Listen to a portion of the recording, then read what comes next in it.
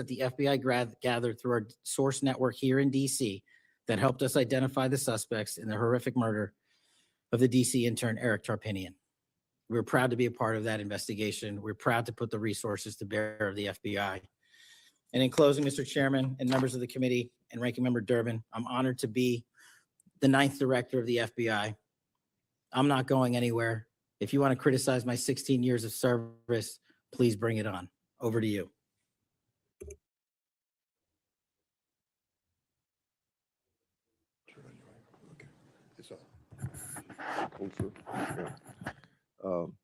I've observed when, whether it's Republican or Democrats, want a yes or no answer, that the witness and the senators talking over each other.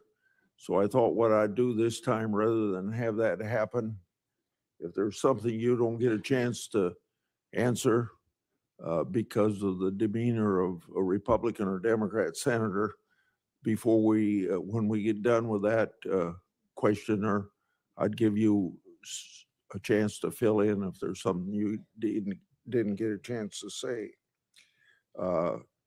Since 2019, I've sought greater transparency about Jeffrey Epstein and the government handling of the matter. I've continued to investigate during this Congress. Director Patel, was Jeffrey Epstein an intelligence asset for the United States government or the foreign government? And if so, which agencies or governments? Mr. Chairman, I can only speak to the FBI as the director of the FBI, and Mr. Epstein was not a source for the FBI. Okay. Would you commit to providing my office with all classified, non-classified records relating to the Epstein matter? I will commit to providing all records I'm legally permitted to do so under the court orders.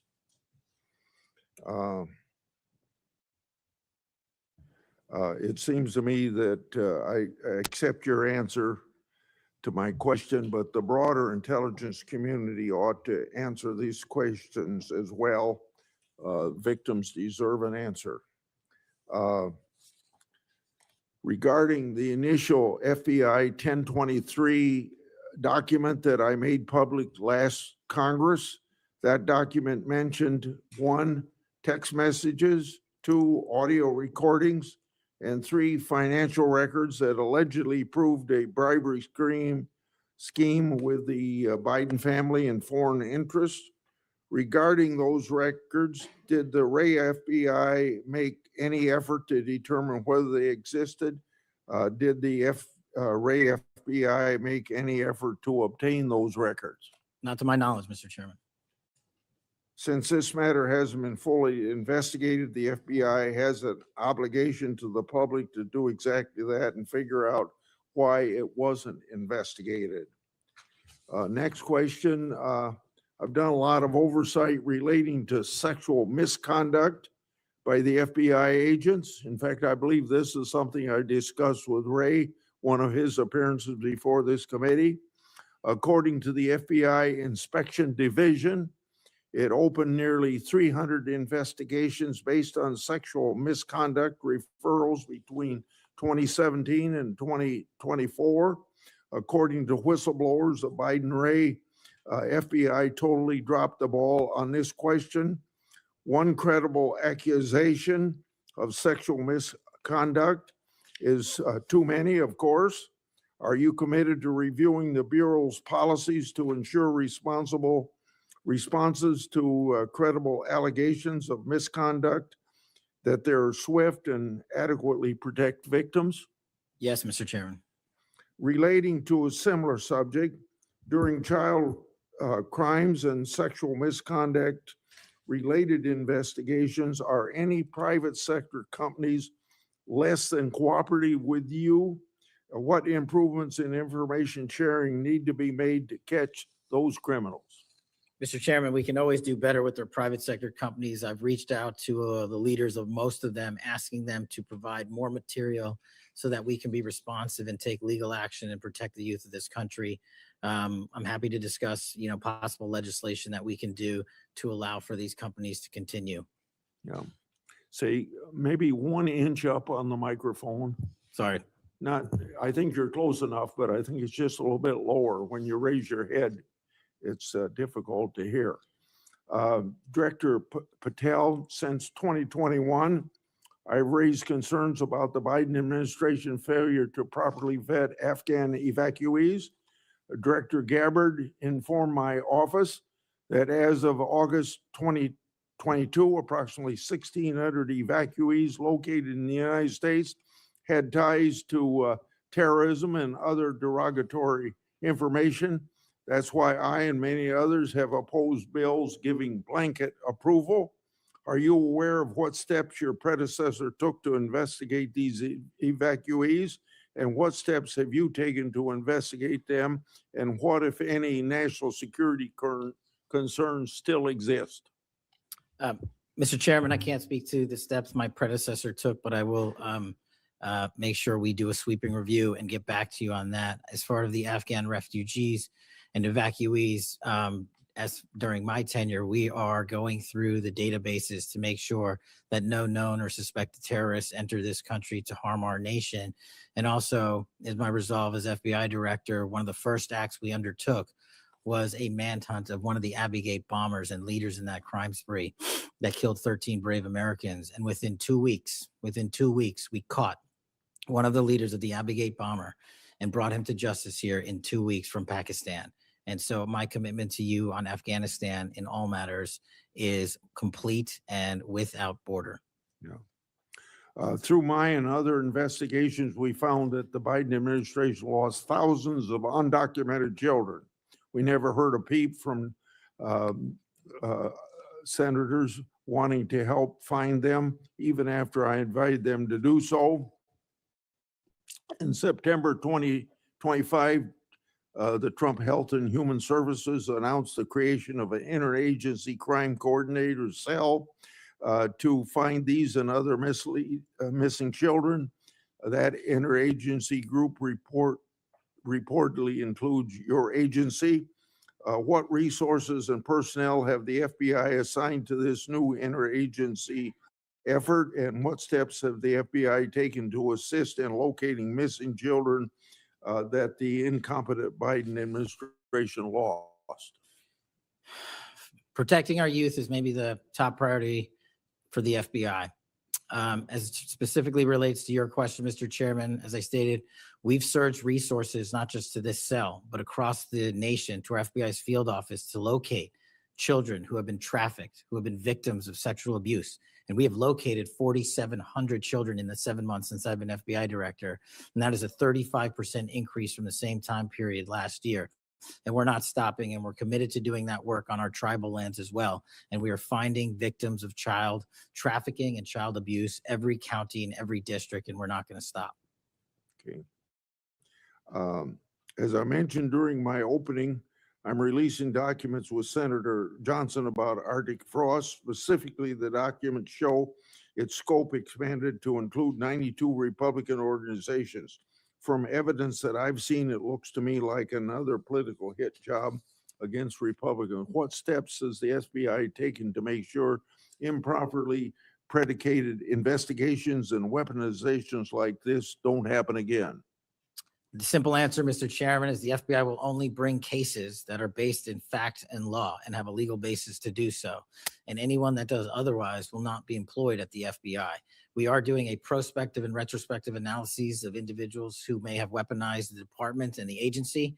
And as I've committed to you during my confirmation hearing and my conversations with you, this FBI will not be weaponized anymore in either side of the aisle. In June of this year, I raised concerns about the FBI's use of restricted access and prohibited access systems. According to the FBI, quote, when search teams that exist in a prohibited access status cases are searched in Sentinel, the particular search will receive a false negative Sentinel search response, end of quote. Clearly, this is not only affects FBI agents, it impacts congressional requests and court cases, and the Biden administration used it to thwart oversight. How are you ensuring that restricted access and prohibited access files are produced to Congress during court cases? And have you identified any Biden family records in restricted and prohibited status? As I've committed to you with my transparency initiative, whether it's restrictive or prohibited, every single thing we can legally provide to Congress, we will. We've also restructured how these restrictive and prohibited cases are labeled and provided access to more people in the chain of command so that more people have knowledge of what these restricted and prohibited cases are, including myself and the deputy. Do you commit to providing any records that are available? I do, sir.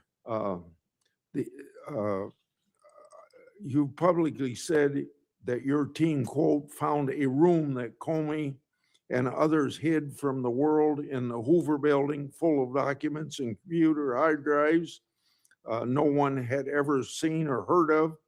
That's a quote from you. I've received a whistleblower disclosure that the room contained some information kept outside the FBI record keeping. I also have been informed via a whistleblower disclosure that the room included materials related to Special Counsel Mueller, former Director James Comey, and other documents maintained outside of the FBI. Has the FBI now reviewed and analyzed those records? Has the FBI properly recorded the documents? And these records are clearly responsive to my, as well as my colleagues' congressional requests. What steps have you taken to ensure all responsive records are produced to Congress? That's what has to be my last question. What's supposed to happen is leadership at the FBI is supposed to, pursuant to the Records Act, correctly store these records at our Information Management Division, IMD. In this room, we found a plethora of hard drives, computers, hard documents, soft documents that were not so recorded, a voluminous amount of information. So we are continuously processing that information. So A, we subscribe to the Records Act and commit that those records will be kept permanently at the FBI. 2, we are reviewing those materials. A lot of those materials are related to ongoing investigations. And 3, we are on a rolling basis providing Congress the documents that we can, and we will continue to do so. Okay, thank you very much, Senator Durbin. Thank you, Mr. Chairman. Director Patel, in addition to the extensive purge of nonpartisan career FBI official reports indicate that dozens of remaining officials have been subjected to polygraph exams to test their loyalty. My understanding is that approximately 40 officials have been asked to sit for a polygraph during your administration, and several have been asked whether they have ever made negative comments about you. Director Patel, FBI agents pledge their loyalty to the Constitution of the United States, not you personally. What is the basis for requiring polygraph exams of your workforce and asking them if they've made negative comments about you? I don't know what reports you're referring to, ranking member, and I reject any reporting that has false information in it, so I'm not going to respond to that. As far as polygraphs go, generally they're always and always have been utilized at the FBI to track down those that leak sensitive information and have unauthorized disclosures to the media, and we will continue to use them to ensure the integrity of the FBI. Did any individual on your senior executive team, the director's advisory team, or who serve in the positions on the 7th floor receive disqualifying alerts on their polygraphs? Senator, I'm not going to get into the personnel discussions that were had on a polygraph. Those are private discussions, and many of them relate to ongoing investigations. Did you or Attorney General Bondi provide any individual with a waiver so they could remain employed after they received disqualifying alerts on their polygraphs? I'll have to get back to you. You don't remember that? No, sir. My priority is protecting the American public, not getting into the weeds of polygraphs. And to have a decent memory when you come before a committee. I'm happy to talk about all the good work the men and women of the FBI are doing, including provided the lowest crime rate in American history. If you want to talk about how to protect the citizens, Chicago has seen a 30% reduction in its murder rate because of the men and women of the FBI. You take credit for that? I'll happily do that. You The take interagency partners and the men and women of the Chicago PD have never been more include powerful. local law enforcement, please. Have you ever seen my testimony across this country where I always lead with our interagency partnerships with state and local law enforcement. It is the pillar of what I am doing. And on the 7th floor, for the first time in FBI history, I have installed police officers and sheriffs right on my 7th floor to report to us every day what's going around the country on the street level, because that is a priority of the FBI and is the only way we are going to work. I don't take credit for anything, but I will defend the men and women of the FBI and the cops that help us get it done. You should. Director Patel, to your knowledge, did a whistleblower ever make a disclosure to Attorney General Bondi indicating that the New York field office was withholding Epstein-related records? I'm not familiar with that whistleblower. You know that there was such a whistleblower? I'm not familiar with that whistleblower. In response to the blowback she received, Attorney General Bondi also pushed the FBI to review approximately 100,000 Epstein-related records on an arbitrarily short deadline in March, and the FBI was directed to flag any documents that mentioned President Trump. Nothing came of that review until July, when DOJ and FBI released an unsigned memorandum stating there is no incriminating client list. Why was this July 7th memorandum unsigned? Would you prefer I've used AutoPen? Why was it unsigned? The memorandum had the insignia of the Department of Justice and the Federal Bureau of Investigation. And in our effort to secure transparency for the American people, because the 3 prior administrations had not done so, we conducted an exhaustive search of everything related to the Epstein cases. And we produced what was legally and permissibly able to be produced to Congress and the American public. So And there's a congressional subpoena, and we're continuing to do so. You personally direct that investigation so that you would sign such a, Did I personally direct what investigation? of the Epstein records for any reference to President Trump? Again, you are citing reporting that I think is baseless. We conducted an investigation of the Epstein case files pursuant to the direction of the President of the administration to provide all credible information. And we are working with Congress pursuant to a congressional subpoena to turn over all the documents we can. All individuals. Who at DOJ and FBI was responsible for its drafting and conclusions? Many individuals at the Department of Justice and the FBI are There was responsible. no lead person? The Attorney General leads the Department of Justice and I lead the FBI. So the Attorney General was responsible for that? The Attorney General leads the Department of Justice. Director Patel, much like you, Deputy Director Dan Bongino was a conspiracy theorist who built a lucrative career making inflammatory and unsubstantiated statements about the FBI that would be disqualifying in any administration that cared about nonpartisan law enforcement. For instance, Mr. Bongino called the placement of pipe bombs outside the DNC and RNC headquarters on January 6, quote, an inside job, and went on to say this was a setup. I have zero doubt, and whoever goes into the FBI, you better get an answer about why. Director Patel, you and Deputy Director Bongino are now leading the FBI. What is the evidence to suggest the pipe bombs placed outside of the DNC and RNC on January 6 were an inside job? I appreciate the opportunity to discuss Director Bongino's mind record. So many on this committee and the media jettison our 31 years of public service. Can you answer the question, sir? I'm answering the question. You're questioning the integrity of the Deputy Director of the Asking FBI you and mine. if you found any And I'm going to evidence. answer the question. I'm The pipe asking- bomb investigation is ongoing, and I'm not going to discuss the Ongoing? details of the pipe bomb investigation. Mr. Bongino was a Secret Service agent for 15 years, a police officer for 5. I served this country in multiple administrations for 16 years. We were also private citizens, and we are now back in government service. And what we have the ability to do is set aside our personal beliefs to deliver the mission of justice for this country. And we're doing it day in and day out. And I find it disgusting that everyone and anyone would jettison our 31 years of combined experience that is now at the helm of the FBI, delivering historic results at historic speeds for the American people. So you have no evidence? I got a lot of evidence, and I'll give it to you when I can. Yeah, I'm looking forward to it. There's a New York Times story this morning about Chris Meyer. As I understand it, he was your personal pilot, at least for some period of time. Mr. Meyer has quite a record himself. Flew over 350 hours as an Air Force pilot on 3 aircraft types in Afghanistan.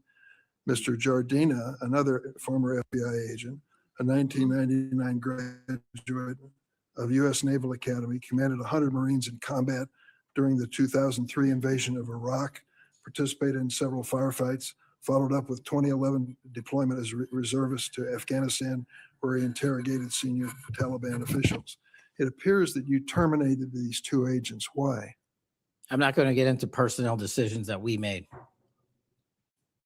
So you're not accountable for your decisions to take people who served our country so admirably and terminate them without any cause? That's a I'll tell you- one-sided story. Anyone that has Well, been then, terminated from so the tell FBI, your generally side speaking, of the story. fail to meet the needs of the FBI and uphold their constitutional duties. And you providing a one-sided story from your perch is absolutely disgraceful, because the men and women of the FBI deserve better. And your attack on the current leadership of the men and women of the FBI is equally disgraceful, because now you're attacking the leaders that are our brave SACs in Let the me tell field you what's who are disgraceful. doing the job that this Disgraceful. country needs. It's And we will disgraceful. continue to do it. Excuse me, it's disgraceful when Mr. Meyer and Mr. Giardina, who served our country so well, are terminated apparently because of the rants of a broadcaster. That is your all? opinion. It is not a fact. Well, it's certainly my opinion I can back up with fact.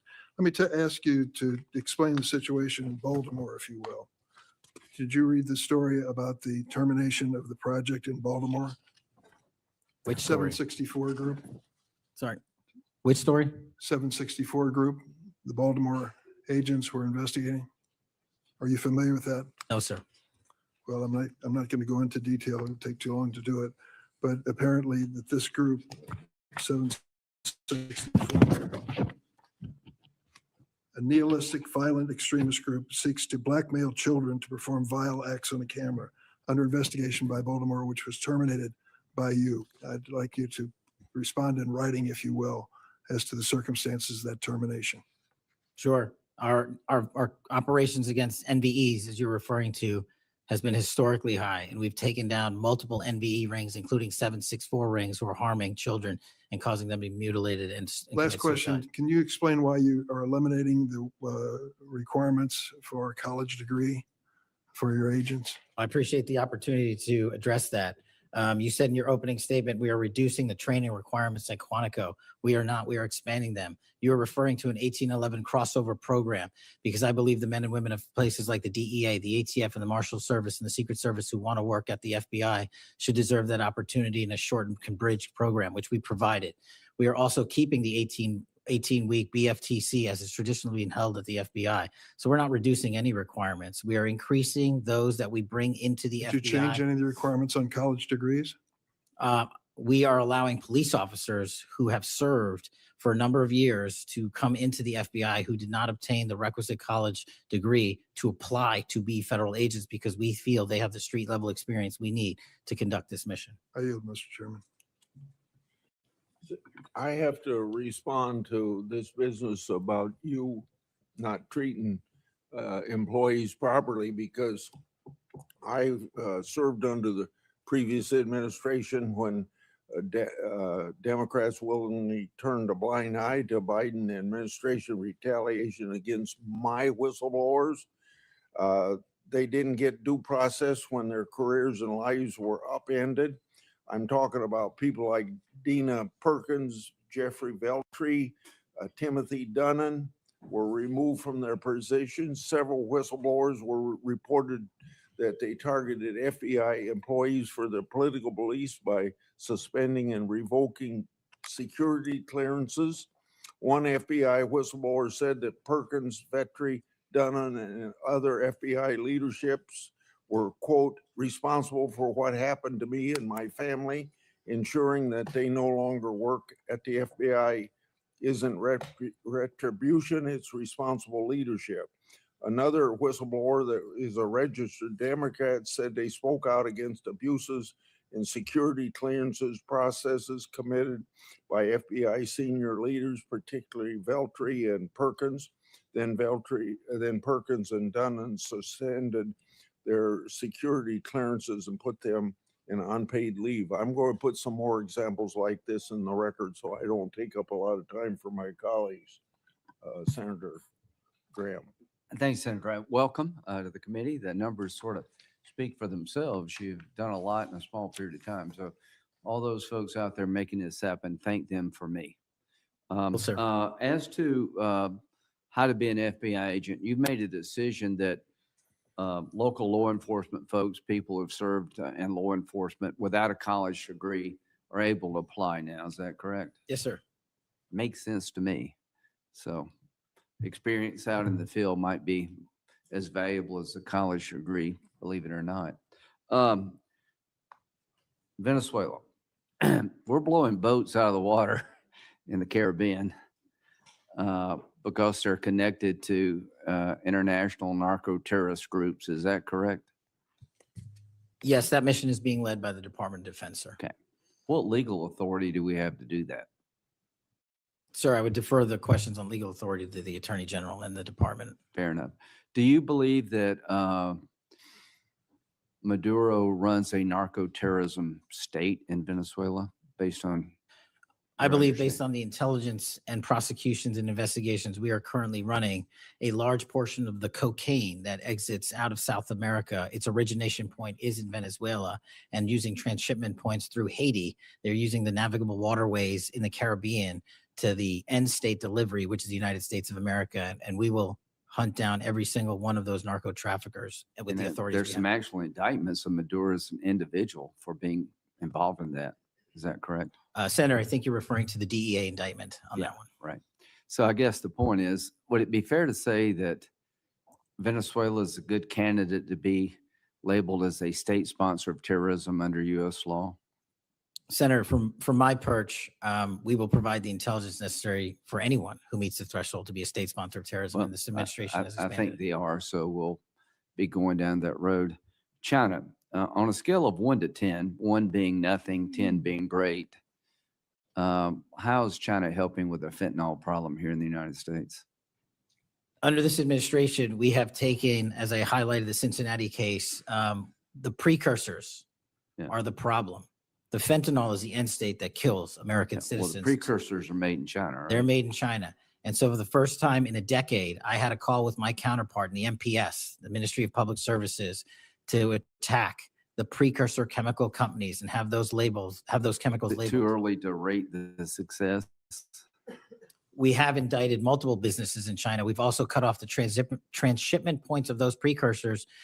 They switched. Once we got on their track about their delivery routes to the Mexican drug cartels directly, they started going to India. We called the Indian authorities and they shut down those transshipment points. So we're continuing to work with our So partners China overseas. is helping, would you say? They are starting to help. And we are hoping under this administration's leadership, we can Well, get more of let their me help. know, in the coming months if that continues, because if they are helping, that's a good thing. Yes, I think sir. we need to celebrate the breakthrough. If they're not, that would be a bad thing. So after the assassination of Charlie Kirk, there seems to be one refrain from everybody, and that's about the effect of social media. Do you believe that social media is one of the instruments radicalizing America and inciting violence? Well, it's not, my belief is based on the data, and the data shows that social media is wildly out of control when it comes to You're radicalizing. dead right. So what did you just say? This guy's the FBI director. He says that social media is wildly out of control. Now, free speech, we all agree with that, but you can't yell fire in the theater, right? Yes, sir. Free speech doesn't allow you to go online and groom a child for sexual. No, it does not. Okay. Free speech doesn't allow you to go on the internet and basically incite somebody to kill another person, right? Absolutely not. So if it's illegal offline, it should be illegal online. Agreed? Whatever the law is. Yes, sir. We Just had a- because you're online doesn't give you a get out of jail free card. No, sir. So if a parent is worried about a child being bullied on a website, what rights do they have under U.S. law? We have to balance the rights, as you said, Senator, of free speech versus those that encroach Is there upon any law violence. that can shut down one of these sites for bullying children or allowing sexual predators on the site? We are able to attack certain sites on the dark web. When it comes to the open internet infrastructure system, we have to reach a threshold to attack a company's position that only subscribes to violence. Can the parents sue that company? They can. They can? They can sue not the social media companies. That's what I'm talking They about. can sue the companies. No, I'm talking about the social media company that gives lives to this behavior. No, you're referring to Section 230, sir. Yeah. Would you advocate a sunsetting of Section 230 to bring more liability to the companies who send this stuff out? I've advocated for that for years. All right. We need to do this, folks. These companies are taking content that it makes you sick, that could get you killed, get you poisoned, and there's nothing we can do about it under our law.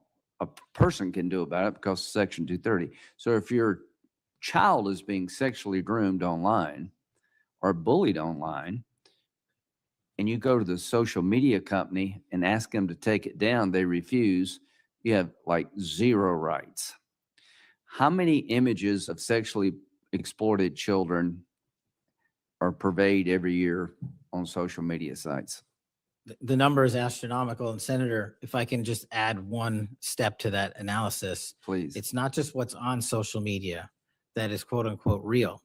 It's the introduction of artificial intelligence and Right. generative AI that is creating even more child sexually abused material and even more sexually violent acts online and mimicking people. Would you say that the way social media is structured today, really no accountability, 36 million images in 2023 of sexually exploited children, that this is a public health hazard? It is. Would you say that it's a mental health problem, particularly for younger people? It absolutely is. Do you agree that some of these sites are designed to be addictive? I think not only are some of these sites designed to be addictive, unfortunately, the reality is some of these sites are designed to generate income. And many people are generating income based on this illegal trade. Do you think it's now time for America to deal with this problem? I'm all in. I have been all in, and I'm happy to work with Congress to do so. Well, I tell you what, having the FBI director all in is great news for me. And I hope the committee will respond and that we'll be all in, trying to fix a problem that I think is doing a lot of damage to our country. When it comes to John Bolton, was there new evidence involved in the raid on his home? Sir, that investigation is very much ongoing. As you know, there was a raid of his house pursuant to a legal Was there a search warrant obtained to go in? Absolutely, sir. Okay. All right. We're looking to have that search warrant unsealed. Okay. At the Yeah, appropriate I time. think that would be good, quite frankly. In December 2023, Director Wray said he sees blinking lights everywhere regarding to foreign terrorist threats against our homeland. How would you characterize the state of threats to our homeland by foreign terrorist groups? Foreign terrorist organizations have adapted and started utilizing online platforms, and so is the FBI. And so while they are adapting, expanding how they harm our country, we have as well. They have not stopped. There's been a resurgence in places like West Africa and elsewhere of foreign terrorist organizations, and also the newly emboldened drug trafficking organizations in Mexico. It's going to take a whole of government approach to get. Does Hezbollah fall within that group? Yes, sir. So Hezbollah is involved in not only terrorism, but narco-terrorism? Yes, sir. So do you consider Hezbollah a threat to the United States? Absolutely. All right, finally, do you have enough people to Sorry. do all this? Do you need more people? You're involved in a lot of things and the numbers speak for themselves. You have FBI agents helping here in Washington, D.C. Mhm. You have FBI agents helping in illegal immigration. That's good. You've got a chance here to tell us if you need more people. Seems to me that threat level of this country is pretty high right now. You got thousands of domestic terrorism cases. How many are being investigated? I think 3,500 off the top of my head. 3,500. Okay. Anyway, it seems your plate's pretty full. I would urge you to get with your people. And if you think you need more people, now's the time to do it. It would be a shame to miss an opportunity to plus up the FBI if the threats justified it. Will you look? I will And- look, sir. Okay, but are you comfortable you have enough people right now? Right now, I'm comfortable with the reallocation of agents and personnel outside of Washington, D.C. and plussing up states like South Carolina in double-digit numbers. Okay. And I'll get back with my team on this one. Thank you for your service. Senator Whitehouse. Boy, is my timing good. It is very good. Director Patel, welcome. Thank you, sir. When you were here for your confirmation, we talked about your so-called enemies list.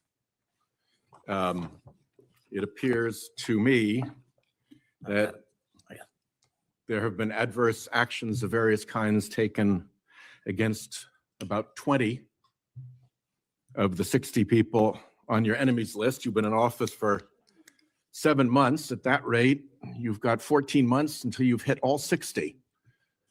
Can you explain that? Again, that is an entirely inaccurate presupposition. I do not have an enemies list. You can continue to characterize it as you wish. The only actions we take, generally speaking, for personnel at the FBI are ones based on merit and qualification and your ability to uphold your constitutional duty. You fall short, you don't work there anymore. Well, there was a list. You don't like it to be called an enemies list, and it had about 60 names, and about 20 have had an adverse action. So those are, I think, pretty clear facts. Let me move on to your grand jury testimony, which we also talked about when you were here.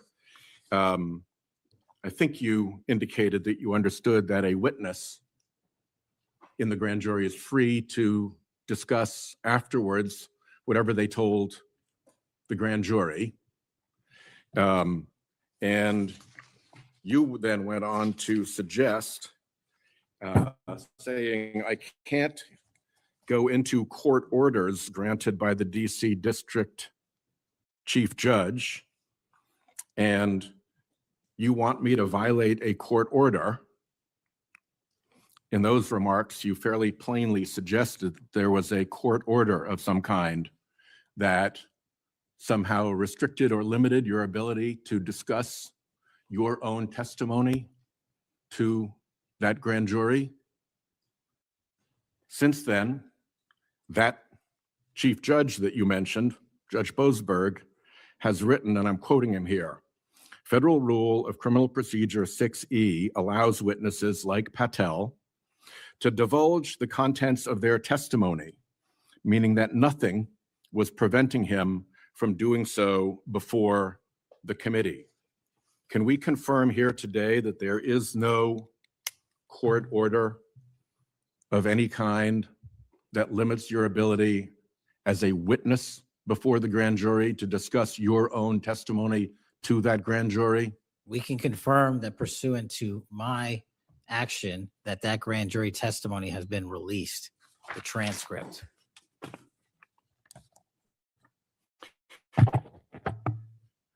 Let's, in what forum was it released, may I ask?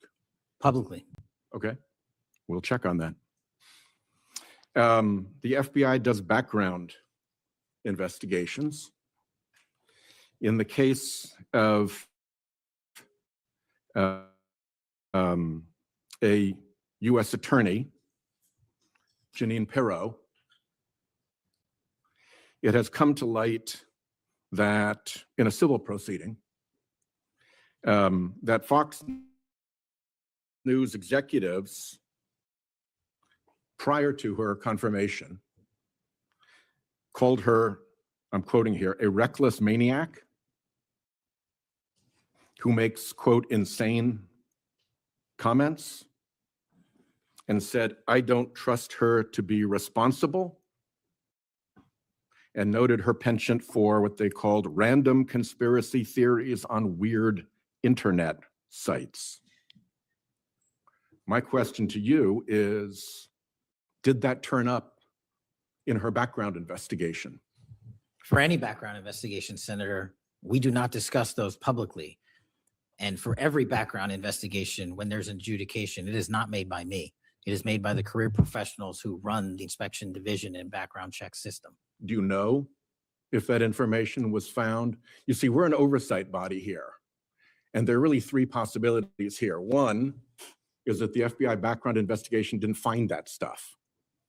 That's worth noting because these investigations, full field background investigations, are supposed to find that stuff. That's possibility one. Possibility two is that the FBI did in fact find that information and then did not report it to the administration or to the committee.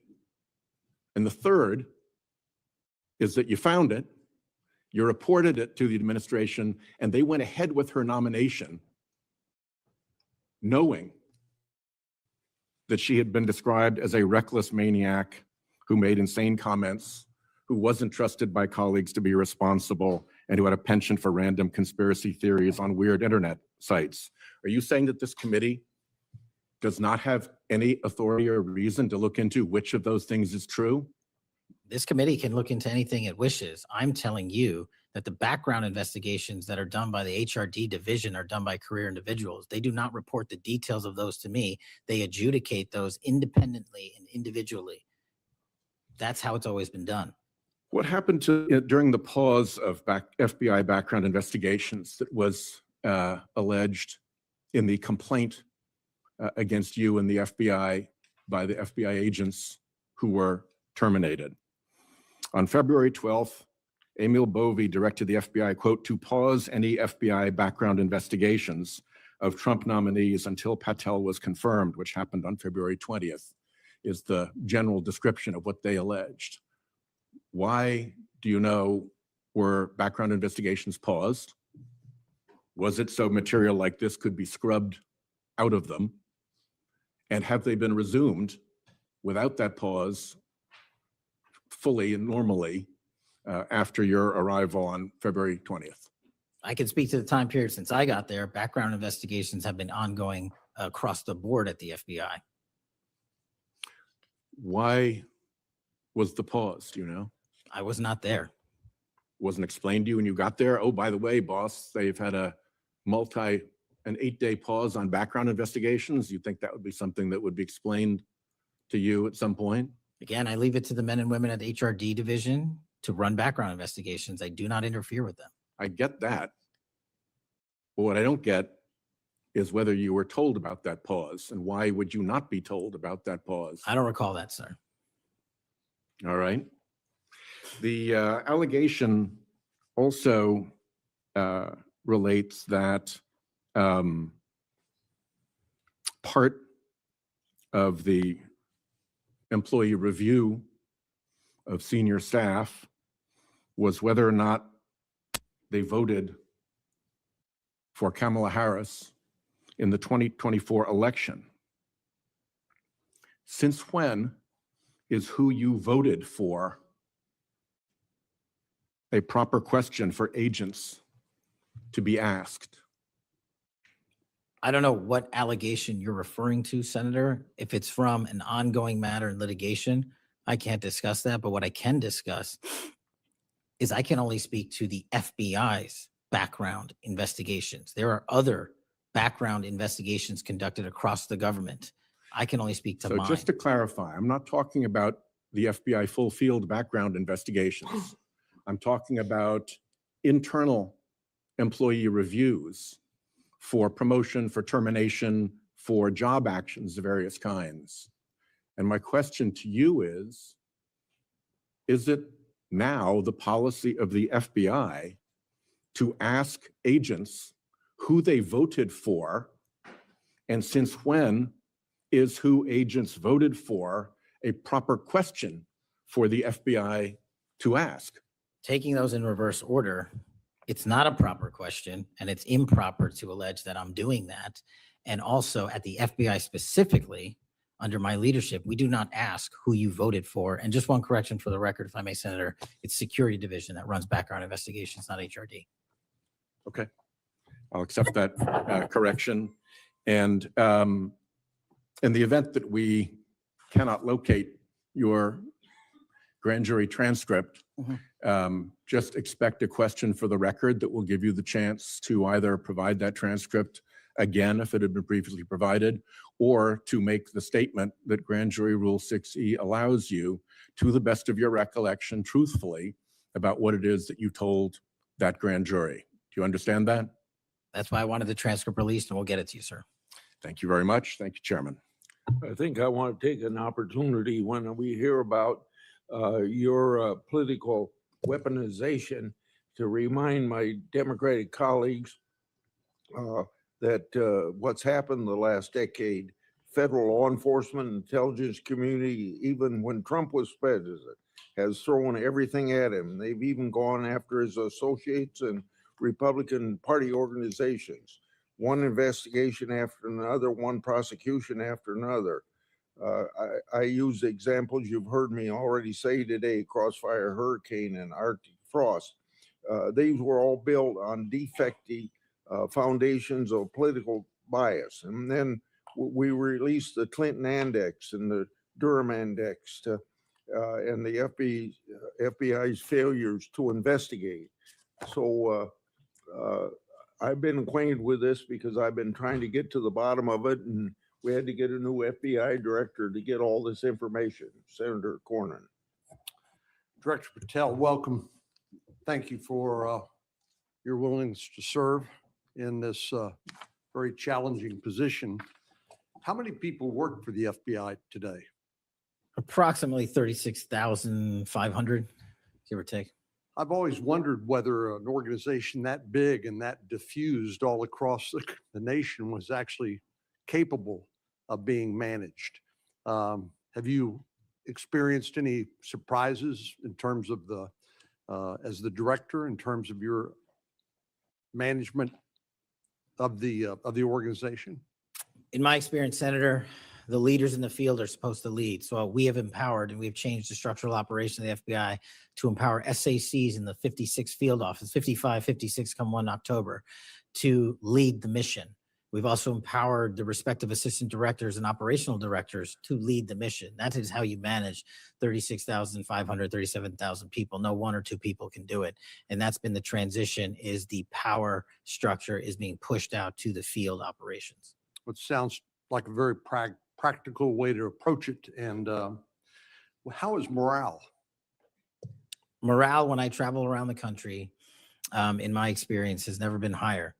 The FBI and the police officers that we work hand in glove with across this country are excited to do the work. And the stats that I'm citing are no achievement of mine. The stats that I'm citing in the 7 months that I've been there, such as a 42% increase in cyber arrests alone this year, is because the men and women at the FBI have been empowered in the field. They want to do the work. They're getting the opportunity to do the work. And with our great partners in the respective states like Texas, and where we just returned a top 10 most wanted fugitive in Cindy Singh, are getting the ability to make those prosecutions a reality. By the way, Senator Durbin was asking about polygraphs. Aren't polygraphs a standard part of the standard test given to people with security clearances across the intelligence community They are. as a condition to maintaining your security clearance? I believe they are.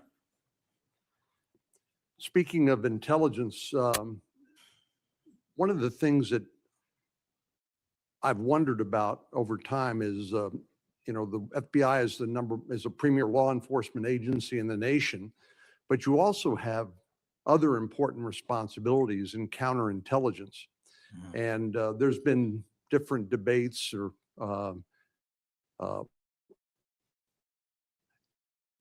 people wondering whether, including me, whether that's an appropriate role for the FBI to play. And I guess the most challenging part of that is if it's not at the FBI, where would it go? But can you, given your background, I know is working on the HIPSI and your intelligence background, can you talk a little bit about what you think about the counterintelligence role of the FBI agents and how that's working, whether you think it's performing the way it should, or whether there are other changes or reforms need to be made in order to improve its functioning? As you know, the threats from our adversary nations are just proliferating every day. So what do you think? The espionage activities of our adversaries have never been so high. And I think the counterintelligence mission is properly housed within the FBI because we've been vested with those authorities for Congress. And I believe that mission set is working. And if I can, sir, since January 20th of this year, the FBI has made 55 arrests on the counterintelligence mission alone. That's a 30% increase in CI arrests from the same time year to date last year.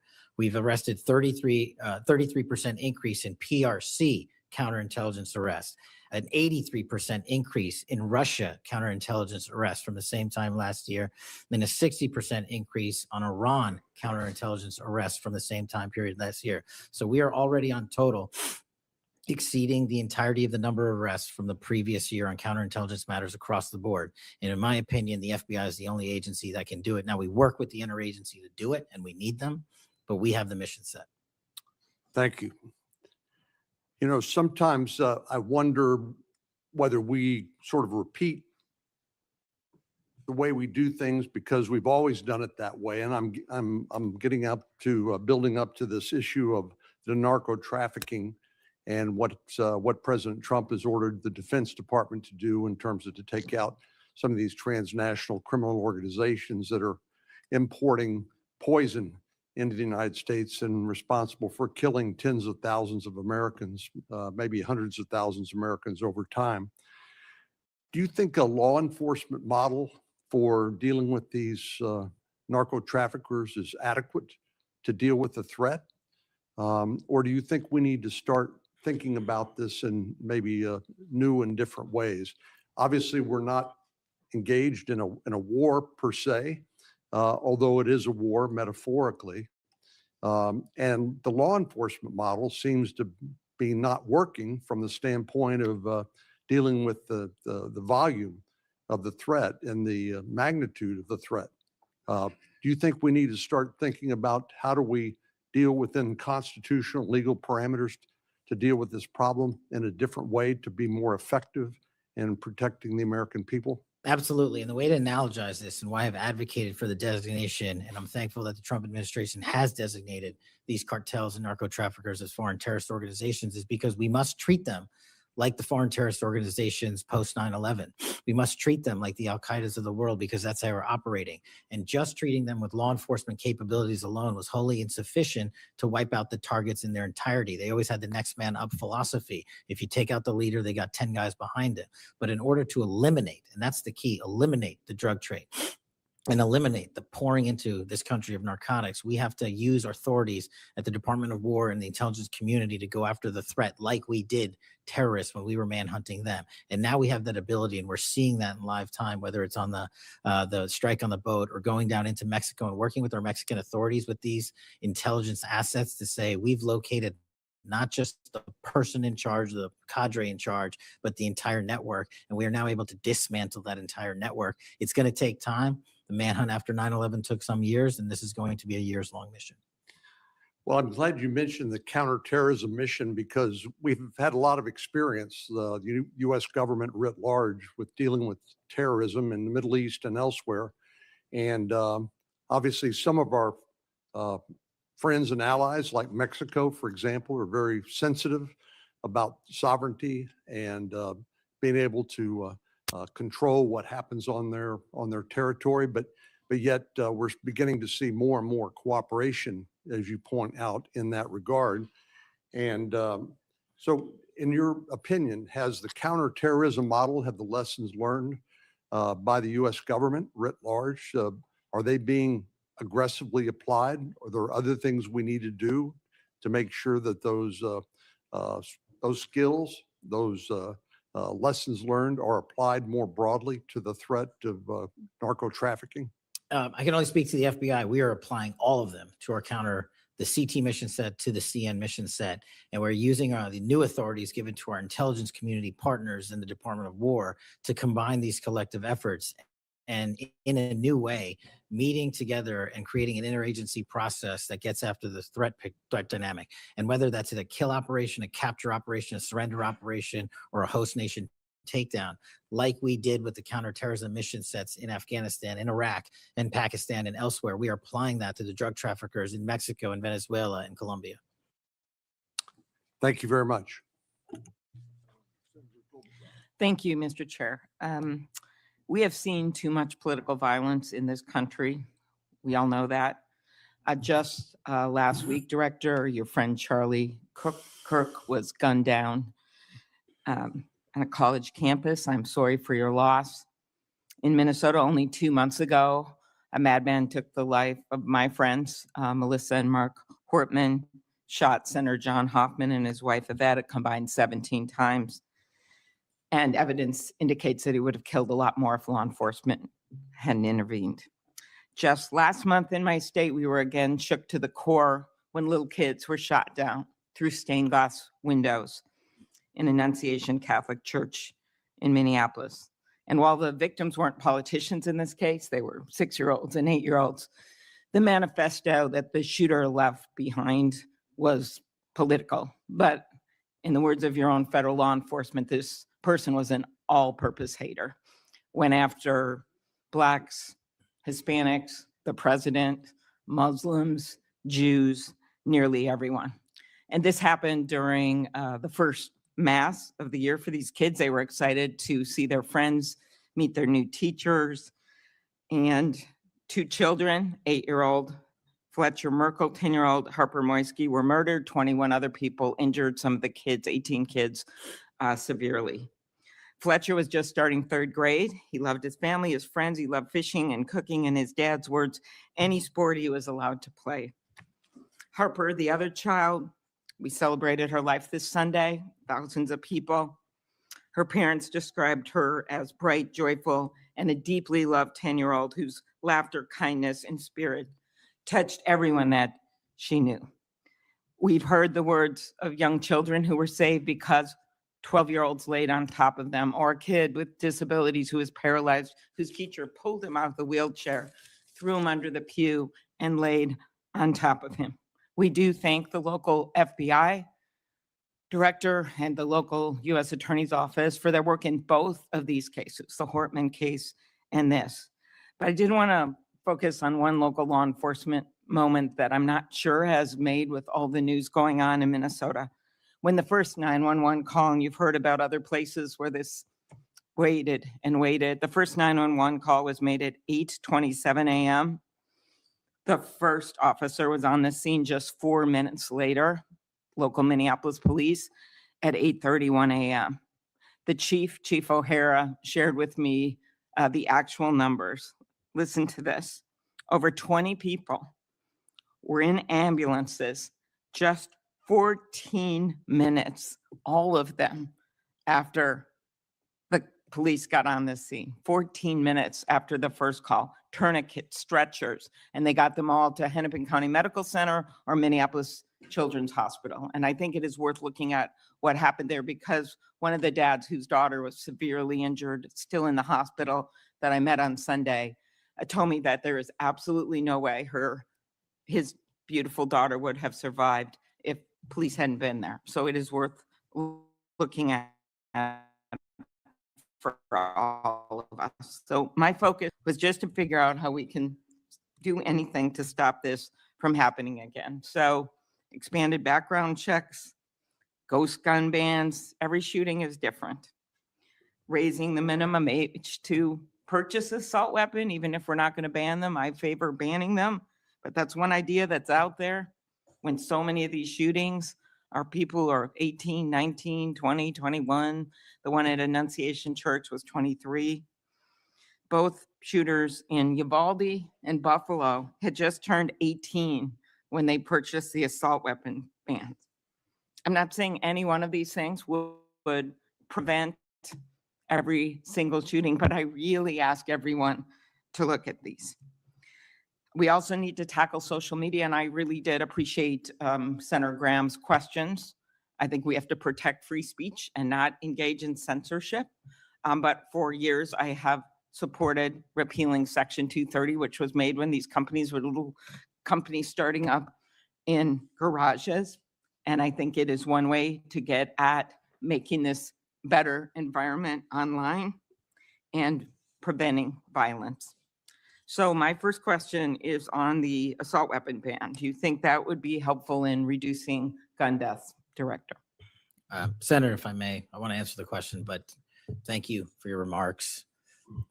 Especially it relates to my friend Charlie, and I share and relay my remarks, my sentiments to you. Minnesota has suffered untold tragedy in these last few months, and whatever creativity we can use to eliminate even just one shooting, one horrific death, I am in favor of engaging with Congress fully to do. I don't have the answers. I don't know what will eliminate it in its entirety, but I'm willing to engage and explore new ways with you, Senator. Okay, thank you. And so assault weapon ban, what do you think? Senator, I think there are instances on this legislation that could prevent future attacks, but I'm not going to weigh into the creation of legislation. Could you also look at, and I've I favor just assault weapon ban, not getting these guns in the hands of people that shouldn't have them. But could you look at the numbers on the ages? Yes. Because from 18, even going from 18 to 21, which wouldn't have prevented the shooter in Annunciation Church from purchasing that gun. He purchased several the same day. Over 100 rounds were fired from the assault weapon through the stained glass windows. So if you went up to 25, it would have stopped that immediate purchase and probably saved the lives of these kids. But if you go to 21, that is the same age that already applies to purchasing handguns from federally licensed dealers. So I prefer another approach, but I was hoping that our Republican colleagues would at least look at that, given Uvalde, Buffalo, and some of these other mass shootings, trying to be practical, but thinking that it could make a major difference. Strengthening background checks, could you also look at that? And then banning ghost guns and bump stocks. What do you think of that? So, Senator, you're talking to my heart here on one of the core missions at the FBI, which is our CJIS facility in Winchester, Virginia, which is our hub for our NICS checks, our NCICs, our capabilities on when we have, I think it's 19,000 state and local community law enforcement come to us for these background checks. We're trying to make that processing as fast as we can so we can get them real-time information. I think we have a 93% clearance rate in 15 minutes as it relates to ghost guns, but we can do better. All right, well, just if you could get back to me on all those. Exponentially, members of Congress received more than 9,000 threats last year, up from 1,600 in 2016. There's been a lot of talk about the rhetoric and the like. And if we want to move forward on things like Section 230, or even look if we can do anything on guns, I do think we're going to have to be honest about this all-purpose hater issue, and it has bothered me, this thing, we're going to go after this group. We're going to have to go after this group. I just want to, for the record, show that the murder of Speaker Hortman and her husband, it was Democratic lawmakers on his list. He went to the ones whose addresses he had, by the way. Planned Parenthood was on the list, as were businesses and law firms, doctors. I already mentioned the ones with the Catholic Church shooting. So it is not just as the radicals on the left, what's a quote from the president, are the problems or destructive movement of left-wing extremism that Vice President Vance said. According to the Anti-Defamation League last year, all the murders were committed. And I'm not actually going to say this because I don't even want to go left-right with this, but you can imagine it wasn't from the left. Cato Institute, conservative think tank, published a study just last week that found terrorists from the right were responsible for 6 times more deaths than people from the left.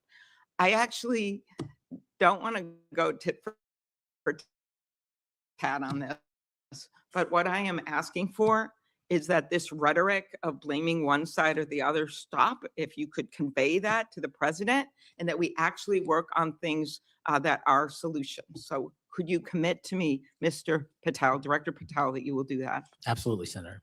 Okay, thank you. Last, you were asked about social media, and I will put some more questions on the record about that. I think we can make major movement on that. The local FBI helped when the city of St. Paul was a victim of a cyber attack. And I'm concerned about some of the cyber attack cuts. I'll ask you that on the record. AI, I'm glad you raised that. I think we have to do more, but also including election interference, because they're using AI videos. I just had one happen in this very committee on me, and I just think they're going to start using it in democracy, election. They could be foreign. Do you think some of this is foreign entities, Mr. Patel? Generally speaking, we have traced a lot of this to loose groups overseas that don't have any sort of central cluster. There's going to be a lot on you then. And then last, I'll put on the record just my concern about protecting journalists. The new guidance that came out of the department. Have you deployed any FBI resources to investigate members of the media for activities related to news gathering, reporting, or reporting on government whistleblowers, something near and dear to the chairman's heart? The only time we would involve an investigation of a journalist if they've conducted or committed an allegation of separate criminal activity, most prominently leaks of classified information. Thank you. Senator Hawley. Thank you very much, Mr. Chairman. Director Patel, good to see you. Thank you for being here. You're leading the FBI at a very critical time for that agency and also a critical time for our country. And I want to start, we have seen ideological violence against people of faith, particularly Christians.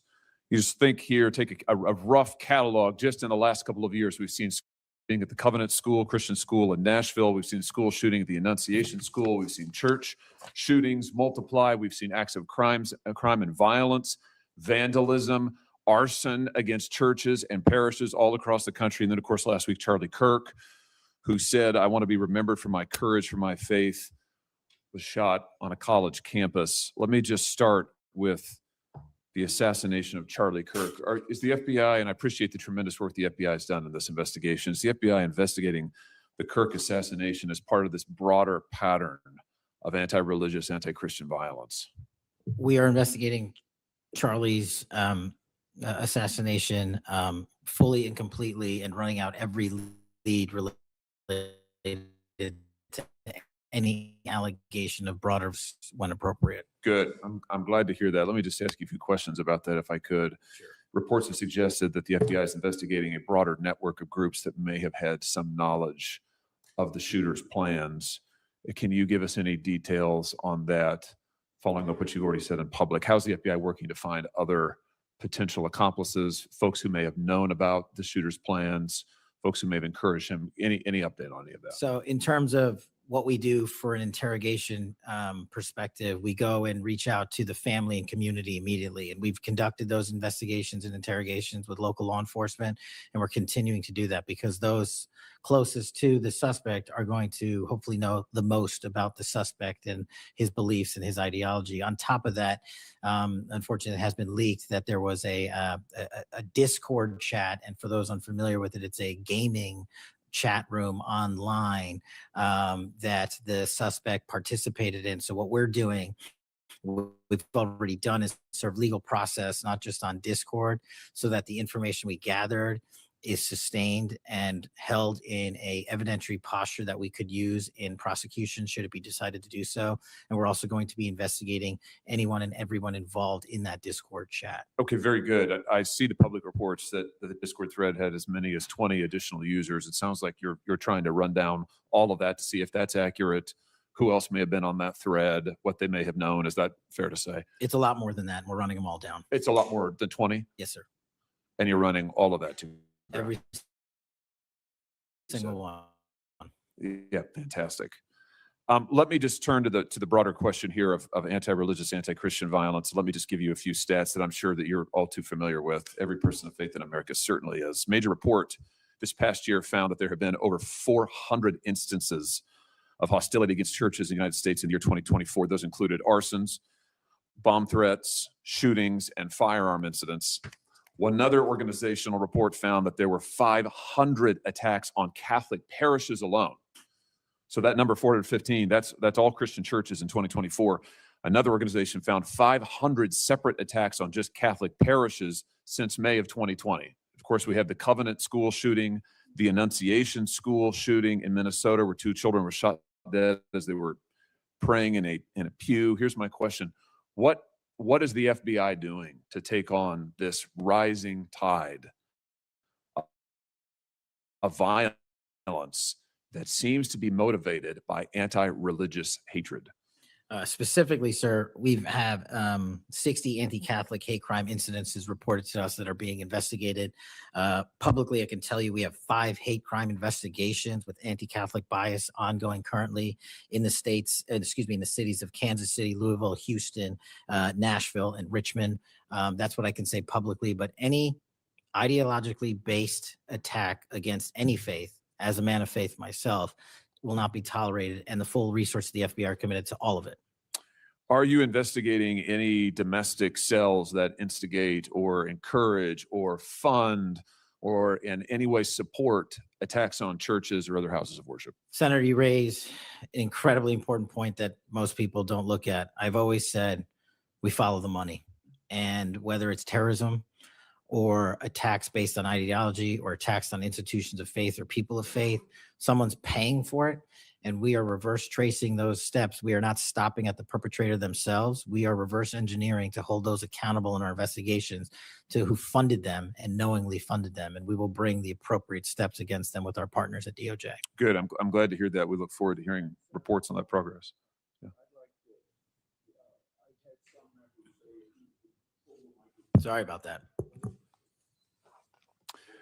Let me just ask you this in the same vein, Director. Since the Dobbs decision, the FBI has advertised $25,000 rewards for information on attacks on abortion clinics.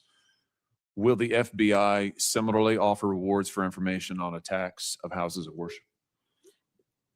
Yes, when it is appropriate, the rewards are any reward, whether it's an attack on a house of faith or on a homicide or whatever, is determined by a group within the FBI, but we will work with them to make sure that rewards of monetary value are put out for all ideologically based attacks. Good. You just rattled off some statistics, which I was glad to hear about the number of investigations you have open, the incidents you're tracking against Christians, against houses of worship. Let me just ask you if you consider designating a senior official as a liaison to houses of worship, to Christian other religious organizations, to publish metrics on investigations and arrests related to church attacks, church threats, vandalism, arson, etc. Will you set up a system for liaising and then reporting so that everybody can see, this committee and the public can see just how many attacks we're talking about, just what the level of threat and violence is and what the FBI is doing to combat it? Senator, you're speaking my language. The private-public sector partnership on this specific issue, just like the other ones we've talked about, is equally transformative to finding those involved in these criminal activities. And with your assistance, I would ask you if you're able to identify someone who's an expert in that area, we will work with them. We will take their information because as great as the FBI is, we're only as good as the information we can get, and we don't have the reach that the private sector does in some of these areas. Very good. Happy to help on that. Let me ask you about something specific to the FBI, because sadly, as you know, the FBI, when it comes to anti-religious animus, has been part of the problem before you got to this agency. And I know that you remember the infamous memo generated by the FBI that attempted to recruit informants in houses of worship, in particular in Catholic parishes. Your predecessor testified when this information, I just want to reiterate, this memo became public because of a whistleblower. It was not turned over to this committee. It was not disclosed to this committee. In fact, we were told it didn't exist, and then a whistleblower published it, showing that indeed the FBI had recruited informants, attempted to, into Catholic parishes. Your predecessor then testified, sitting right where you are today, he testified that this, I'm going to quote, was a single product by a single field office, end quote. That was a lie. Because we then had additional whistleblowers come forward and say, no, actually, multiple field offices contributed to the drafting of the memo that the FBI generated. And indeed, those memos were distributed to over 1,000 FBI agents across the country. You know all of this. You and I talked about it when you were here for your confirmation hearing back in January. I just want to follow up and see, have you been able to determine how this memo got written and distributed? How is it that the Federal Bureau of Investigation came to be recruiting informants in Christian churches in this country? Senator, we did dig in, and we are doing our investigation simultaneously with Congress. And just to put it in perspective, we provided 700 documents on the Richmond Catholic memo specifically to this committee, whereas my predecessor provided 19 pages. And not only that, but we looked into how the source recruitment structure at the FBI was conducted during this time. And we made adjustments and permanent fixes to ensure that sources are not put into houses of worship unless there is an actual ongoing criminal or international terrorism threat. We will not use sources at this FBI to investigate and cull information just for the sake of culling information in houses of worship. Has anybody been fired for this? There have been terminations related to this and resignations. Good.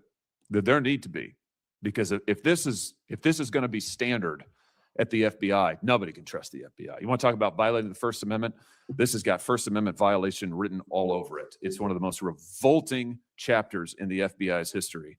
And considering what we're seeing more broadly in terms of the acts of violence against people of faith, this is absolutely got to end. The FBI has to lead the way. So I count on you to do that, Director. Let me just, in the minute or so that I have remaining, let me just shift gears and ask you about something else you said earlier. You said that protecting our youth is maybe the FBI's top priority. It's great to hear. Let me ask you about the role of AI chatbots in that, which you've talked about a little bit already today. Are you investigating any cases of AI-generated child sex abuse material? You issued a PSA earlier this year warning that synthetic child sex abuse material, that's where the AI generates it using maybe a real kid's image, but then generates sex material, sex abuse material. You warned that that was illegal under federal law. Is the FBI investigating any instances of this synthetic CSAM material generated by AI that you could speak to? We are investigating dozens of those matters because let me just say this, as far as the FBI is concerned, generative AI that produces CSAM, child sexual abuse material, under our investigative authorities is treated as equally as if it were actual child sexual abuse material. There's no difference for me in the FBI on this. Let me just ask you one other thing in this vein. I'm sure you've seen the reporting that Meta's AI rules, their own internal guidelines, allowed their chatbots to have sensual, that's their word, sensual conversations with children.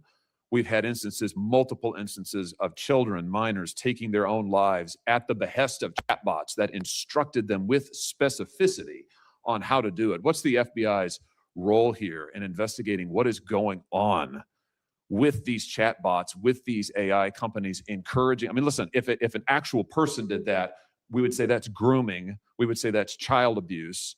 These companies are doing it. Their own guidelines allow it. What can we do about that? You're referring to NVE, nihilistic violent extremism, and the 764. It has been made a priority of the FBI because they are targeting children, and these chatbots and these generative AI are getting coupled with actual humans who are using them and releasing them because they can do the work faster and quicker than humans can and get into spaces like social media where humans have a difficulty in engaging. And what we're doing is treating any extension of generative AI as the criminal themselves. And we have, I think, I've got to get the number back to you, but over 1,000 investigations related to NVE. We've had numerous takedowns and arrests of 764 individuals. And we are educating, this may be the most important part. I'm directly engaging with the social media and media companies, the internet service providers, to find a way to shut down. There's nothing I can do at the FBI to force them to shut it down, but work with you in Congress to find a way to work with our partners to get that shut down permanently. Thank Senator you. Combs. Thank you, Chairman Grassley. Thank you, Chairman, for calling this hearing. I'm grateful we're continuing this committee's long tradition of oversight, and in particularly today, oversight of the FBI. Director Patel, thank you for being here. There's a number of issues I hope that we can speak to. I want to start by reading something you said to me during your confirmation hearing under oath. I have no interest, no desire, and will not, if confirmed, go backwards. There will be no politicization at the FBI. Then you looked me in the eyes and said there will be no retribution actions taken by the FBI should I be confirmed as director. I told you that in your office. I tell you that again today.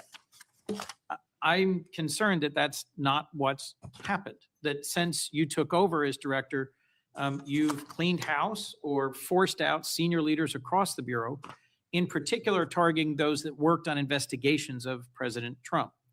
The former acting director has just sued you for firing him for political reasons. So did a leader in the DC field office. And the well-respected leader of the Salt Lake City office was pushed out last month, leaving that office shorthanded at a particularly difficult time. I'm worried that these actions compromise the Bureau's ability to keep Americans safe. Hundreds of agents have resigned. You are lowering application standards to fill vacancies. You've reassigned large numbers of agents to work on immigration and street crime, issues other law enforcement agencies can handle, perhaps more effectively with the FBI. But I'm concerned that this compromises the Bureau's ability to address national security risks, uniquely its capability.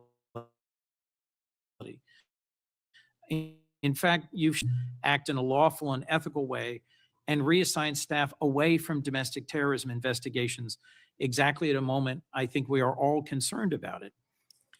I also have to ask, you came before the Appropriations Committee in May and told us you wanted a $500 million budget cut for the FBI, literally an effort to defund the police. I am grateful for the work of the men and women of the FBI. They've done great work this year in Delaware, partnering with the Dover Police Department to support human trafficking victims, partnering with the Middletown Police Department on armed robbery and carjacking. And it's urgent, I think, that we fix the direction and the prioritization within the FBI. And I wish we could focus on those efforts today. But I'm seeing an FBI leadership more focused on social media clout and on political revenge than on fighting crime. Director, have you ever ordered that an FBI employee be terminated because he or she worked on an investigation into President Trump? Senator, thank you. One quick correction for the record. There's 280 NV investigations. I gave the incorrect number to Senator Hawley. Thank you. Understood.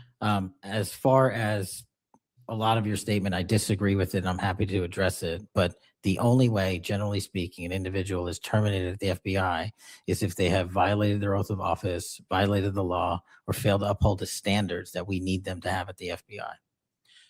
So those who say that they've been fired because of working on investigations into President Trump are lying or misrepresenting? Well, those matters are alleged in litigation, which is ongoing, so I can't comment on those specifically. Could you comment on why you fired former acting FBI Director Driscoll? I can't because it's ongoing litigation. Could you say now definitively under oath that the rank and file agents who were assigned to work January 6 cases will not be terminated because that's what they were assigned to do? I've said it before and I've said again, your case assignment, as I was given case assignments when I was a young prosecutor, does not dictate your career or your termination. Thank you. Then let me go to the appropriations question. In May, you testified before the subcommittee on which I served, defending the president's request that we slash the FBI's budget by about $500 million. The day before, you testified the opposite in front of the House. Where are we in terms of the budget request? Senator Graham earlier said, if you're requesting more funding for more agents, let us know. We're nearing the end of the fiscal year.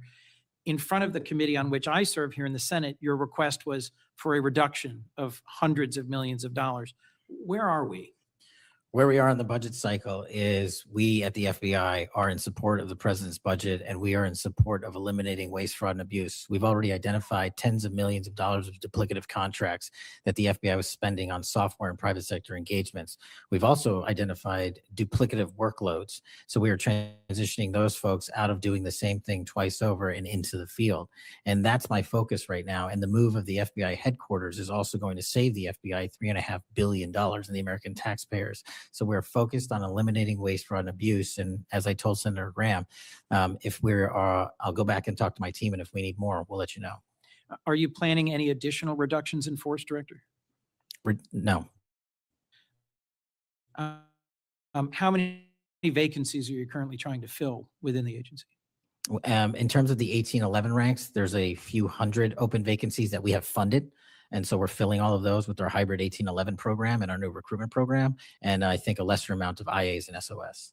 So if hundreds of agents have retired or taken the fork in the road offer, and you have vacancies, but you're requesting 500 million less, how does having fewer FBI agents help you tackle violent crime and address our national security issues? Just to put it in perspective, cybersecurity Senator, issues? sorry, I didn't mean to cut you off. If we had this 500 million, we've done the math. It would take us 14 years to onboard every vacancy that's on the books currently at the FBI, because we can't hire these folks and train them overnight. It's a years-long process. So we are currently focused on recruiting the best and filling the positions to the best of our needs. And we, even if we had this extra money, wouldn't be able to hire them overnight. We're looking for where the need is greatest, where in the country we need to send them, and how we can change the training requirements, which is why I'm thrilled to have police officers. They might not have a college degree, but they got the street smarts and the cop smarts to become FBI agents, and that's what we want. Let me turn to Section 702. Yes, sir. When you testified in front of the CJS subcommittee, we talked about this issue. You told me you were in favor of reauthorizing FISA Section 702 when it expires next year, Right. so long as the reforms implemented last year, reforms like better training for agents and real consequences for inappropriate searches of Americans' communications, were maintained. You also said that you had some ideas about how to make Section 702 better going forward. Can you give me an update on the FBI's implementation of these reforms and the direction you think it should go? Absolutely. I think you're referring to the query process, and if you're Yes. not, let me know. But any instance of abuse or mistakes that were made in the query process have now been changed. It used to be you can make multiple mistakes and continue to access the query database system. I've changed that. If you make a mistake, you're immediately sidelined, a review is conducted. And if it was an actual mistake, i.e., there should have been S on the end of that name and there wasn't, then we put you back in. But we have to review those matters. So that's happening. And if there was an intentional mistake, you have no more access to the 702 query system and its database. So we've also done an audit of the entire 702 system and the query databases. And now we are nearly 100% of the audit. And I think we found one or two, I'll have to get back to you, quote unquote, mistakes within that system, which are currently being reviewed. Thank you. You had told me in May that you'd send me updated statistics about the Section 702 searches of Americans data. I haven't received it. When will I get that? I'll work with my team to get that to you, Senator. And frankly, in May, when you were testifying that you were implementing these reforms, you were also closing down the Office of Internal Auditing at the FBI. Now, that was the office created in the first Trump administration to improve the Bureau's compliance with Section 702. How is that working out? How can you continue to advocate for robust civil liberty protections, but shut down the office that was created to enforce those safeguards? Help me understand this. Absolutely, Senator. This is a great example of sort of duplicative work. Both, there was two divisions in the FBI working on this, and all we did was the inspection division, which is the leader in this query system and this audit system, has now been given the single source mandate to conduct these. So the OIA, its elimination is just taking folks who were working there and were experts in it and folded in under the inspection division, and then taking other folks that we didn't need because we had enough manpower and pushing them elsewhere in the FBI. I'm concerned about the rise in threats against members of our judiciary. What are you Yes, sir. doing with the U.S. Marshal Service So- to help protect our federal judges and with state and local judicial systems to help provide some of the expertise of the FBI in protecting them as well? I share your concern, Senator. We have 35 open investigations, 17 against federal judges, and the remainder against state court judges and threats that they have received. And as you know, federally, there's a specific statute which prohibits that. So we are working up those cases and referring them to prosecution where we can meet the threshold. How counter UAS legislation expires, and we need to resolve the conflict in jurisdiction and authority. I agree, this is an urgent concern. I have heard from state and local law enforcement about it, from the folks responsible for major events, whether it's sports or concerts or public events. Given the tragic increase in political violence, I'm very concerned about the misuse of drones and the potential of there being a catastrophic event. What could we do to address this challenge? Well, obviously reauthorizing the capabilities that we have under the Counter UAS program. But just to highlight what the FBI is specifically doing, we've been given the mandate to work with DHS to secure not just the Club World Cup that we had, by the way, which occurred in 32 matches across the country without any significant incident, which we're proud of. And we're taking that model for the next World Cup and also the Olympics. But the reason I bring that up is because we pushed out our counter UAS programs to address the security needs. And that's where our focus is on events like that. Mr. Senator Director, Kennedy. thank you for your testimony. I look forward to working on actually solving criminal problems and reducing the extent to which what we're going back and forth about is crimes for the American people. Yes, sir. Senator Kennedy. Mr. Director, you and the FBI working with state and local law enforcement officials in Utah have caught the assassin of Mr. Charlie Kirk. You did that within 48 hours, did you not? 33 hours. 33 hours. Congratulations. We've had other political assassinations. Back in Back in June, an assassinated Representative Melissa Hoffman, Mr. Hoffman, Senator John Hoffman, and Mrs. Hoffman in Minnesota. You and the FBI and Minnesota state and local law enforcement officials caught the assassin within 48 hours. Did you not? I believe that timeline's correct, Senator. Congratulations. Sometimes we miss the forest for the trees. Good work.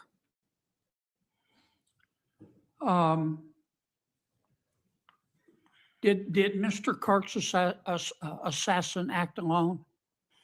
As I've said since the beginning, Senator, it is very much an ongoing investigation. And I can't speak to the state charges. That's for the state to address on their own, but we are providing them with the same investigatory findings reporting the department. And as I noted to Senator, I believe it was Cornyn or Hawley, that there are a number of individuals that are currently being investigated and interrogated, and a number yet to be investigated and interrogated specific to that chat room. So we are very much in our ongoing posture of investigation. So others could have been involved. Yes, sir. I asked you this last time you were here. Kash, you remember Mr. Peter Strzok and Ms. Lisa Page? Yes, sir. Mr. Strzok was an FBI agent. Ms. Page was an FBI lawyer. They were both very aggressive anti-Trump political activists who allowed their political opinions to affect their work at the FBI. Is that a fair statement? I believe their text messages and the testimony that was secured by the OIG and DOJ speak for themselves. In fact, Mr. Strzok and Ms. Page were having an extramarital affair, and at one point, Ms. Page texted Mr. Strzok, quote, "Trump's not ever going to be president, right? Right?" And Mr. Strzok replied, "No, he won't. We will stop it," end quote. Ms. Page resigned from the FBI. Mr. Strzok was fired.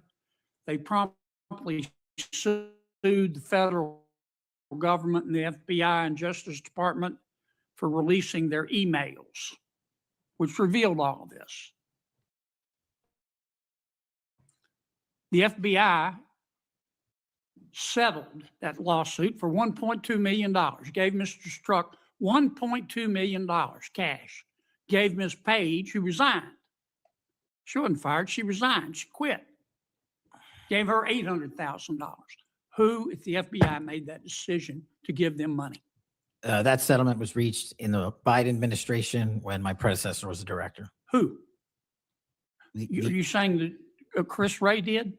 The only people that can decide that settlement are the Attorney General in conjunction with the director and the administration. Okay, so you're telling me that Attorney General Garland and Director Wray decided to give them the money? Is Yes, that sir. right? Yes, sir. Now, when you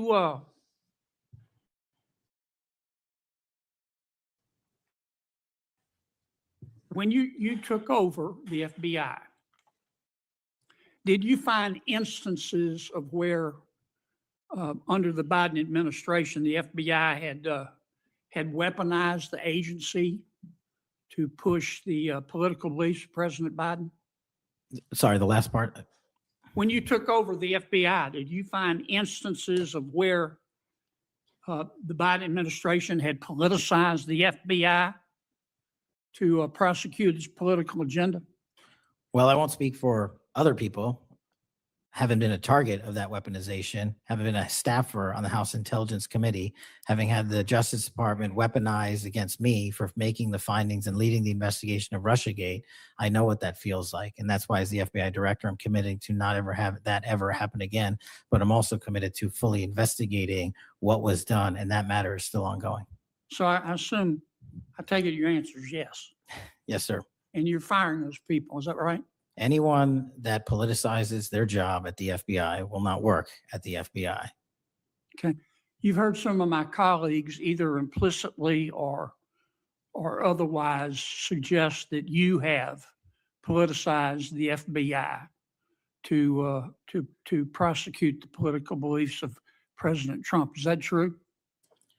I don't know how that can be true when the stats that I cited, to include the 23,000 arrests, 6,000 weapons seized, 1,600 gang and criminal enterprise organizations, 4,700 children found and rescued, more enough fentanyl seized to kill a third of America. The men and women of the FBI are now on an apolitical mission, and this is why the numbers are historic. in Have 7 you months. fired people because they voted for Vice President Harris? I don't ask people who they vote for, and neither does the FBI. But you've given people polygraphs, have you not?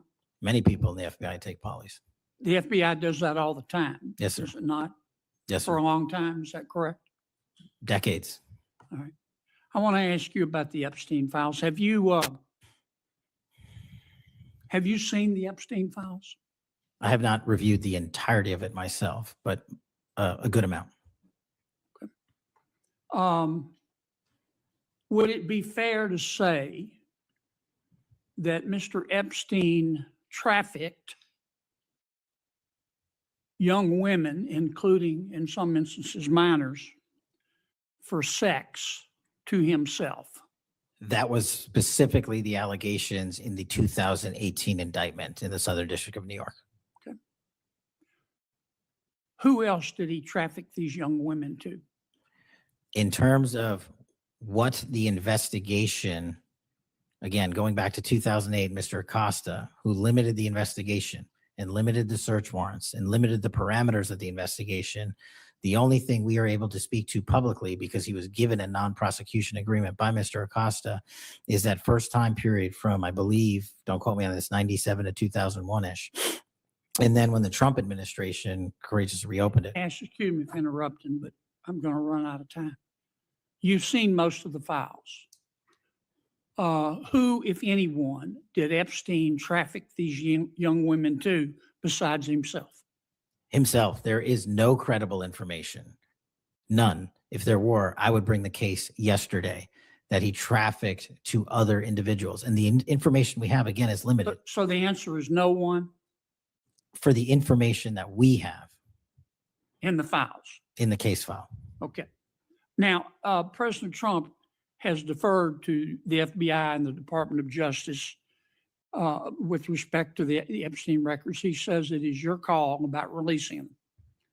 And I understand that the department and the agency have decided to release them in cooperation with the House committee. Is that correct? Yes, sir.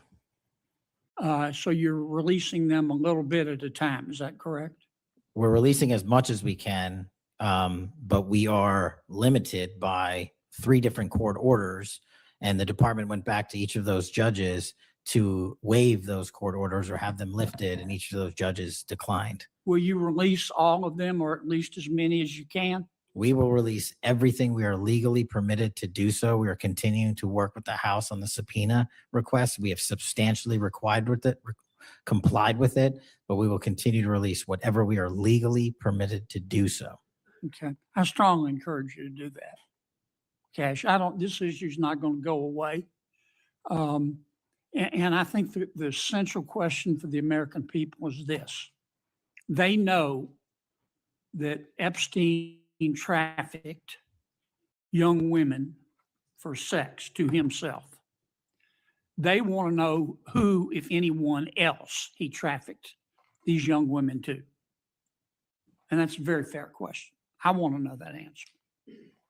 And I think you're going to have to do more to satisfy the American people's understandable curiosity in that regard. Mr. Chairman, may I just respond to that? I agree, Senator. And what we have done, and just to remind folks, the Epstein case files existed in the 2 prior administrations, in the Obama administration and the Biden administration. And they didn't release anything. And there was President Trump in the first administration that renewed charges against Mr. Epstein. And I know it's a little complicated to understand, but what exists in the Epstein case files was a direct result of the limited search warrants from 2006 and 7, which hamstrung future investigations because of the non-prosecution agreement. And multiple administrations had the opportunity to look at the entirety of that case file and recommend prosecutions against anyone that was trafficked under Mr. Epstein and anyone that participated in that trafficking. And the only person to bring charges was the prior administration against Mr. Epstein. Now, I am not saying that others were not trafficked and others were not involved. What I am telling you is that based on the information we have, and we have continuously and publicly asked for the public to come forward with more information. If there is, we'll look at it. But based on credible information, we have released all credible information. And the information that the Department of Justice and the FBI never releases is information on investigations that are not credible. And we don't release the names of victims who weren't credible. But in the same time, we don't release the names of victims who were credible. And so the information, that's by law. And so the information we are releasing now is historic, and it is also to the maximum capacity that the law allows. And I know that's not going to satisfy many, many, many people.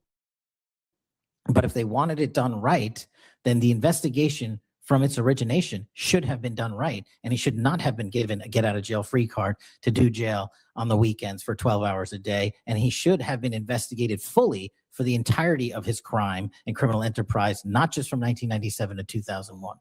Senator Blumenthal. Thank Thanks, you, Mr. Mr. Patel. Thank you, Mr. Chairman. Director Patel, thank you for being here today.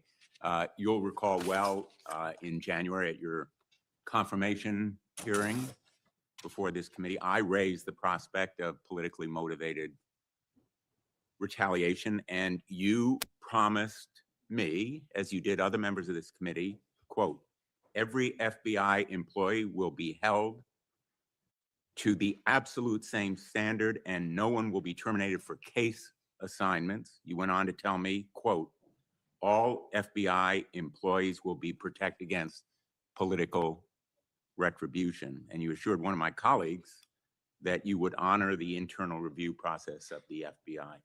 I'm not going to mince words. You lied to us. In the short time that you've been FBI director, you've presided over a rash of retaliatory firings. 3 FBI agents have recently sued you.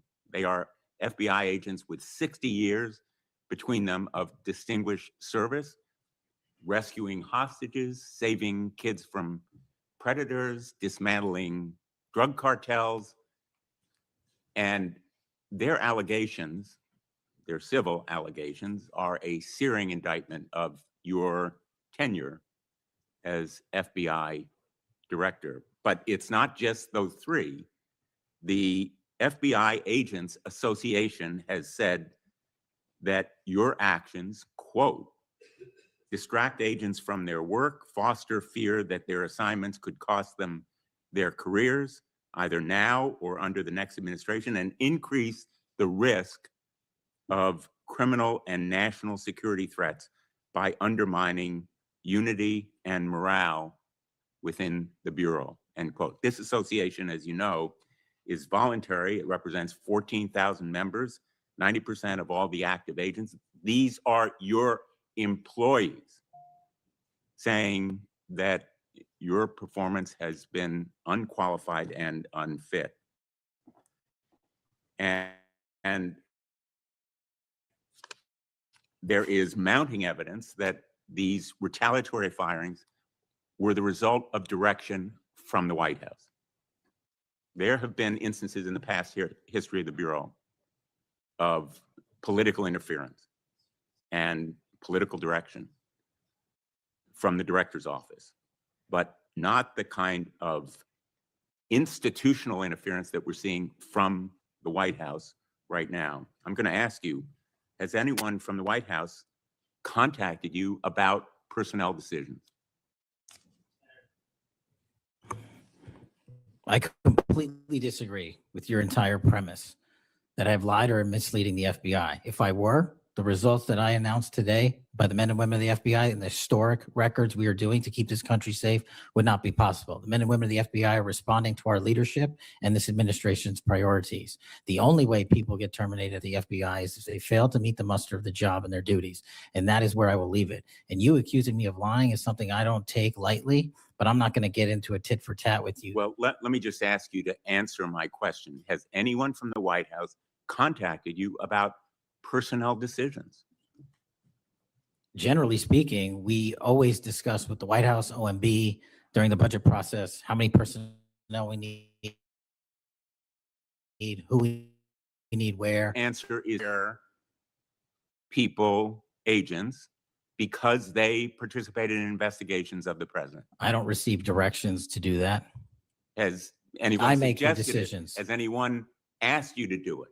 The best information is, yes, you've taken suggestions and direction from the White House in firing qualified agents.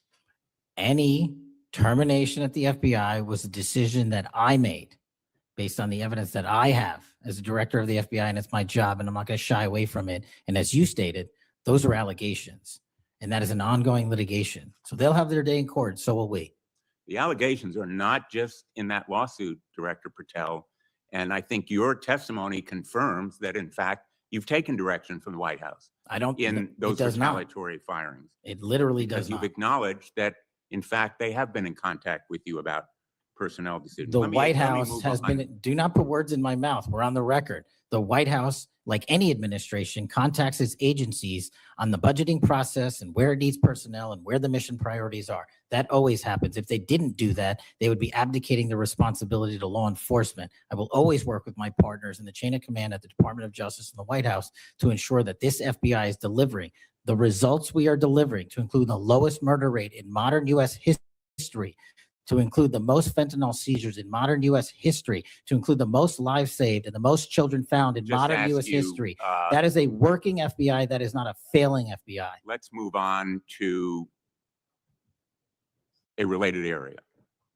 In White House discussions, have you been asked or directed by the White House or others to engage in a crackdown on political groups or organizations, nonprofits, after the murder of Charlie Kirk?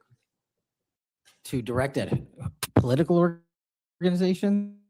No. I've been asked by my chain of command to properly root out criminal activity wherever it is in whatever investigation we are conducting. And that's what we're doing.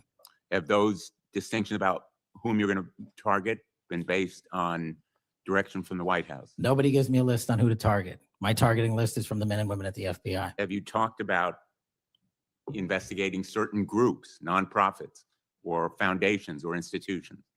Whatever those investigations are, they're ongoing, and I'm not going to get into those. Have you used polygraphs to determine loyalty of agents? No.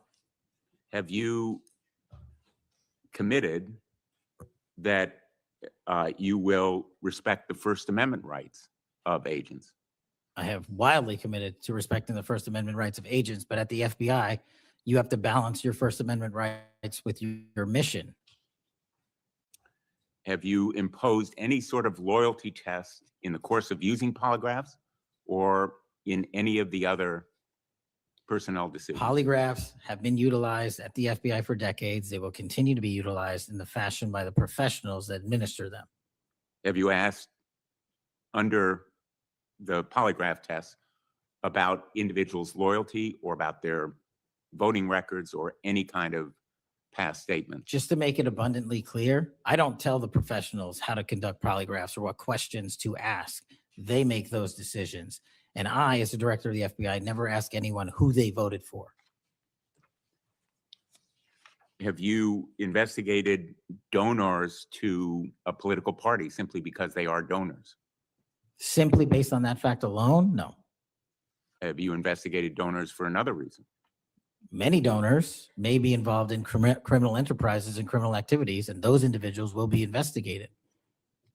Can you commit to make public the Epstein files that so far have not been released if this committee is able to review them on a classified basis? I think this is an important distinction. The Epstein case file is not classified, to my understanding. So we are providing what we legally can, and we are going to give Congress what we are legally permitted to do so to the maximum extent of the law. Will you enable the chairman and the ranking member to review them on a classified basis? That doesn't make any sense. If the material in the Epstein file is not classified, there is no basis for a Well, it would classified review. protect the confidentiality of them if they were able to review them on a classified basis. If anyone in this room can get the multiple district court judges to lift their court protective orders in the ceilings, we will happily provide you with more information. Are you in favor of merging the DEA and the ATF? That's not something for me to comment on. Well, those agencies work with you, don't they? With me, not for me. Are you in favor of orienting the FBI toward a national police function as opposed to the enforcement of federal law? The FBI does enforce federal law across the country. That's what we do. But isn't it a fact that you have told the leadership of the FBI that you view it as moving toward a local and state police function? No, we are prioritizing working with our local and state partners, and they will tell you that that has never happened with this much engagement in the history that they have been serving as local law enforcement officers. I believe local cops are the best intelligence source and the best understanding of their communities, and I folded in my FBI agents under that direction to work with them to get the job done. Thank you, Mr. Chairman. For the fourth time today, I want to remind people that my oversight has made clear that Director Ray's FBI was politicized. I've released a trove of records to prove it, not only today, but in past days. I've also said some FBI personnel who have been fired, retaliated against my whistleblowers. And I don't remember my Democratic colleagues defending my whistleblowers when their careers were ruined. Senator Schmidt. Thank you, Mr. Chairman. Before I get into the thrust of my comments and questions, Director, I want to thank you in our meetings prior to your confirmation, during your confirmation. We talked about your desire to get more agents out into the field, out of Washington, and take on violent crime. And you fulfilled that. St. Louis received the largest permanent per capita infusion of FBI agents anywhere in the country. And I know it's not only an isolated event, but we certainly appreciate your honoring your commitment to do that. And I know there's a lot of great opportunities ahead to take on violent crime, which you've highlighted many of the successes in your introductory comments. It's obviously no secret that this hearing takes place in the wake of a horrific American tragedy, the assassination of Charlie Kirk. For those of us who knew him, I know you did too. It's still sort of difficult to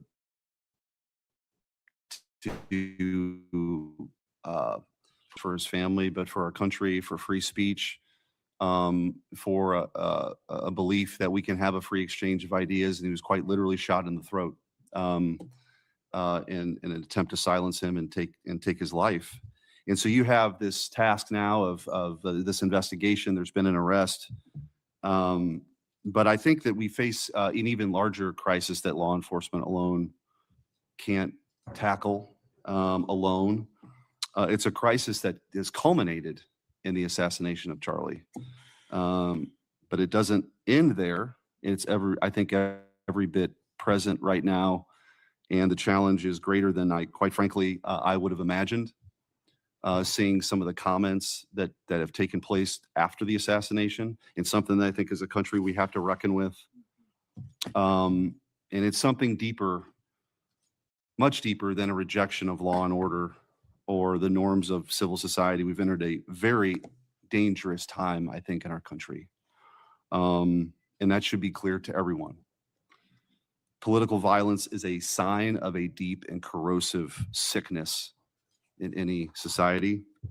But in America today, the problem is just not political violence in the abstract. It is the specific kind of political violence which is overwhelmingly driven by a specific set of actors and groups. None of this emerged out of thin air. Over the past week, leaders from across the political spectrum have come out and forcefully condemned Charlie's murder and political violence more broadly. For that, we're all very grateful. We should be grateful. There have been calls to unite and come together in the wake of Charlie's murder, and I want to do that. I do. Someday I pray that we can be united as a country again and go forward together as a one people and under one flag, but we are not united. Upstream from the dehumanization and demonizing political violence and rhetoric tearing apart our country is a divide on how we view America and Americans. Is America good? Is America evil? Is there something inherently special about Western civilization, or is this 2,000-year project rotten to the core? And if it is something worth fighting for, which I believe, how do we do it? With words and ideas like Charlie did, or with firebombs and assassins' bullets? Political violence is always wrong, period, full stop. It doesn't matter which side, in the name of any ideology or cause, it's wrong. But in America today, political violence is not a problem that falls equally upon both sides. We have to be honest about this. We must reject an attempt to paint it as some kind of random phenomenon with no particular creed or ideology, a kind of spontaneous insanity, which takes place outside of any broader social context and has no pattern at all. That's wrong. So free speech, yes. Political violence, no. But we have to be honest about what's happening. Already, we're hearing people talk about Charlie's assassination in those terms. We're told that we can't possibly know what drove a killer to plan and carry out a murder of the most prominent conservative activist in America. But that's a lie. We do know. The facts are plain and clear, and we have to speak truth in this moment, or there's no other side of the mountain. The vast majority of Americans are against political violence, but there is a vocal, active minority that encourages and celebrates it, and that minority is overwhelmingly on the left. Just last week, a YouGov poll found that a full 25% of those people who describe themselves as very liberal say it can be justified for citizens to use violence to achieve political goals. Less than 3% of very conservative Americans say the same. That's too many. That is 3% too many. But we are lying if we think that this is a both sides thing. It's not. We have to confront it. And you're going to have an important job of rooting out these terrorists. This is an ideology that runs very deep. The numbers are virtually identical to the ones I just noted when it comes to whether or not it's okay to celebrate the deaths of people whom we disagree with. And while large majorities in both parties were opposed to celebrating political violence, Democrats overall were nearly twice as likely as Republicans to believe that it is usually or always acceptable to celebrate the death of a public figure they oppose. What in the hell is going on? Earlier this year, a poll found that more than 55% of people on the left believed that it would be at least somewhat justified to murder Donald Trump. These are not just some abstractions on a page. These are our fellow citizens. How can we come together with people who believe these things? We've all seen the flood of posts on social media over the past week, not just a fringe few, but thousands upon thousands of people gleefully celebrating a father of two young children getting gunned down in broad daylight. I wish I wouldn't have seen that video. I wish my kids would not have seen that video. Blue Sky, the left-wing alternative to X, was so overwhelmed with these posts that the platform was forced to issue a statement warning its users to stop glorifying the murder. And it wasn't just random social media trolls. It was journalists, elite college professors, and even politicians, all but saying Charlie's assassination was justified because of what he thought, because of what he said. We saw the flood of hit pieces, the most powerful media outlets in the nation dishonestly attacking and villainizing Charlie for the most vicious possible terms. How can you ask us to unite under that? There can be no unity between good and evil.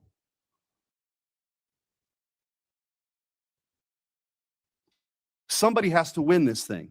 And as a country, we have to absolutely reject it. And don't tell me it's both sides.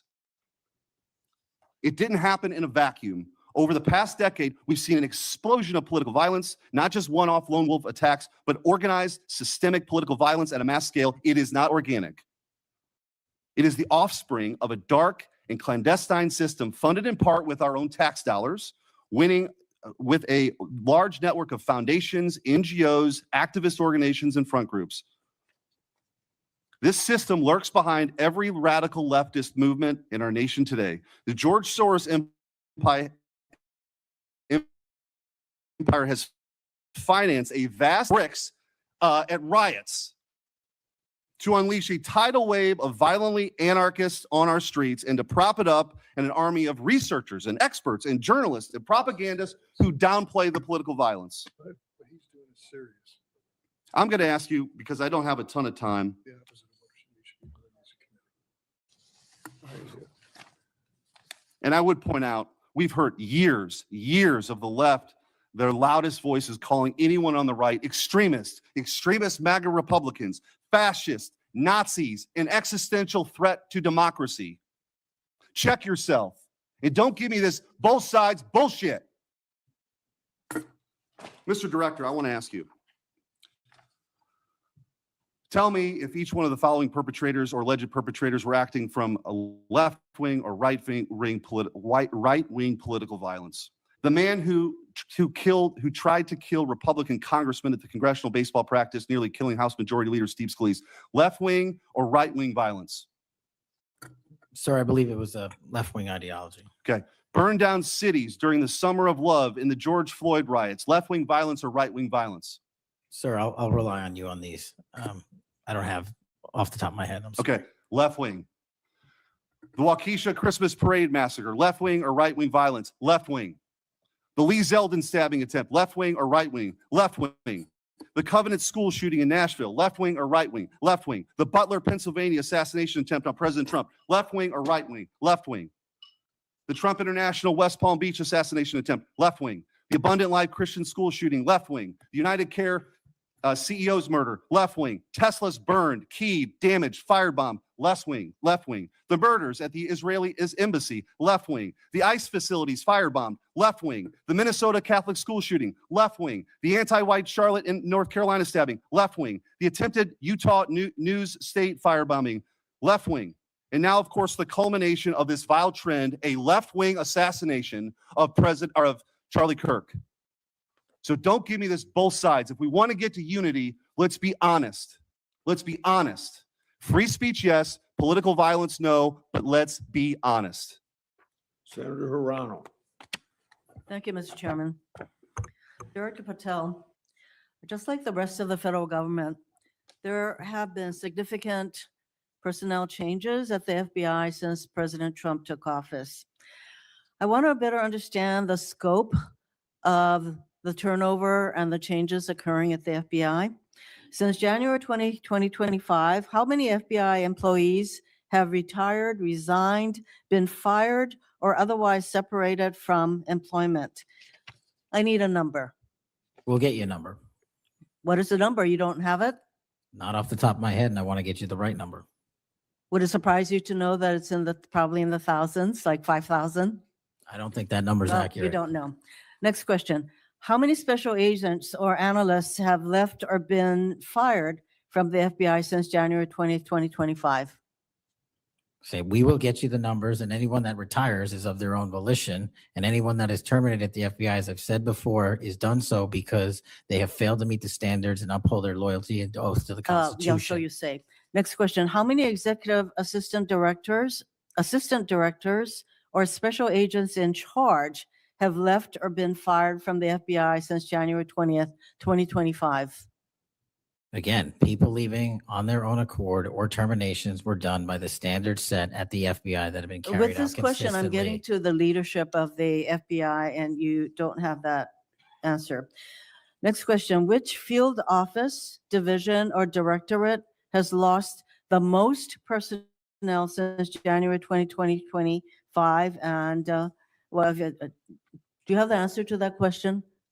Yeah, actually, every single field office in the country, including Hawaii, has received a plus up of FBI agents because we're pushing them out to the field. Okay, so you're telling me that no field office, division, or directorate has lost any personnel since January 20th, 2025? That's your answer? In Hawaii, there's been a plus up. In every single state that I'm looking at, we have allocated a plus up for field offices across the country so that the FBI can continuing the historic achievements it's done in these last 7 months. When you're talking about firings, you're looking for a media hit and a fundraising clip, and I'm not going to give it to you. It doesn't matter under what basis they left. I just want to know how many have left. And I think your testimony is nobody has left. Next question. Nope, Which that's field- not my testimony. You asked it one time. I answered it one time. You didn't get the answer you wanted for your clips. So you keep question. asking it, and I told you I'd get you the numbers, but you can keep asking it. Which field office, division, or directorate has gained the most personnel since January 2025? You noted that there have been plus ups. So which offices have received these plus ups? The greatest allocation that I believe was given to California and then Florida.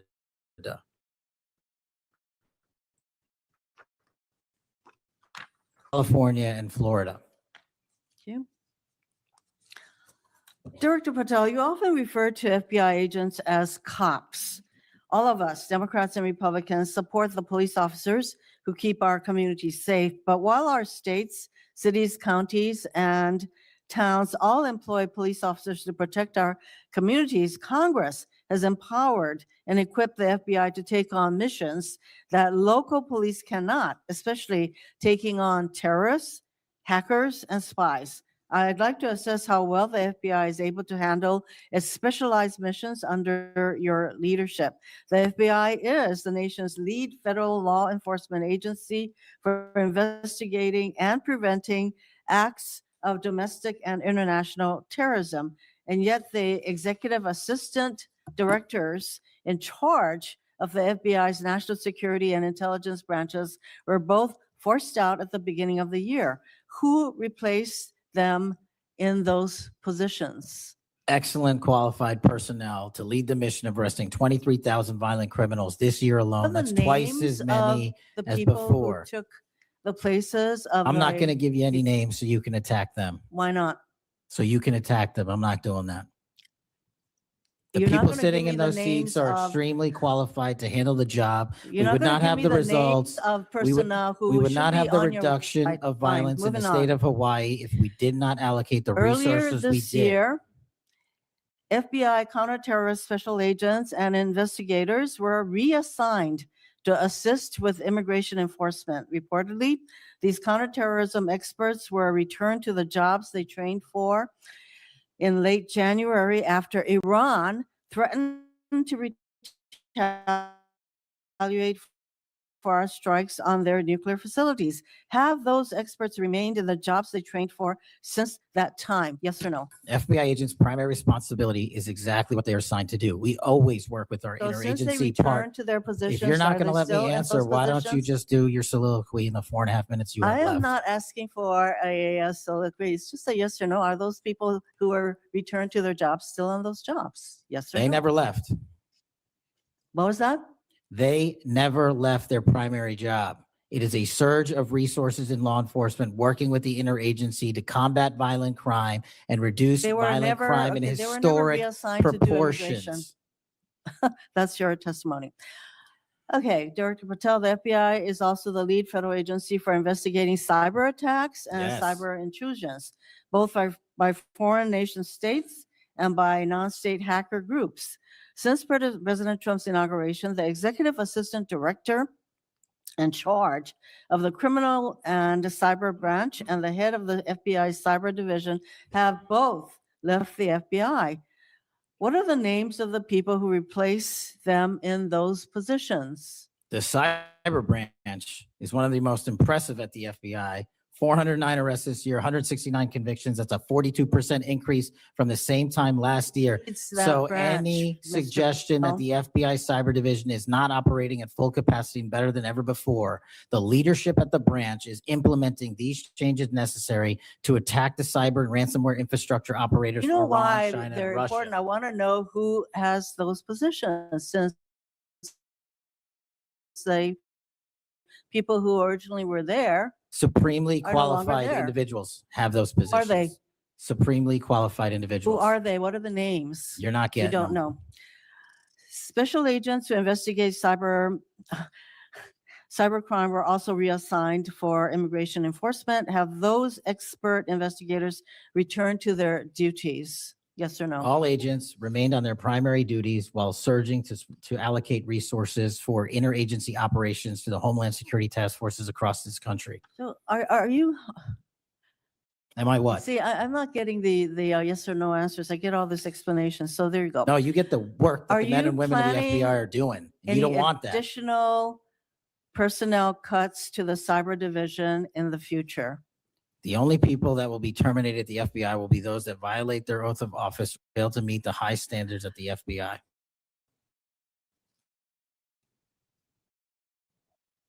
Director Patel, the FBI is meant to be the tip of the spear in combating terrorism against the United States from both foreign and domestic sources.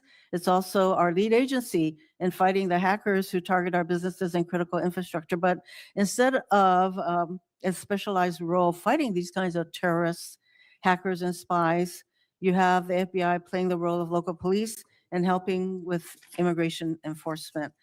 I'm going to move on to my, you know, you've been asked some questions about changes to your hiring standard, and including college degrees and possibly the age. But, you know, one question I had is that you are now requiring applicants to be able to do a certain kind of pull-ups, which a lot of women cannot because of physiological differences. Are you requiring these kinds of pull-ups? We are requiring a physical program at BFTC at Quantico because FBI agents carrying guns in the field have to chase down bad guys and do really hard work. The physical fitness standards of those agents So are being you requiring appropriately these assessed. kinds of pull-ups? We are requiring everybody to pass the 1811 standards at BFTC. If you want to chase down a bad Pull-ups, guy excuse me, and put the him in reason I handcuffs, you ask- better be able to do a pull-up. The reason I ask is that there are concerns about whether or not being able to do these kinds of harsh pull-ups is really required of FBI agents.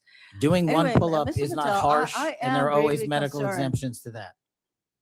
I'm gravely concerned by the state of the FBI under your control. And in fact, you are willing to take a cut on your agency of almost $500 million.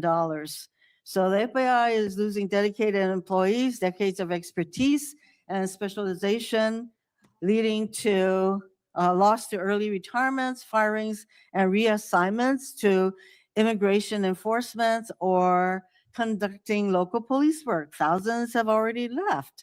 For as long as you remain as the head of the FBI, I fear the number of departures and summary firings will continue to grow. Mr. Patel, before the vote on your nomination of this committee, I noted that your most significant qualification, this is not just something that I noted, but others, your most significant qualification was your 100% loyalty to President Trump. And I fear that that continues to be the motivating factor in your position as FBI Director. Thank you, Mr. Chairman. Mayor, Mr. Chairman. Director Patel, did you? Yes. Anything you wanted to say now? That is an entire falsehood. You can delete my 16 years of government service to multiple administrations all you want. The fact is that I was a public defender. I was a national security prosecutor. I was a House intelligence staffer. I was a deputy director of intelligence. I was a chief of staff to the Department of Defense and the Secretary of Defense. I led the counterterrorism missions for the White House. Those are just some of the jobs I held in my 16-year career. There was no loyalty then. There's no loyalty now to anything but the Constitution. Senator Brett. Yes. Well, before I begin, I want to thank Senator Hirono for what she said, acknowledging that there are physical differences between men and women, talking about that women wouldn't be able to do as many pull-ups. And I think that she was making a case here that there should be different standards.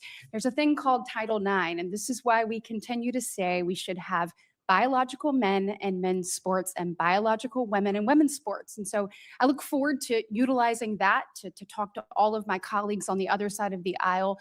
Maybe they will stand with us in helping us protect women's sports. I think she made a great argument there for it. Moving on to today, Director Patel, thank you for being here. Thank you for your commitment to making sure that America is safe again. Thank you for doing that coast to coast and within our cities. I certainly look forward to talking about that and talking about your historic gains in these areas. But I would be remiss if I didn't begin my questioning with you about the horrific events that we have seen over the last week. Obviously, our heart breaks. Not only for Erica and Charlie's two children and for parents and families, but for America and for those of us who knew him, you being chief among those. So just my sincere condolences and thank you for the steps that you and the FBI have taken to make sure that we have someone within custody and we're going to be able to move forward with that. But if you look over the last, since last summer alone, we had 2 assassination attempts on the president. We've had an arson attack on the governor Shapiro there in Pennsylvania. You have the murder of the state representatives, Melissa Hortman and her husband in Minnesota, along with the shooting of State Senator John Hoffman and his wife. Several anti-Semitic attacks, several attacks on Christians that were noted by Senator Hawley. We had the killing of 2 Israeli embassy staffers here in DC, the June firebombing in Colorado. We could go on, and we saw a culmination, as Senator Schmidt said, with the brutal assassination of Charlie Kirk last week. I appreciate you committing to both Senator Hawley and Senator Kennedy, talking about making sure that all that are involved are held accountable. I think that is critically important. And I think that America needs that transparency. I want to read you some words of Vice President J.D. Vance. He said, if we want to stop political violence like what happened to Charlie Kirk, we have to be honest about the people who are celebrating it and the people who are financing it.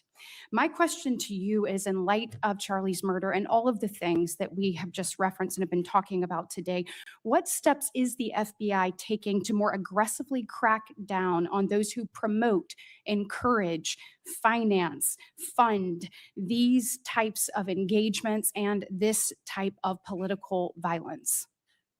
Thank you, Senator, for your kind words. So in terms of how we crack down on the root cause of this violence, for now putting aside the ideological motivations and how they got there, the monetary issue is a real issue. And as I've said before, we follow the money. So we work with our partners at the Treasury Department to trace where the money came from, how these individuals paid for the training they received or the platforms they were using, and also how these individuals collectively got together in whatever groups they were on whatever social media sites they were on, to utilize clickbait to make money Bingo. For their ideology. And so to trace all of those, we are using, not just in Charlie's investigation, but others, lawful process and serving 2703D orders on any entity that is related in any way financially to any of these criminal acts of violence. And we are going to hold them accountable with our partners at the Department of Justice. Excellent. I would love to stay abreast of that, and just we must get to the bottom of it. We must follow the money. Someone is funding this discourse. Do you believe, obviously there are people here, unfortunately American citizens, that may be engaged in that, but do you also believe that some of this may be coming from overseas? Yes. Okay, let's get to the bottom of it and let's make it stop. Yes, ma'am. I want to ask you about the Dobbs decision. So we know that it was leaked in May of 22, and then we had the Marshal Service say we found nothing in January of 23. I find that absolutely mind-boggling, that we can't figure out who leaked that opinion. We know it was done in attempts to undermine the process, and then the intimidation of the justices occurred after that. Tell me what you can do as FBI director to help us get to the bottom of what happened and actually hold someone accountable for their actions. So I can't speak to what the marshals did and how they conducted their investigation. I can tell you, generally speaking, the FBI has taken over the investigation on the leak because it was such a detrimental leak. So you commit to getting to the bottom of it. We are utilizing the full resource of the FBI as we usually do on leak investigations, and we will make sure our results are public at the appropriate time. We need answers. I want to talk about child sexual exploitation. Thank you for making protecting our youth your top priority. We know that that is the greatest gift that we have. That is our greatest treasure here in the United States is the next generation. And finally, we have an FBI director that is putting that at the top of his list. Can you tell me the steps and the different initiatives? I've heard you talk about a couple of them. You've mentioned 764 amongst other things.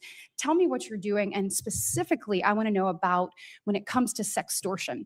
So as a parent who is raising children right now, teenagers, and you're looking at what's happening, whether people are snapping photos and then what's happening online. I have had a number of parents sit in front of me telling me terrible, heartbreaking stories about their children ultimately taking their own life because of being blackmailed. I want to know, what steps are you taking to get to the bottom of that and to absolutely end this? If this were happening in a storefront, Mr. Director, that store would be shut down, no matter where it was, coast to coast. And yet we continue to allow these things to happen. And we've got to have a more targeted approach when we're looking at this. And so what are you doing to protect children and specifically sextortion? So in our VCAC initiative, our Violent Crimes Against Children is our umbrella enterprise operations hub for things like Operation Enduring Freedom and Operation Not Forgotten and Operation Justice. And in things like that, those are producing the results that I told you about. 1,500 child predators arrested, 300 human traffickers arrested, 4,700 children identified and saved, a 35% increase from year to date last year alone. But specifically on your sextortion question, Senator, that is a problem that we are seeing explode on generative AI and private sector and social media companies. And what we're doing is engaging with NCMEC, the National Center for Missing and Exploiting Children, because this one stat alone should probably cause great pause. They have seen a 1,325% increase in generative AI leading to sextortion and child sexual abuse. That cannot be countermanded by the FBI alone. We have embedded people at NCMEC and have a great partnership with them. But what we need to do is what we did in the month of May, and we're doing it over and over again. We arrested 400 individuals in 1 month in 1 month search. Wow, These thank you. individuals have prioritized. The agents and intel analysts have never left that mission. They're doing multiple missions at the same time. That's what the FBI is called upon to do day in and day out, and we won't stop doing two things at once. But we need help from social media companies. We need help from the private sector and the internet service providers that allow this generative AI to be hosted on their platforms. We have got to get a resolution on that with our partners in Congress and the private sector. Well, we are definitely committed to working on that. I know the people up here. So you let us know what tools you need. And I know we've got several ideas that we look forward to pushing forward. In my remaining 2 minutes, I want to talk to you about your historic results when it comes to crime. In particular, we've seen here in DC just a total transformation. You mentioned earlier 60% down in gun crime, 70% down in carjackings. You said 50% down in homicides, to name a few. We have a success story, and we appreciate President Trump's leadership on all of this. We have a success story in Alabama, where the Alabama Law Enforcement Agency, so ALEA, they just marked their 1-year anniversary of the Metro Area Crime Suppression Unit. There in Montgomery, it is a coordinated effort with ALEA, with our Attorney General, with Montgomery PD, and our sheriff, Montgomery County sheriffs. They've seen a 30% drop in violent crime and a 19% drop in overall crime. So it is actually producing results. It's this type of interagency connectivity that I think ultimately is going to lead us to safer cities and safer streets. I know that you are committed to that, committed to working with your partners. You said earlier you've elevated sheriffs and police officers there to the 7th floor. Thank you for doing that. I am grateful for the men and women of Alabama in uniform that have made this happen, and want to know, how is the FBI working to collaborate in these types of ways across our country to make sure that we have even greater success stories to tell? Well, the collaboration's happening at our Redstone Arsenal in Alabama. We bring 4,000 students through our Redstone Arsenal for training every year. In terms of our future plans, in the next few years, we will bring 13,000 students a year through Alabama's Redstone Arsenal. And by students, I mean FBI employees, I mean sheriffs, I mean police chiefs, I mean cops, I mean intel analysts, because that is their future gem of how we're going to train local law enforcement. And we're so thankful for the dedication of resources to that facility. And I encourage everyone to go down there and take a look, because if you want to see where the FBI is going and how we're going to train the future, it's happening at Quantico and Redstone. We are very proud of it, and thank you so much for your leadership. Senator Booker. Thank you, Mr. Chairman. Mr. Patel, I want to start off where we left off last time. I asked you whether you had any knowledge or discussions about removing FBI officials and installing political personnel before you were confirmed to that position. And I wonder, did you then understand or have conversations with the White House about the intentions to do so? Before I was confirmed? Yes. No. So you're saying that you had no discussions with the White House before you were in the position about the removal of any personnel from the agency? As I was preparing for my confirmation hearing, I had numerous discussions involving the type of people that would be employed, and that those that were failing to meet the mark at the FBI would no longer be employed if I were And I'm confirmed. assuming that mark had to do with loyalty to the Trump administration. No, you're wrong. Okay. I'd like to revisit another subject from that hearing. Did you testify, excuse me, you did testify before the grand jury that President Trump had declassified the documents at issue in the Mar-a-Lago classified documents case. Is that correct?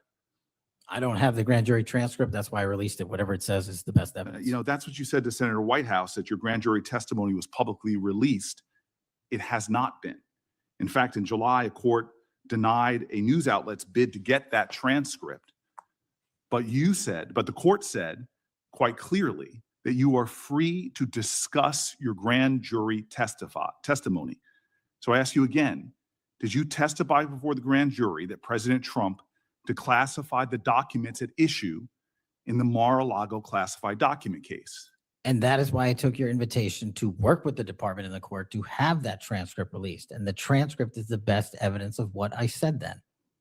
So you're saying right now this committee can have access to what you said before the grand jury? To whatever was released. Under my understanding, Senator, that the Department of Justice You and I both released. understand the law. Let me finish. I understand under Rule 6 of the Federal Rules of Procedure, a grand jury witness, in this case you, is not barred from sharing their grand jury testimony. This is an oversight hearing.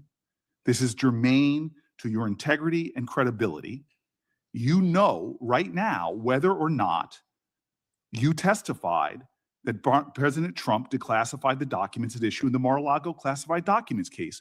Why are you refusing to answer that simple yes or no question right now? Because the premise of your question is inaccurate. And There is no premise to my question, but trying to get to an order of what is truth or not. How do you know How do you know what was asked in the grand jury if you weren't there? Mr. Patel, this is a mockery you're making of this hearing and simple questions. It's a So let simple me move on. question. If you have Mr. a Patel, transcript, you during can your read the question, nomination, but you don't have it. You promised that, quote, all FBI employees will be protected against political retribution.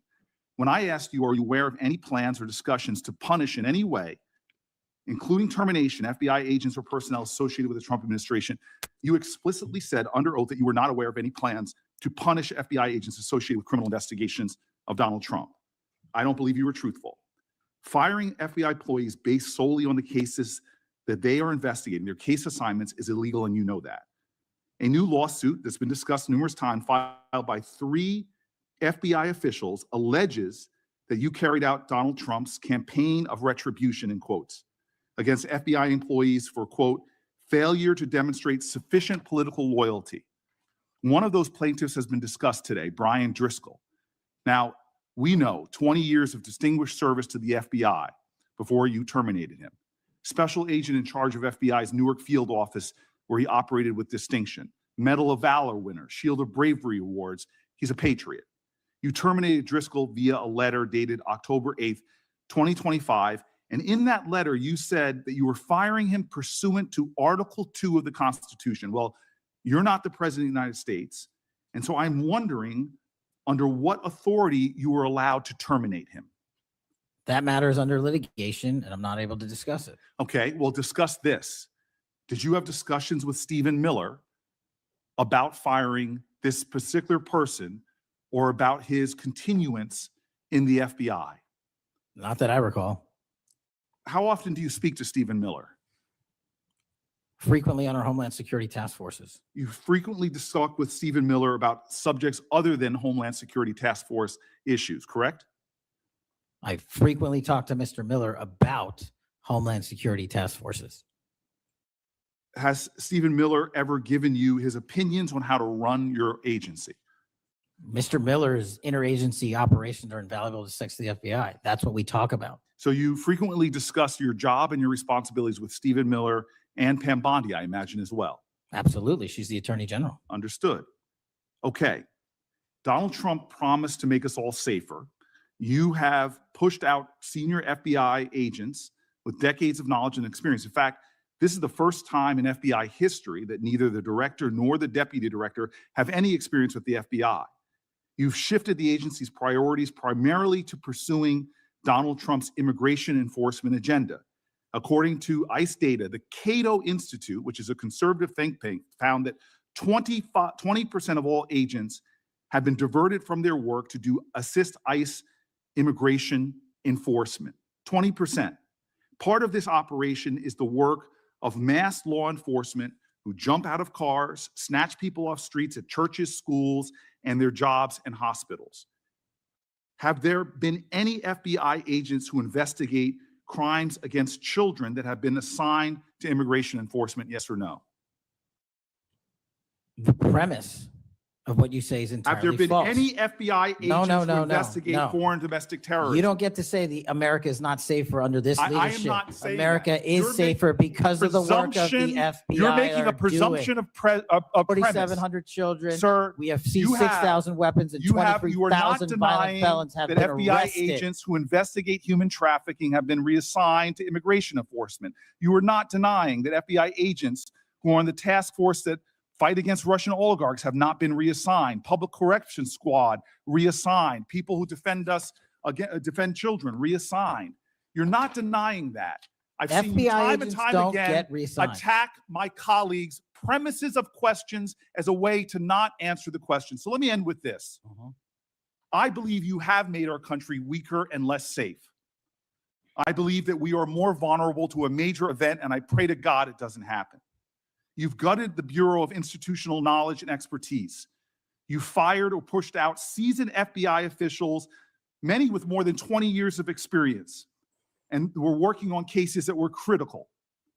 You've been purging thousands of serious law enforcement officials who spent their careers keeping us safe, only to lower hiring standards in order to find anyone to replace them. And shockingly, you admitted in this hearing to Senator Coons that it would take 14 years to fill the vacancies at your agency. Many are the result of your purge. 20% of FBI agents are doing low-level immigration enforcement instead of their mission-critical work. You've disbanded entire task forces that stop election interference, foreign influence, public corruption.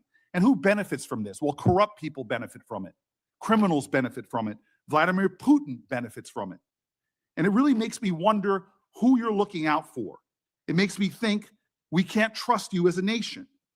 You swear to release the Epstein files, but now you're withholding the Epstein files. You claim that you have a suspect in a serious assassination. Whoops, then you don't have a suspect. You know nothing about plans to remove FBI agents, yet you're directly involved in those plans. In the words of an ex-FBI official, you are overseeing, and I quote, generational destruction of the nation's premier law enforcement agency. Mr. Patel, in just 8 months, you have assaulted the institutional integrity of the FBI. But I know FBI field agents. I've worked with them in Newark. No matter how truly bad you are, you can't undermine the legacy of agents who fight every day to keep us safe, but you can tarnish the integrity of the agency and undermine the agency's capacity. I believe you're failing as a leader. and that your failure does have serious implications for the safety and security of Americans and our families. We're more vulnerable to domestic and foreign attack because of your failures of leadership. I don't think you're fit to hand the bureau. But here's the thing, Mr. Patel. I think you're not going to be around long.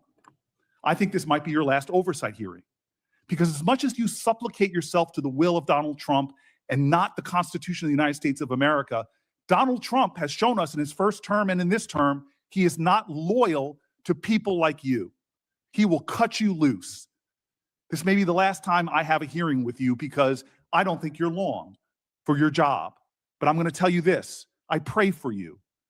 I pray for you that you can step up and defend your oath, defend the Constitution, and do a much better job of defending this country. Thank you, Mr. Chairman. Do you want to say anything? Yes, at this sir. point? That rant of false information does not bring this country together. If you want to work on bringing this country, it's my time, not yours. My God. If You're you gonna want to lecture talk me about dividing this country, it is I my follow time. you on your social media posts that It is tear my this country time apart. to There address should be a your unifying- falsehoods. Oh, You are an you can try embarrassment all to the you division want in this to country. not take Senator, it is my responsibility time. for what You you had have your said. time. Sir, you're Your making a time is mockery of this over. committee. Sir, you don't tell me my time is over. You The know how people far of New we've Jersey come tell me since what you my tell- time is. Senator- You can't lecture me. You can tell me Sir, my you time's have- over? You may be the charge of the I'm not FBI, going but anywhere. I am not afraid of you. sir. Mr. Chairman, Not afraid of you. Mr. Chairman, point of order. Senator Booker, I announced at the beginning of this meeting that this back and forth talking over each other doesn't work. And I said, if that happened, I asked Patel not to respond, and I was going to give him some time after the senator's time was up to respond. And he has the privilege to do that uninterrupted. Mr. So Chairman, go- one point of Go order. ahead, Mr. I've Patel. watched him talk over us, and you've never once criticized him for us not even being able to If- get our questions out. Well, He has been rude and- and disrespectful to senator after and- senator. and when the senators were not giving him a chance to answer, I didn't stop the senator either. Go ahead, Senator. Thank you, Mr. Chairman. If the FBI, under my 7-month leadership, were failing this administration in this country, why do we have 23,000 violent felons arrested this year alone?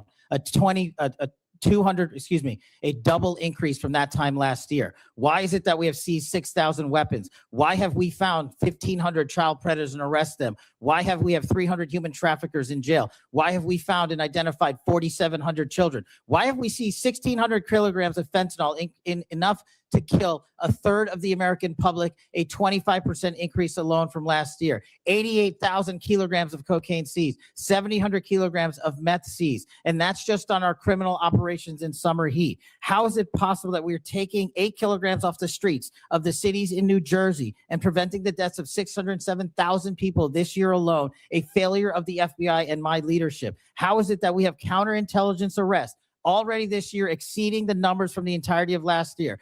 33% increase in PRC, 83% in Russia, 60% in the CI space as it relates to Iran. And we haven't even talked about CT, the southern border, the northern border. Before Senator Cruz, I kind of feel like a broken record today. All this interest in FBI termination, yet my colleagues showed no intent or interest in when my whistleblower suffered retaliation over the past years, particularly the past 4 years. Indeed, one whistleblower has alleged that Brian Driscoll's insubordination, whether an agent is on a hot button case or not, they ought to be held accountable for misconduct and weaponization. Senator Cruz. Thank you, Mr. Chairman. You know, I have to say, it used to be that to see theater, you had to go to the Kennedy Center. Now, apparently, you need only go to the Senate Judiciary Committee and see our Senate Democrats berating the director of the FBI, which, okay, it's not, partisan politics is not new in the United States Congress. But what is remarkable is what Senator Booker was berating Director Patel about. He wasn't berating him for failing to do his job, but rather he was furious for Director Patel for successfully doing his job. For 4 years, the Democrats under Joe Biden had an open border that undermined the safety of every single American. They allowed 12 million illegal aliens to come into this country to invade this country, and every single day Americans were murdered, women were raped, children were assaulted by violent criminals that Democrats released. Now, Director Patel, I found Senator Booker's questioning really bizarre. He asked you, have you reassigned FBI agents from human trafficking to immigration issues? Director Patel, are the Mexican cartels that are bringing people illegally into this country engaged in human trafficking? Yes, sir. What the hell does it mean to reassign someone from human trafficking to immigration? The greatest human trafficking in the world has been over the last 4 years at our southern border. It is modern day slavery that the Democrats still defend. They still defend those open borders. Mr. Patel, he also said, did you reassign FBI agents from protecting children to immigration? How many children have you found that were victimized by the open borders of the previous administration? 4,700. 4,700. And yet, oddly, I don't hear a Democrat here saying, gosh, thanks for protecting those kids. 35% increase year to date last year.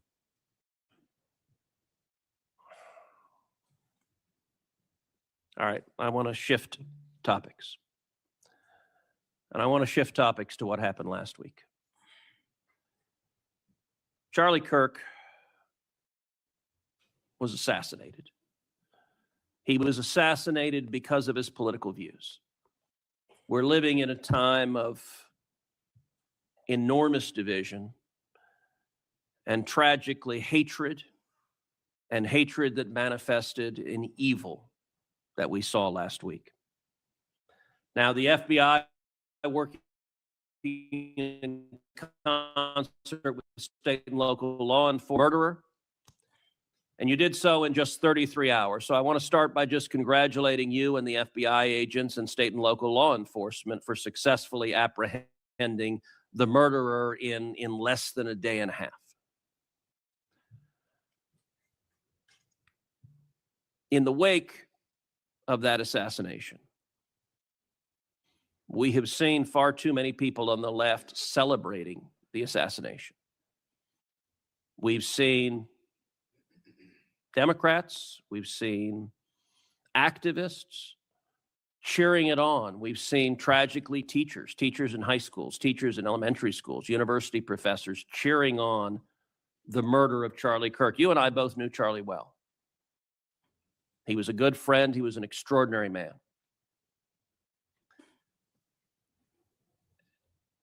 And I will say there's a great deal of discussion about what to do about it. Under our Constitution, under the Bill of Rights, the First Amendment, speech is protected. And that's true even for vile speech. Someone can stand up and say the most hateful thing, and it's protected by the First Amendment. Nazis and Klansmen can march in the streets, and even though their speech is bigoted and horrible and racist, the First Amendment protects it. Conduct, however, is not protected by the First Amendment, particularly conduct that is violent. Violent conduct that is threatening others, that is harassing others, that is injuring, or in this case, murdering others, is most assuredly not protected by the First Amendment.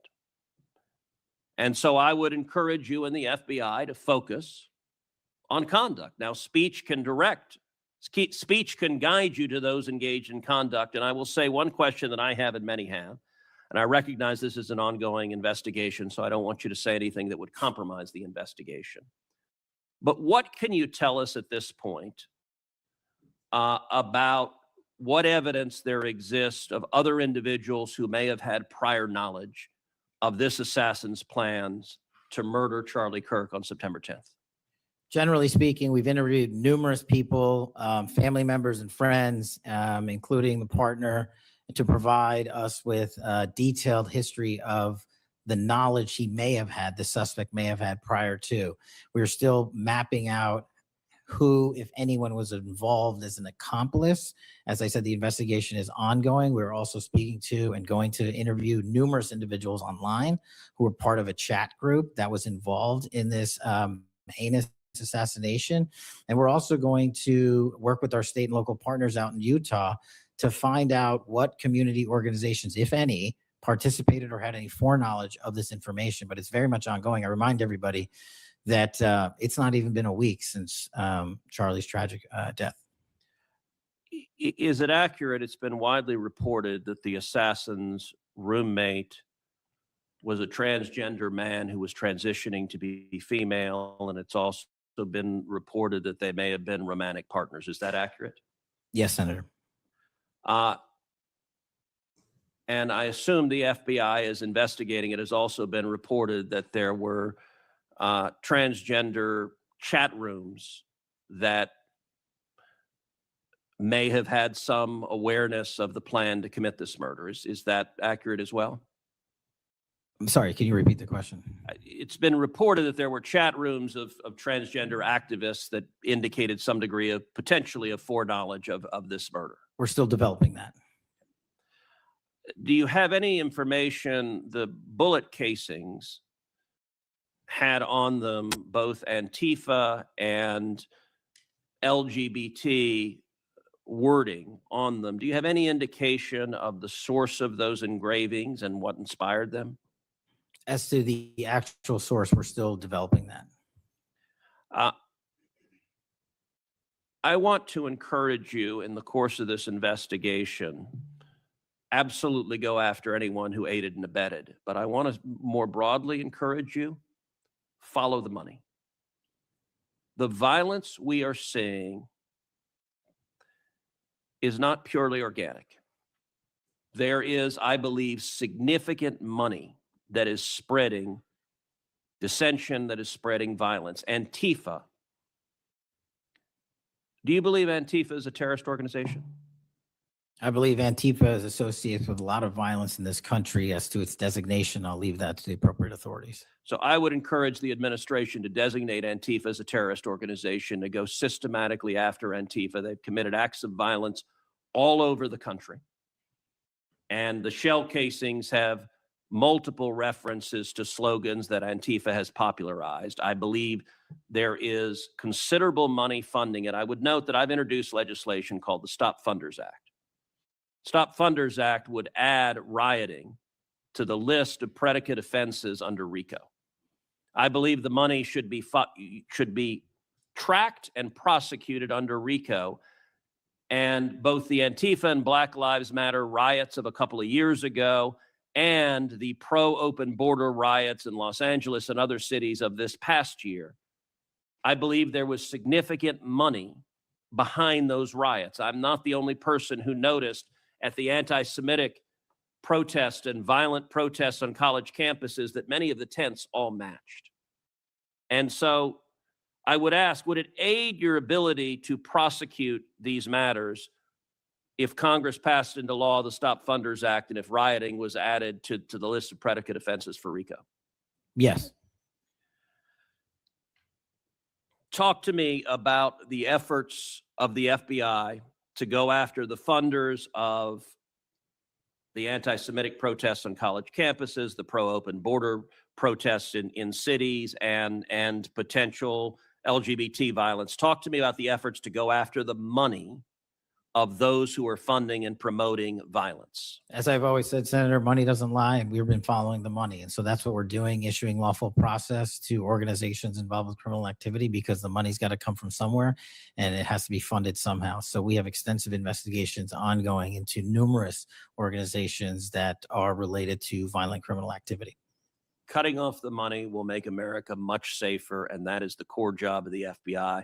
And I thank you for doing your job. Senator Padilla. Thank you, Mr. Chairman. Mr. Chairman, glad to be on this committee and take our responsibility seriously to conduct oversight of the FBI, obviously one of the most critical law enforcement agencies in the country. As Senator Klobuchar and others on this committee have reminded us, the last several months have provided far too many reminders of the political violence crisis in America today and the gun violence crisis in America today, including the tragic killing just last week. Director Patel, this committee takes seriously its not just oversight role, but recognizing the FBI's important role in protecting the public from gun violence while respecting constitutional rights. If you recall, this was a significant subject area of my questioning during your confirmation hearing.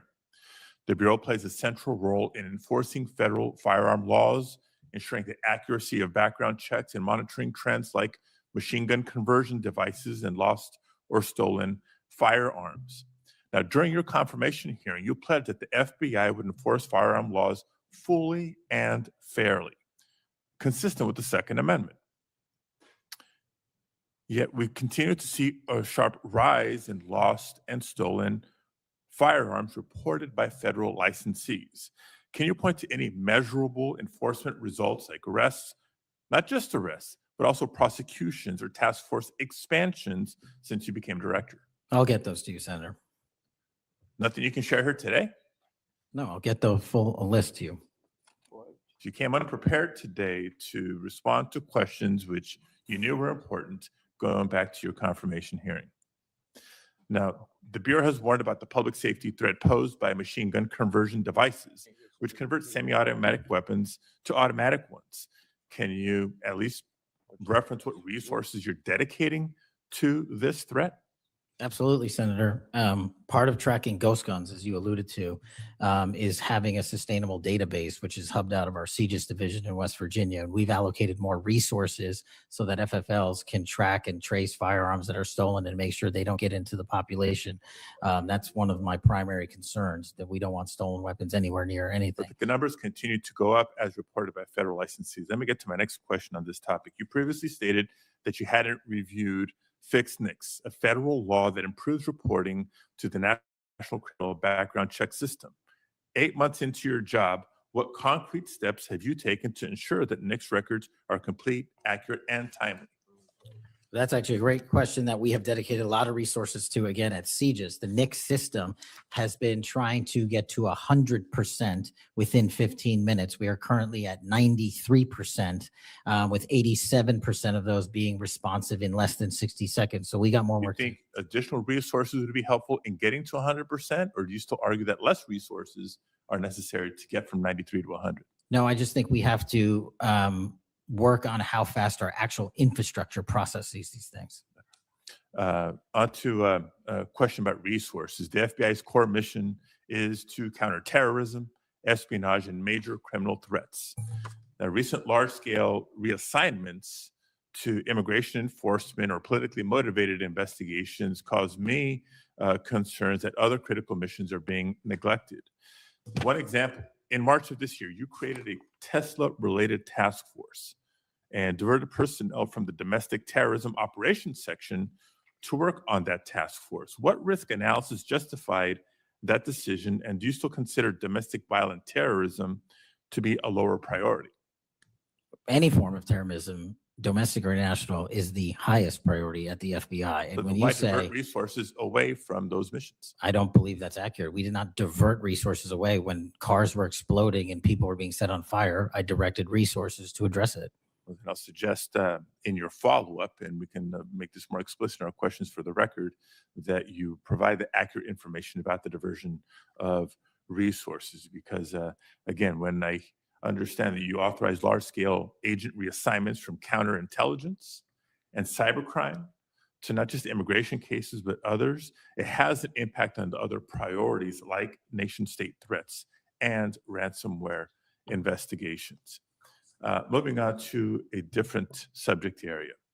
Safeguarding our elections is a core FBI responsibility. The public needs confidence that election security work is driven by facts and free from political influence. Mr. Director, do you agree with Attorney General Bondi's decision to disband the FBI Foreign Influence Task Force? The disbanding of that task force did not in any way reallocate or take away resources from that critical mission set. So then how are you mitigating the risk of foreign actors interfering in US elections heading in? As I've highlighted through our cyber programs, which have seen a 40, 50, 60% increase in arrests for cyber threat actors looking to not just harm our critical infrastructure systems, but also interfere in our elections. We've had multiple arrests this year of individuals who are interfering in that process. Did the Department of Justice's Election Integrity Task Force seek statewide voter lists and driver's license data? I can't speak for the Department of Justice. You're a member of the Department of Justice. I can Did speak the for the FBI play a role in those requests? Whatever request that we had pursuant to the department's direction were provided So then you can speak for the to FBI. those actions. For the FBI. So you can speak to those actions. For the FBI. So what role did you play in those requests? Whatever requests we get from the department, I don't have those details in front of me. We provide whatever requests they have. I have not many details in front of you on a lot of the questions coming from this side of the aisle. So I do hope that there are substantive and accurate responses to our questions in writing. In my time left, Mr. Chairman, I just want to call out a couple of observations. The director before us has tried to explain, I won't say explain, tried to explain how he doesn't need another $500 million to do the job. And specifically that even if the FBI had an additional $500 million, it would take years. I think he referenced 14 years to fill the vacancies. But in the meantime, relying on partnership with local law enforcement to fulfill the mission of the Bureau. As we've discussed in other hearings and in other committees, by the way, given this immigration mass deportation agenda of the administration, the FBI is not the only one leaning on local law enforcement to do the job. ICE has made it clear that they're doing the same. Other law enforcement agencies within DHS is doing the same. So much so that ICE's recruitment, because they're not only not advocating for cuts, they're actually requesting additional dollars and have issues about policy with them. But if ICE's plan to do the job is not just hiring up significantly, they don't seem to have that as a concern, but the FBI does. Both ICE and the FBI are citing partnerships with local law enforcement, which, look, partnership and engagement is great.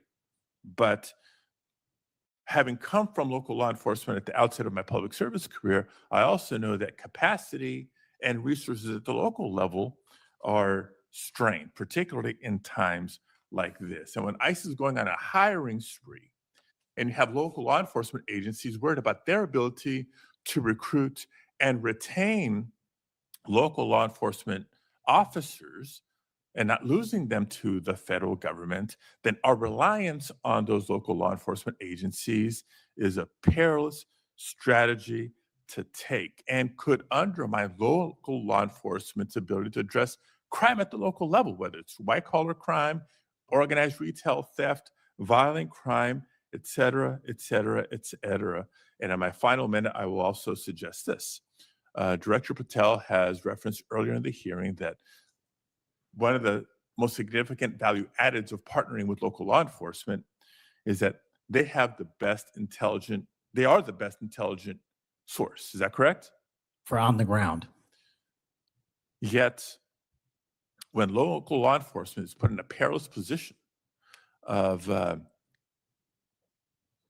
being in a role with this mass deportation agenda, which is consistently overreached, has been found to violate the law and the Constitution, and has undermined public confidence in law enforcement, not just by immigrants, by the way, but especially immigrants.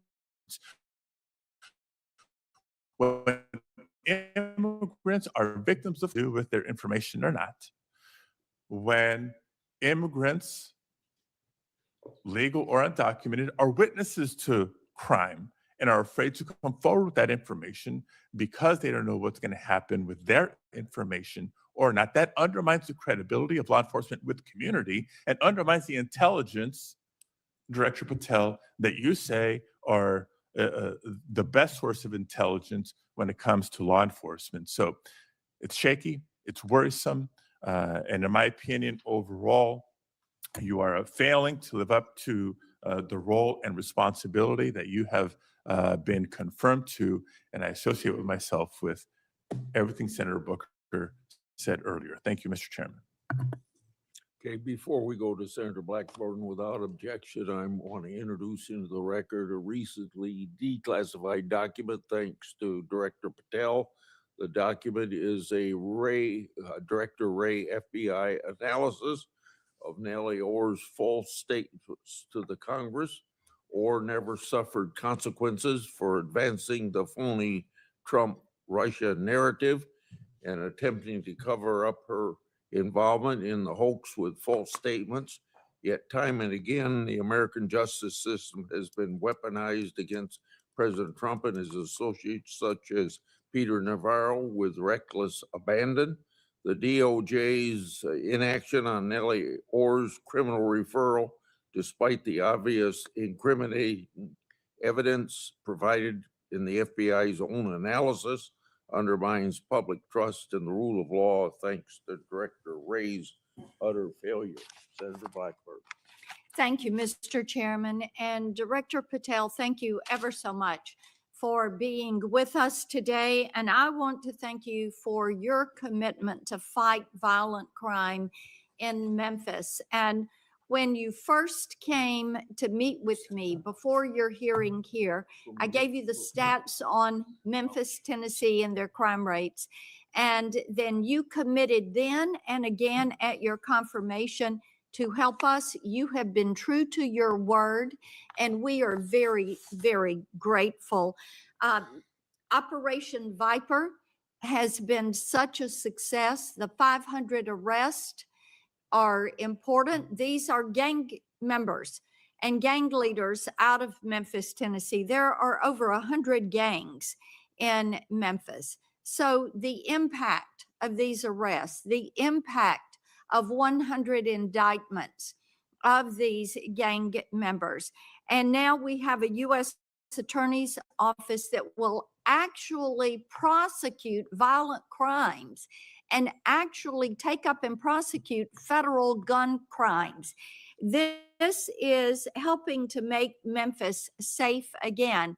And yesterday at the White House, to have the president announce the second phase of this with bringing in the Guard, and we've got ATF and DEA and the U.S. Marshals and Homeland Security, and the work that you and General Bondi and the president have done is so appreciated by the people of Memphis, Shelby County, West Tennessee, and I am ever so grateful for the work you've done. You know, one of the things as we talk about Memphis and what a vibrant and wonderful historic city it is, it's important to realize Memphis is one of the logistics hubs in our country. You have I-40, which goes East Coast to West Coast. You have the Port of Memphis. You have FedEx. You have all 5 Class A railroads that are there, as well as so many companies that are important to Memphis. And I have found it so interesting that some of my colleagues want to complain about agents being taken out of the DC office and actually put to work in the field because they've been needed in the field. And you can look at the stats from Operation Viper and see the difference that they have made. And we so appreciate that. I do want to drill down just a little bit on the issue of cargo theft, which ties into the logistics hub in Memphis. We've got a lot of companies that go through there. IMC is a big logistics company moving. But what a lot of people may not realize is that many of these criminal gangs have been focused on cargo theft. This is how they pay for their activities. So in addition to the carjackings and the home robberies and the smash and grabs and some of the human and sex trafficking, they've gotten into cargo theft, and cargo theft in Memphis has increased over 5,000%. 5,000%. That's what you saw with a Biden administration who wouldn't drill down on this. So having these agents out in the field, having an interagency approach is something that is going to help us with getting our hands around this cargo theft. So talk for just a minute about what your team has done there and the importance of having that interagency approach. Absolutely, Senator. So Operation Viper nests under Operation Summer Heat, and in multiple cities and mid-major cities across the country, we have surging resources based on crime. And Memphis, as you know, Senator, had the highest per capita homicide rate in the country, and that was simply unacceptable. And so what we did was what we call phase 01 of operations at the president's direction. We went into some of these cities quietly to collect the intelligence that was necessary to start these operations, to start seizing these firearms, which we seized, I think, over 115 firearms off the streets, to start taking narcotics off the streets, and also to infiltrate the gang network, this criminal street gang network that is providing these guns and drugs to the public in these communities, allowing for these shootings. And so what the FBI is good at, what the FBI is great at, is partnering with our local authorities in places like Memphis and Miami and Chicago and so many other cities across the country to start the work, because you can't do the work on a dartboard basis. You need ground level intelligence. And that's what we do working with our state and local law enforcement. And the results, I think they said over 100 indictments federally just in this 3-4 month surge. And now we're going to go in there with more resources to finish it. And we are grateful for that. And I think it's so important for my colleagues, what we have seen in Memphis. You mentioned something very important. Your agents go in and they go in quietly. There was no press conference. There was no fanfare. You went in there to work. And very importantly, you gathered the intel. Who are these gang leaders? Where are they? Figuring out who was doing what, and then setting up the process to apprehend these individuals. And it requires infiltrating those networks and having that data to work from so that you are working in partnership. And as I have talked with elected leaders in Shelby County and Memphis, as we have talked with those in law enforcement, they have been so grateful to have this support and this additional education that comes, because local police are learning from your agents when they are learning how to track these gangs and infiltrate these networks. We know that phase 2 of this operation is going to kick off. The Guard is going to be there to support the Memphis Police Department to help them kind of catch up, because they still have a lot of people on their board. They know who they are, where they are, what they're doing. They want to apprehend them and bring them forward.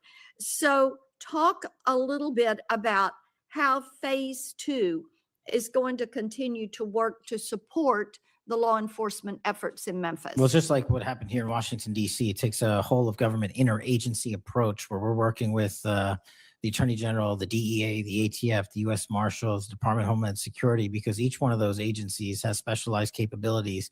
And when we surge together to work off of the ground level intelligence that was collected, you see what happened in Washington, D.C. here. And that's the next phase of it, because you are able to utilize the National Guard to set up border perimeter operations. So when you go into an area, you have the secure workspace to get in there and stay in there. The key here, Senator, is sustained criminal investigations and sustained prosecutions that clear Memphis like we did Washington permanently and leave behind a blueprint for what local law enforcement can do with our federal partners to sustain that. We don't want to go backwards, and that's critical, but we're in the next step. Sustaining it will be the last one. Well, and we certainly appreciate that. I do want to touch on Operation Restore Justice. And Senator Britt mentioned some of this very briefly. And I know that you and AG Bondi have done a tremendous amount of work in protecting children. I appreciate that. And we passed My Report Act last year. And President Biden signed it. And this does require social media to report to NCMEC so that we can have these perpetrators followed up with and apprehended. That's a good start. We're still trying to get the Kids Online Safety Act passed. That has been a bipartisan effort. We have looked with disdain at what has happened with Discord and Charlie Kirk's alleged killer.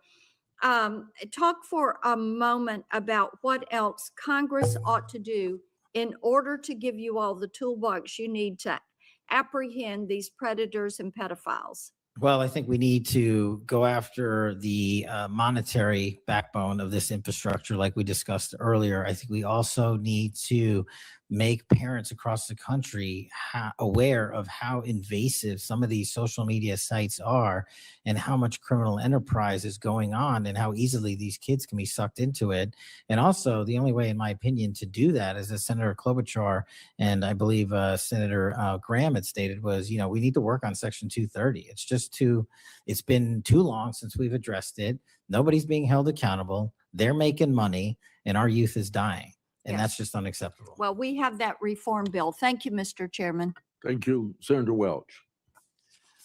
Thank you very much, Mr. Chairman. And just at the outset, I just want to say what I think all of us believe, and that is that the political violence that is so afflicting our country, it doesn't matter whether it's from the right or the left. I mean, all of us have an obligation to fiercely advocate for our point of view. All of us have an obligation to respect people with whom we disagree. The folks we disagree with are our opponents, but they're not our enemies. And I hope all of us keep that in mind and do the best we can to set that example.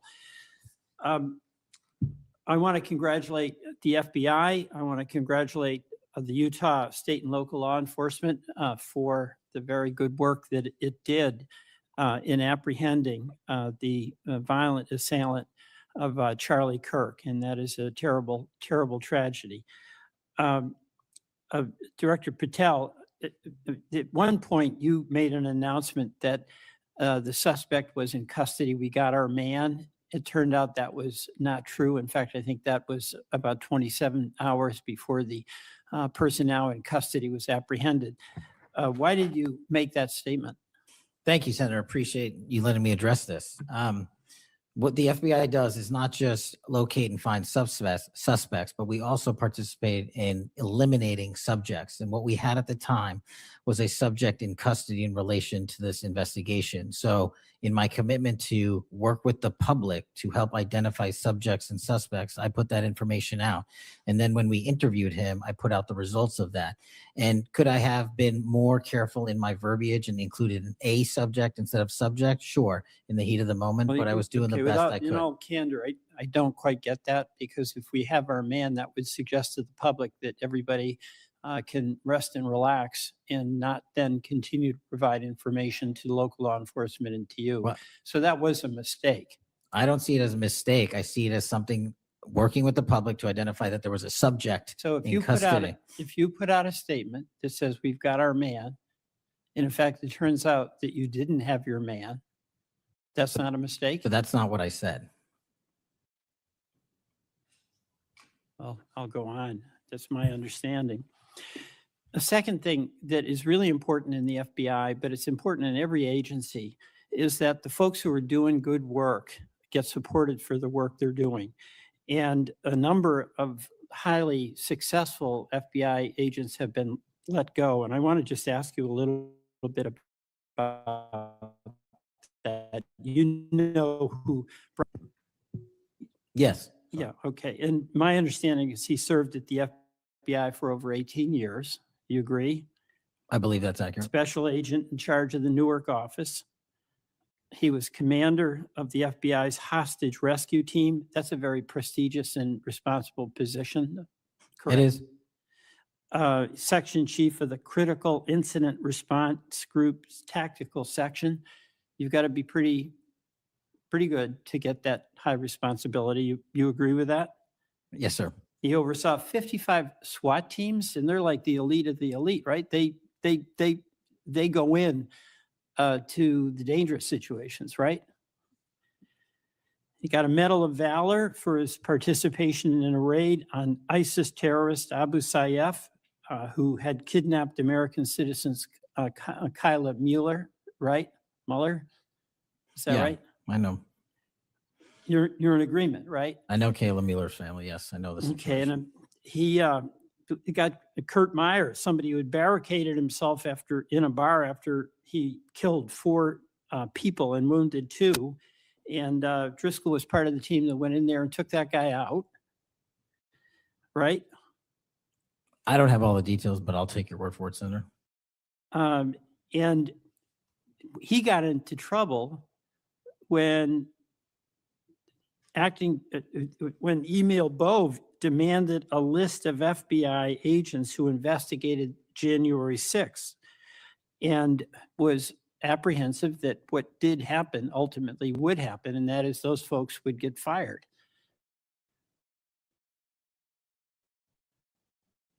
I mean, when they did the job that was asked of them as a stand-up person and somebody to be admired? Generally speaking, yes, sir. Pardon me? Generally speaking, yes, sir. But Driscoll got fired, right?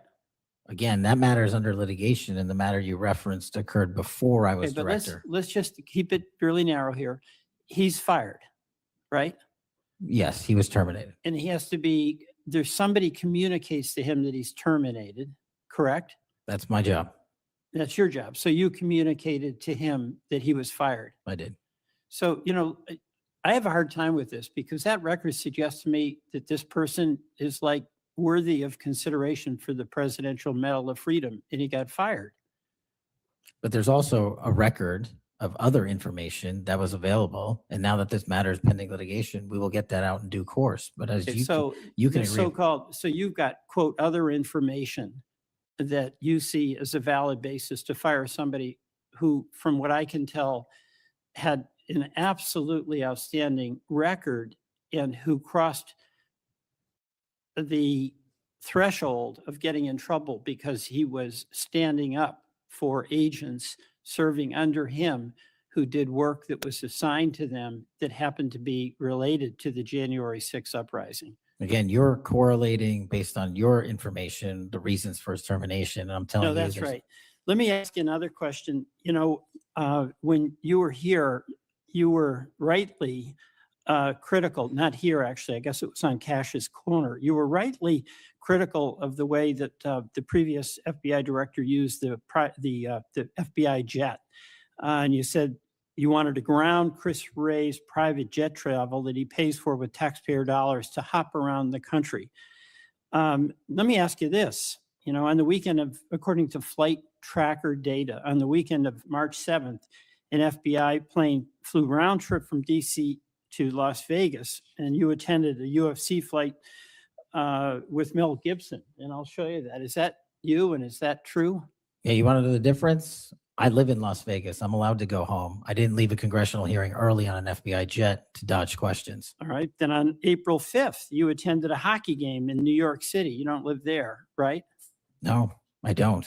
By the way, everyday FBI agents who are signed in Washington don't get to fly home on a private jet. Well, this is a great point. Do you know why I have to use a private jet? Because Congress made it mandatory.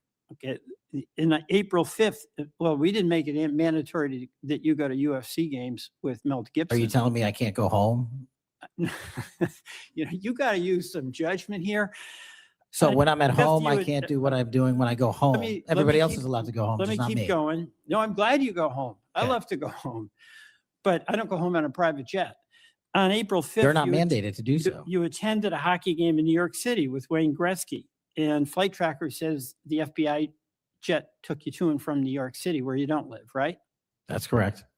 And on April 12th, on the following weekend, you attended a UFC fight in Miami, also on the FBI jet, right? That's correct. So what's the cost to the taxpayer for those 3 flights? But I pay the commercial equivalent per the regs and the law. And so just so you know, when you are comparing me I to just asked prior what directors. I asked what the cost was, and you don't know, I take it. Yeah, and what I've done with the use of the private jet is use Andrews Air Force Base versus Okay. Reagan National as what the other directors have done Bottom line to here, save the taxpayer bottom dollars. line here, you flew home to Las Vegas. There's nobody else in the FBI who gets paid. They have to pay their own way if they want to go home, right? I mean, right? Well, that's not accurate. Depending on where you're stationed, the FBI covers the bill to get home. So are you telling me that FBI agents who are assigned in Washington, but who may live in Charlotte, they get paid by the FBI? to go Sometimes home? they do, yes. All right. Another thing I want to say is this, our local law enforcement has been stiffed. About $500 million in cop grants have been taken out of the budget. Those really help us in Burlington. They help us in Rutland. They really are important. And why in the world would we be cutting those cop grants with you? Well, I Do think you you're support that? I think you're speaking to the Department of Justice grants, which I don't adjudicate, but also Vermont, just like every other state, has received a plus up of FBI personnel. Well, I'll tell you, that's not what we're seeing. The other thing, my understanding is that there's a requisition or an effort to get another plane for the FBI that would cost about $72 million. Is that right? That's inaccurate. The FBI, because the jet, as you call it, is not my jet. We use it for operational needs. We use it for FTOX. We use it for HRT. But that's the one you fly in, and right? we have multiple fixed wing assets, and one of them is on a wildly expensive lease that I deemed a waste of money, and I'm looking for a replacement in which the government can procure assets permanently.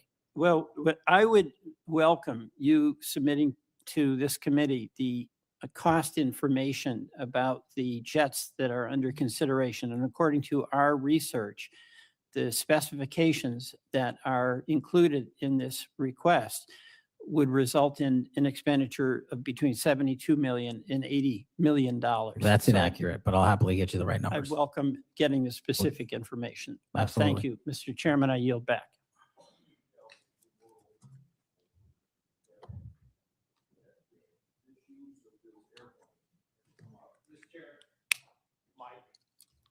It's on, but I can get closer. Comey became FBI Director 2013, and then something like when I became ranking member in the middle of a Congress, or I was ranking member, Comey needed an excuse to come to Des Moines, Iowa, or someplace in Iowa for a family reunion. He wanted to meet with me in Waterloo, Iowa. I think nothing more than an excuse to say he did something official on that trip.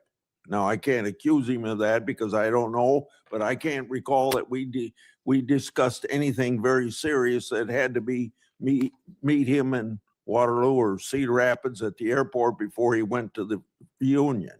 And then 2 or 3 years ago, Ray was sitting where you were, and we had 2 Republicans wanted to have second round of questioning, and it would have taken about 10 minutes, and he refused to because he got on this airplane that you're talking about going to the Adirondacks. So I find interesting that my Democratic colleagues seem to bring up about your use of the Justice Department planes, yet my Democratic colleagues didn't seem too interested about my oversight of Ray's use of the plane. I didn't hear a peep. So my Democratic colleagues need to be consistent. Can I just add, Mr. Chairman, that When you compare the flight logs and the percentage of work travel to personal travel for the prior two FBI directors, over a third of their travel was personal on those same jets that I'm being accused of improperly utilizing.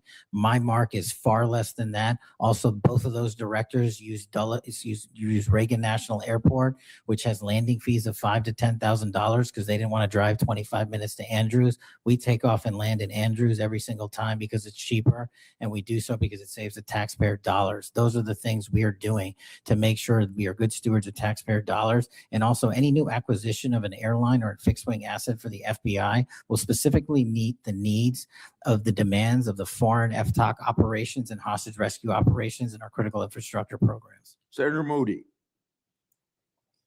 Thank you, Chairman. Appreciate it. you're very patient. I am very patient. You're very patient. I'm new here to the Senate, and I watch what you have to go through as chairman, and we thank you. A lot of what we're talking about today, and you've been questioned about, was uncovered because of our chairman and his service to this committee, and I want to thank him because he's uncovered a lot, especially during the last administration, where many of our federal agencies went far off their mission. And I believe we wouldn't have as much information as we do if it wasn't for our esteemed chairman. So I wanted to publicly thank him.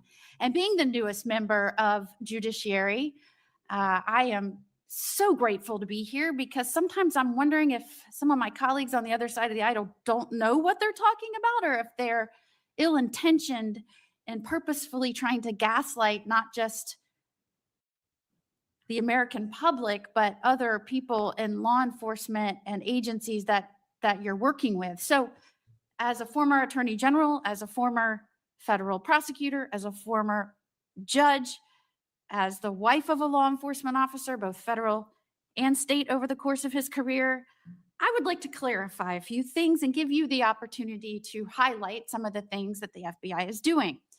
And two of the things I heard thrown out there, and by the way, it was when some of my colleagues would breeze in just in time to rail on you and spout out misinformation and narratives that have no grounding in reality to criminal justice, and then breezed right out as soon as they were done. And I think that it does the American public more good when the oversight function of Congress allows for you to comment in a way that makes sense and is grounded in reality.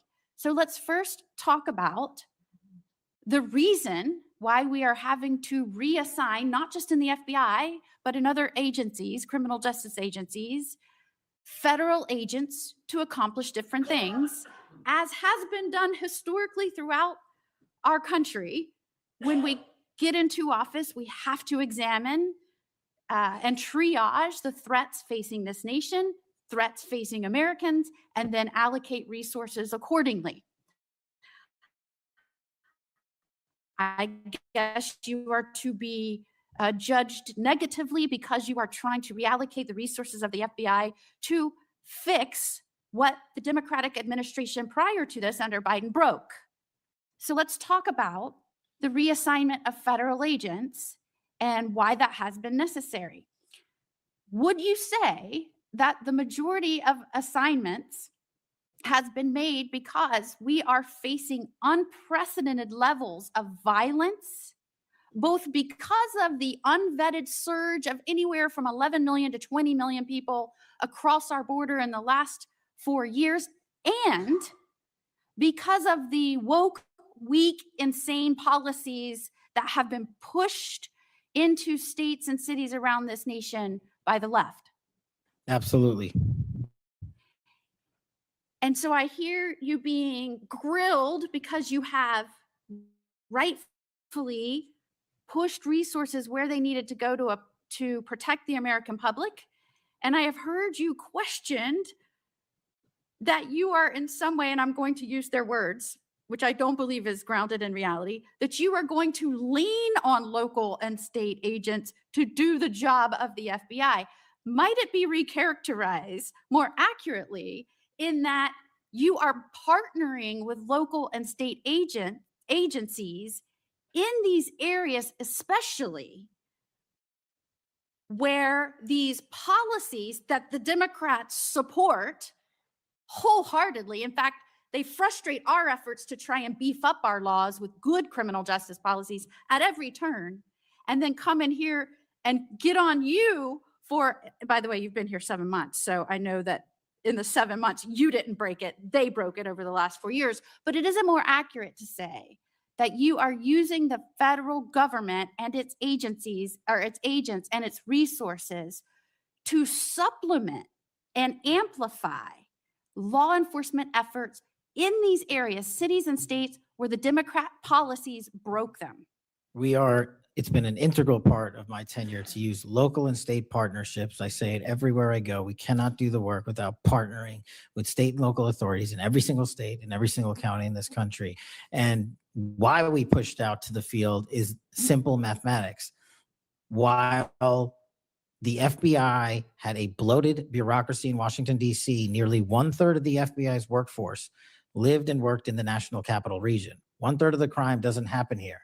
So I made the simple decision to move them out where the crime was happening in the field, to move out field agents, to move out intel analysts, to move out program managers. And by the way, that's what they all want to do, go out in the field and do the work. And no one's going to be punished for going out in the field and doing the work. And no one's going to be punished for wanting to stay at headquarters and help. But we needed a reallocation of assets, and that's what we did. And from your experience, both before and now in office, have you found that many of these nonprofits have done work to undermine the stability and security of cities? Those matters are very much ongoing, and hopefully we can report the results soon. And I don't mean just those that may have aided and abetted or supported criminal acts. Those absolutely should be investigated and pursued fullest extent of the law. And I hope that we follow the money trail, as some of my colleagues have suggested. I also want to get your opinion about the nonprofits that are working to get elected and then push criminal justice policies that have made our cities and states less safe. Specifically, I'm going to push out all of the things that they espouse make cities stronger. No cash bail. Try not to charge crimes. Don't call people offenders or felons or rapists or drug traffickers.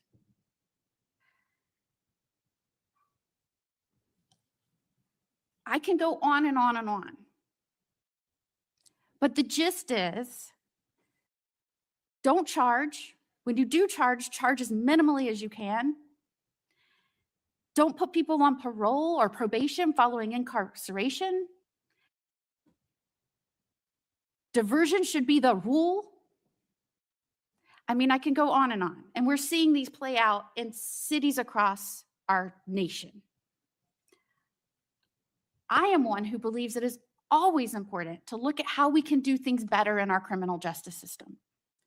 But what has happened is some of these groups have hijacked that good intention by so many and used it as a way to subvert the stability of this country. And I firmly believe when that money is traced, you're going to find it's not only going not just to policies, but it's also going to pushing and promoting criminal acts. And I believe that money and support doesn't just come from infrastructure within the US, because I believe undermining our cities and this nation is something our foreign adversaries will get behind, and it will show that they are behind. Is the FBI trying in its reallocation of resources to make up and help in these areas where local law enforcement is trying its best, but it's fighting an uphill battle against mayors and city council and indeed governors that promote and support and pass laws and policies that follow these weak, insane policies?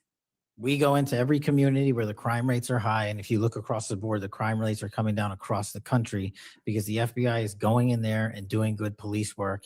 And we're not going to be dictated to by mayors or governors. We have federal law enforcement capabilities and responsibilities to our citizenry. And we're executing those on every single day, including rural communities and tribal lands. And you are, correct me if I'm wrong, welcomed and supported and enthusiastically praised by the cops that are there because they want those communities safer. Well, I think the police speak for themselves, and we'll let them do that at their own leisure. And one of the other gaslightings that I heard was that at a time when we're trying to help them because they're having vacancy rates and they can't retain police, and you're causing that. Is it in fact that police across this country, because they've been defunded, they're not supported, they have groups that are continuously combating when they're trying to make the community safer?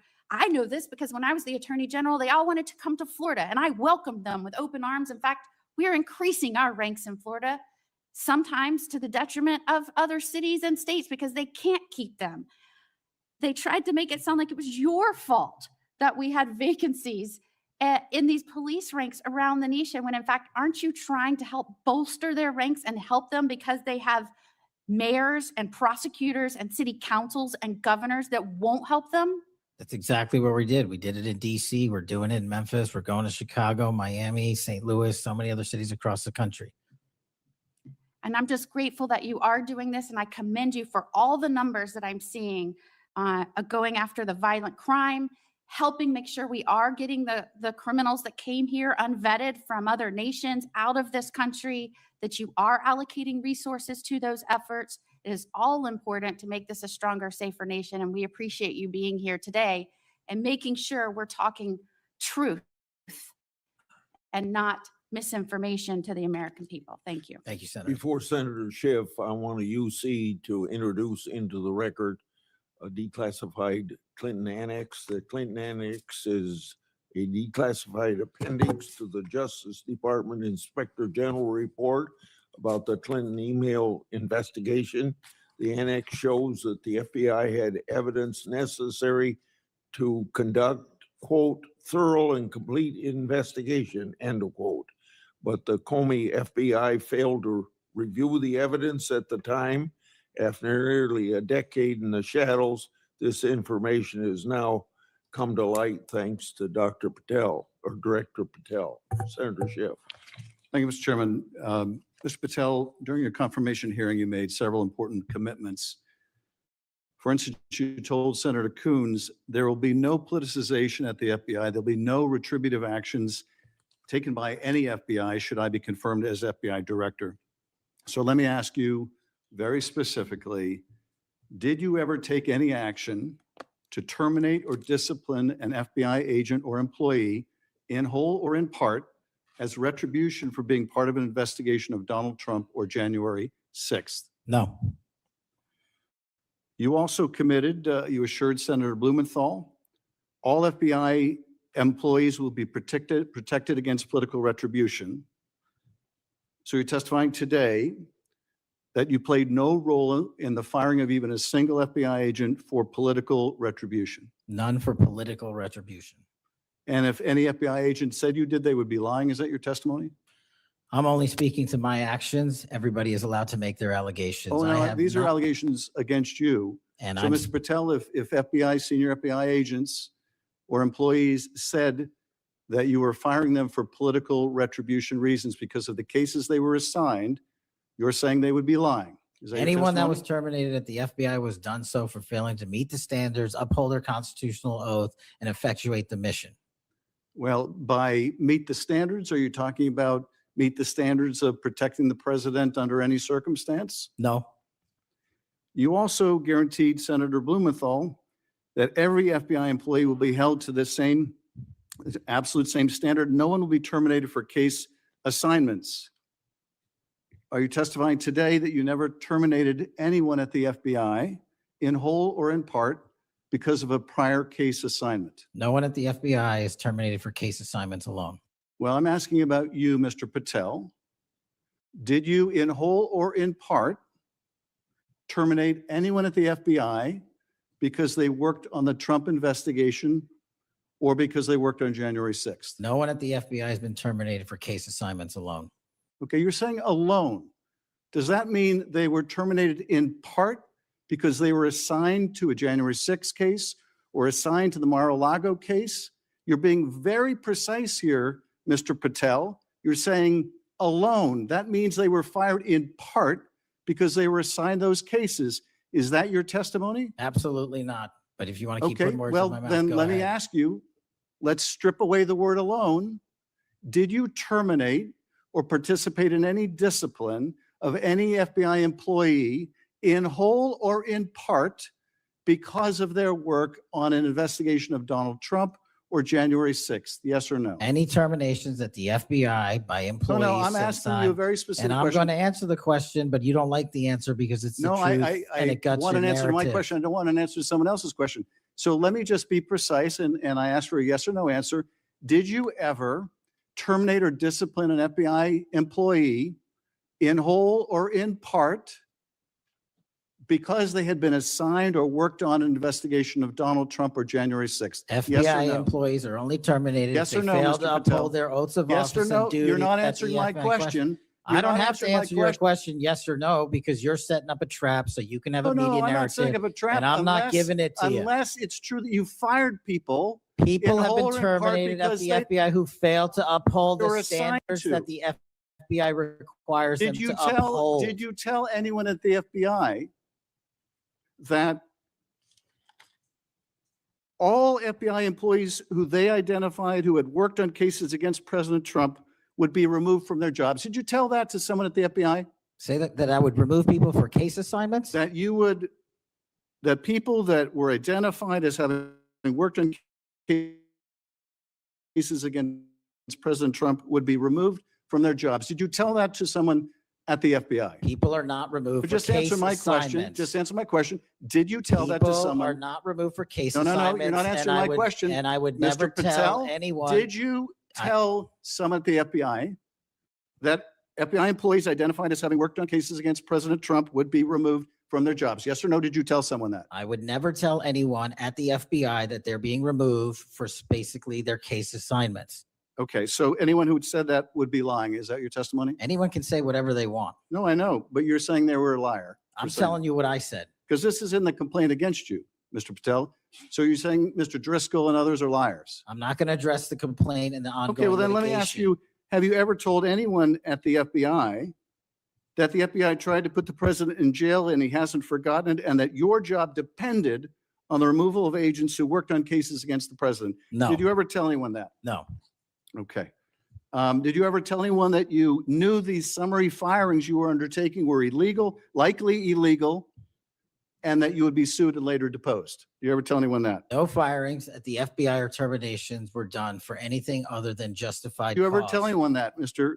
No, Patel? Why don't you no answer my question? terminations at the FBI were ever done in my tenure for anything other than failing Did you to ever tell uphold anyone their that, oath of Mr. Patel? You willing to office answer or the their- question? The FBI. I guess I you're have not willing to answered answer the it. question. So let me move on. Let me Repeatedly. move on to the Epstein files. You said you're the most transparent FBI director in history, so I'm going to put you to the test. In 2024, you were asked by Glenn Beck about Epstein's Black Book. And you said, he asked, who has Jeffrey Epstein's Black Book? And you said, Black Book FBI. And he said, but who? That is, I mean theirs. And you said, oh, that's under the direct control of the director of the FBI. That's what you said. Was that true, Mr. Patel? I'll rely on you quoting it accurately. I No, did no, that no. a couple Was of it years true ago. what you represented to Mr. Beck and the president's supporters out there? Or were you lying? Were you in No. possession of the FBI director? The Black Book was in the possession of the FBI. Okay, so now that you're the FBI director, you have possession of the Black Book, right? That index has been released. So you have Jeffrey Epstein's Black Book? What is known as Jeffrey Epstein's Black Book has been released Okay, by us. And you released it. And let me follow up on Senator Kennedy's question, because he asked you, and I'll be very precise here.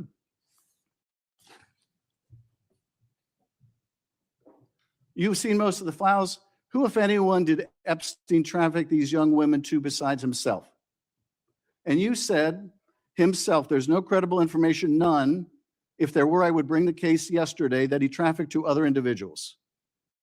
And Kennedy, the information we have again is limited. And Senator Kennedy said, the answer is no one. And you said for the information we have. So is it your testimony today that in all the Epstein files, that Jeffrey Epstein trafficked no one to anyone but himself? Is that your testimony, Mr. I never Patel? said Jeffrey Epstein didn't traffic anyone else. Did he traffic any young woman to someone other than himself?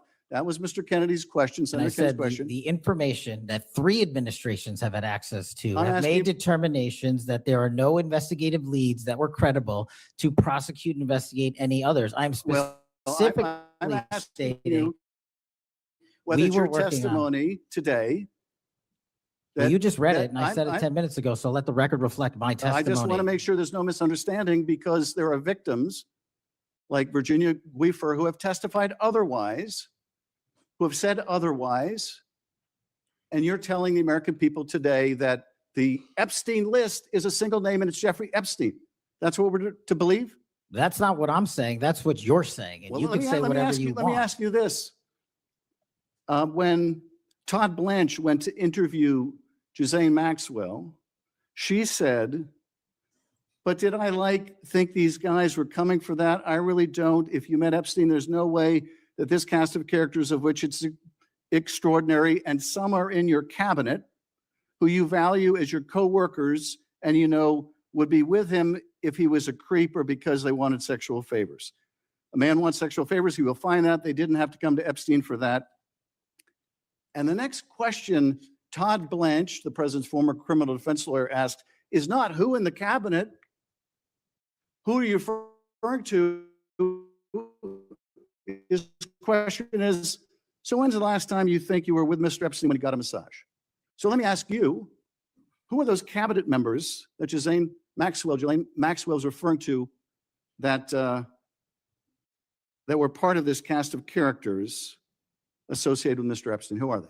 The Deputy Attorney General took the aggressive step that no one else did and interviewed Miss Maxwell for No, I'm 2 asking you, days, who are- and who are we the ca- released who are the the cabinet entirety members? of that Who are the cabinet transcript. members? I do not have that transcript in front of me. You're picking it piecemeal. The American And- public can read Let me the ask entirety you of that. One last question, because you clearly won't tell us the cabinet members associated with Mr. Epstein. Let me ask you one last question. And that is, right after she gives this testimony in front of an FBI agent, among others, she's transferred to a minimum security prison not suitable for a sex offender like herself. Who made that decision and why? The Bureau of Prisons. The Bureau of Decisions made it in Prisons. The Bureau of Prisons decided on their own, without any consultation with Blanche or anyone else, that they were going to suddenly, after this interview, completely unrelated to this interview, completely unrelated to anything she said, move her to a prison not suitable for a sex offender. You want the American people to believe that? Do you think they're stupid?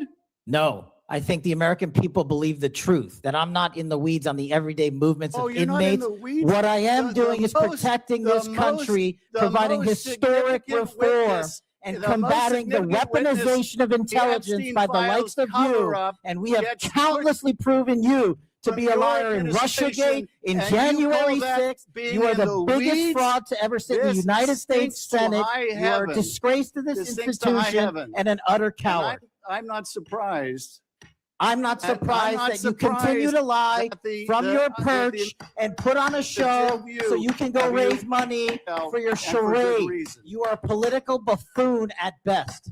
Well, you can take an internet troll. Take make- it to you the can take bank an that the internet- FBI is you protecting can this make an country internet troll. and the state and The FBI citizens of the director California. will We always are be bringing nothing more historic than an reform. internet Point of troll. order. But all you care about is a child sex predator that was prosecuted by a prior administration, and the Obama Justice Department and the Biden Justice Department did squat. And what did President Trump do? Bring new charges courageously. And what have we done? Chairman, You said take I'm the control most of this transparent situation. FBI director in history. Take control of this 33,000 pages of information to you.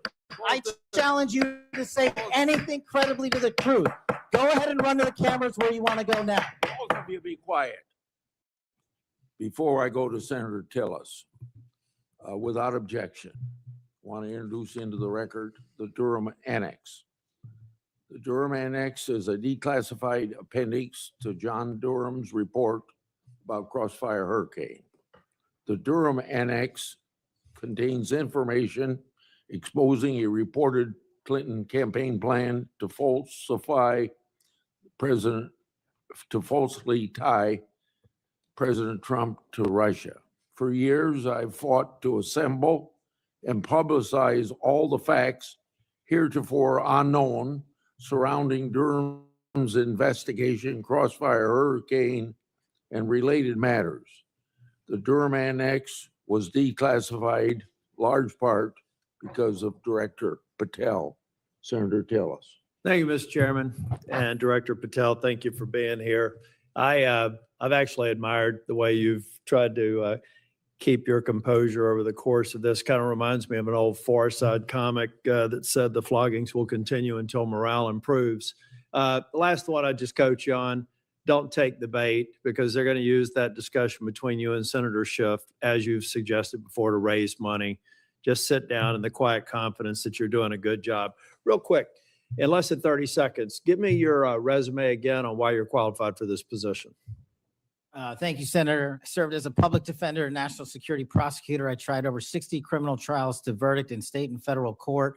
I served as the lead investigator in the House Intelligence Committee and the counterterrorism expert there, unfolding the Russiagate investigation. I served as the head of counterterrorism for a presidential White House. I served as the deputy director of national intelligence at the Office of Director of National Intelligence, overseeing our 17 intelligence agencies. I served as a chief of staff to the Department of Defense and the Secretary of Defense, overseeing a $2 trillion financial equity flow, and also defending the homeland and providing for our no-fail mission. We could drill down in details, because I've studied that record, and I think you should be very proud of it. I just did that for the benefit of the liberal media that just keep referring to you as a podcaster, I think. And I appreciate you giving me that resume. It's a good body of work. It's why I supported your nomination so strongly when you were before this committee. Really quickly, too, on the events of last week and the sad death and assassination of Mr. Kirk, I seem to recall that Mr. Zinn, I think, was the first person of interest. He was reported to be saying, "I shot him, now shoot me," or something to that effect. Would that have more or less, and your job is to calm the tensions, right? There were people running all over the building. People are afraid over there. Could it be that because you were in possession of some of that information that maybe you did just characterize as getting our man, that maybe that's what led up to it, if those facts are correct?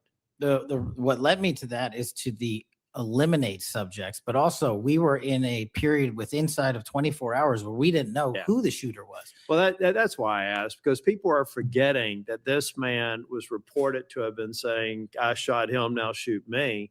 They're also forgetting that he brought in an attorney and said that he'd fabricated the claim to draw attention away from the actual shooter. And he went on to get multiple charges for possessing child pornography and sexual abuse material on his phone. So I'm just saying that it just seems to me that in the moment, maybe you should have used different words, but I can't imagine that the amount of time that we've spent on that subject in the hearing today. But I think it's because they're really worried that they're another punchline to an old joke. Your work, it's working in practice, but it's not working in their theory. They haven't heard you, so it's working in practice, but not in theory. They haven't heard you say multiple times that you've plussed up FBI resources in every state. They haven't heard you when you've talked about year-over-year comparisons for results. I don't care how many people you have at HQ, as long as you keep producing those results and they're good. They need to be sustained. Now, I am a little bit concerned about the deployment of National Guard troops to dangerous cities, but you keep on you keep on mentioning something I'm going to go back to in terms of joint task forces. You also did a great job of explaining why you think you should save money and go out and fly out of an airport versus an easy trip across the Potomac to National. I love all of those responses. I'm not going to repeat them here, but I'm worried that if we move in too quickly, let's say to Memphis, I should back up and say I was Speaker of the House in North Carolina, and I would consider it a personal failure on the part of state leadership if they have to call in federal resources to do their job beyond what they do every day, and that's promoting joint task forces. I've seen ATF, DEA, FBI. I've been in the briefing rooms at 3 o'clock in the morning about to go and do a 55 no-knock warrants on bad people. You all do that every day, and thank God that you are. It looks like we should plus it up in a few cities. I'd rather use the money to deploy National Guard to just continue to leverage what you're already doing well. And I compliment you because I've got to believe it's a lot of these joint task forces that have increased the apprehension and charging rates. So thank you for that. But do you agree that at the end of the day, if we're going to have a sustained impact on crime, whether it's Memphis or any other city, that we've really got to enable, empower, and continue to support the men and women on the ground there every single day? 100%. Thank you. I think that your cost benefit mind needs to go into, if I'm about to deploy this many National Guardsmen to a city, what does that cost? And what would that look like if we were plowing that cost of deployment into ongoing, I believe, joint task force, which are working very well. They're working well in North Carolina. So I'd like you to look at it. Now I'm going to move on.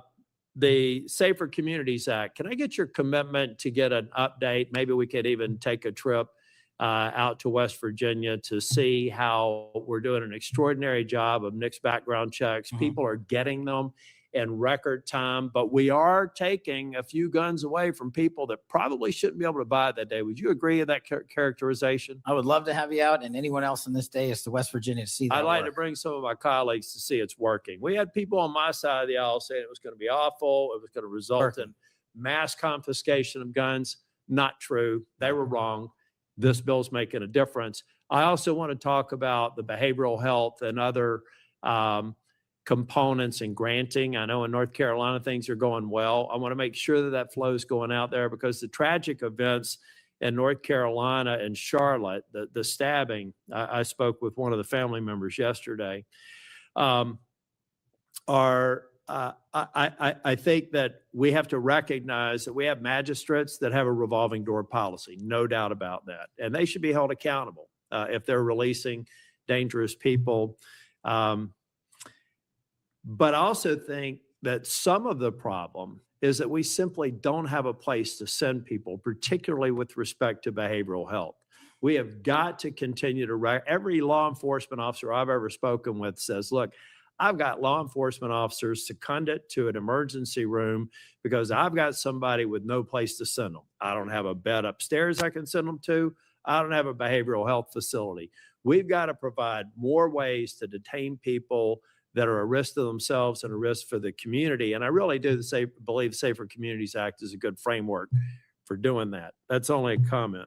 Section 702 is going to come up in April of next year for renewal. Do you believe it should be eliminated and not reauthorized? No, sir. It needs to be Can I also reauthorized. get your commitment maybe to come back over and review some of the controls that are in place and other things? So hopefully we won't have the drama leading up to April. We can actually come here and get consensus on why you've got the checks and balances in place and why we should do it. Just remove any chance that we're going to run into that cliff narrative next year. Can I get your commitment on doing that? You have Mr. it, sir. Patel? Thank you.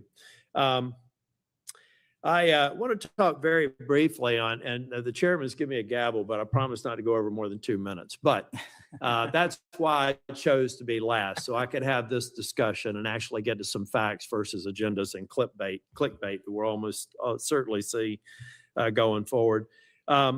Tell me a little bit about the rationale behind the change in stance in recruiting. I also understand there may be a a reduction in the academy timeline? Just give me some thinking about where you are on recruiting, retention, training, et cetera. Simple. So recruitment is through the roof. We've doubled up month over month. Our applicants to be 1811s are federal agents, intel analysts. So the recruitment is going wonderful. What we have to do is figure out a way to get creative because the BFTC timeline is an 18 to 20 week program. And what we've done to address the openings we have for 1811 brick agents is we opened it up to the interagency and said, hey, do you at Secret Service or DEA or ATF want to come over? You guys went through FLETC. You guys were cops or military officers. You're law enforcement. So we created a shortened bridge program of 6 weeks at Quantico that if you want to come over and be an FBI agent, you can do so. There's transfers all the time. We just made it easier. And we're also recruiting police officers who might not have a college degree, but in my opinion, that does not disqualify them from serving our community. So we're welcoming them. It's a rigorous application process. It's just one item, but we are changing the timelines based on the needs of the country, but not jeopardizing quality. I'm glad you mentioned that. I heard someone almost a throwaway line that you were hiring people without a college degree. Most of them have had basic law enforcement training, all the kinds of certifications. You're talking to somebody who didn't achieve my 4-year degree until I was 37. I'd like to think that I brought some things to the table, and I think that those people, the mere comment, I think is inappropriate for somebody considering this to think that they're a lesser person because they don't have a piece of paper. I wanted to get back to the last thing that I will talk about. I'll follow up with some questions for the record. Thank you, incidentally, for consistently being responsive to any inquiries I've made to you.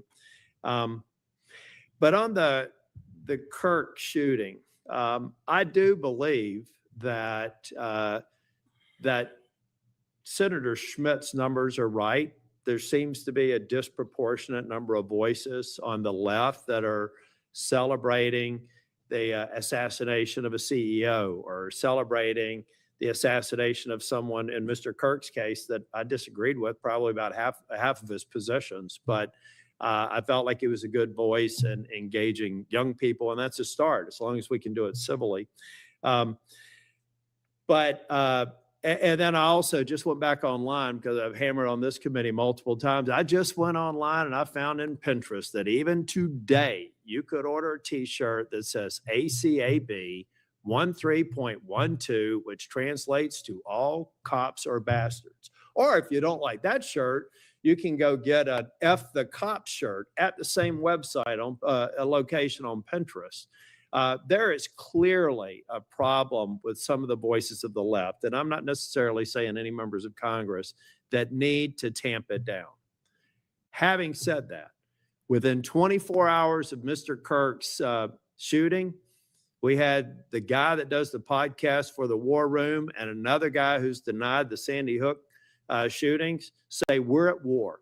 Now, how on earth, and I do believe it's a smaller number, but it's a number that has an influence. How on earth are we de-escalating the situation?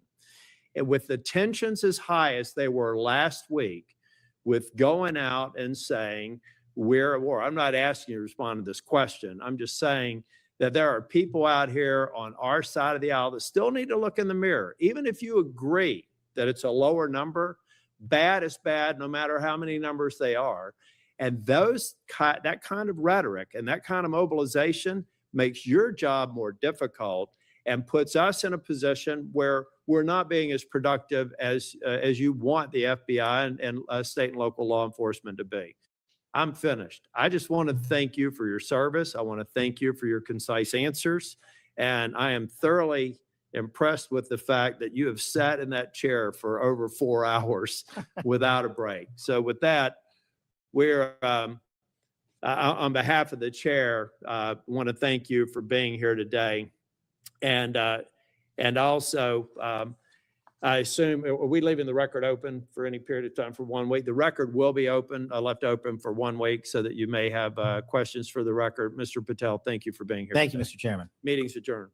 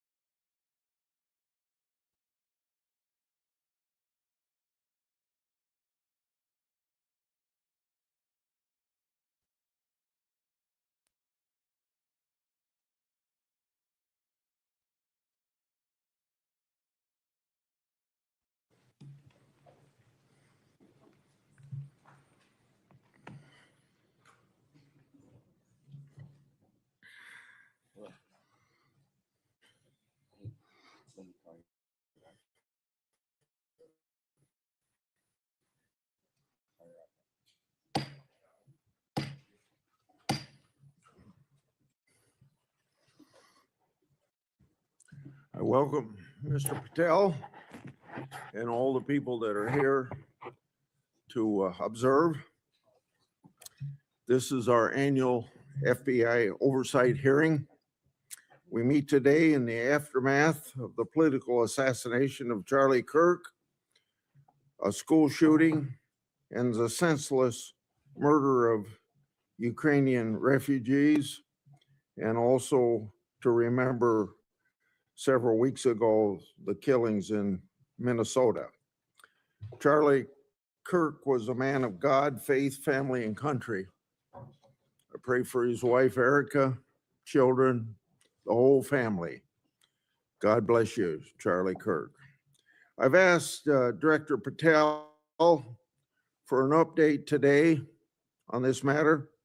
As we proceed with the hearing, Director Patel, I'd like to note that you've agreed to one 10-minute round of questioning.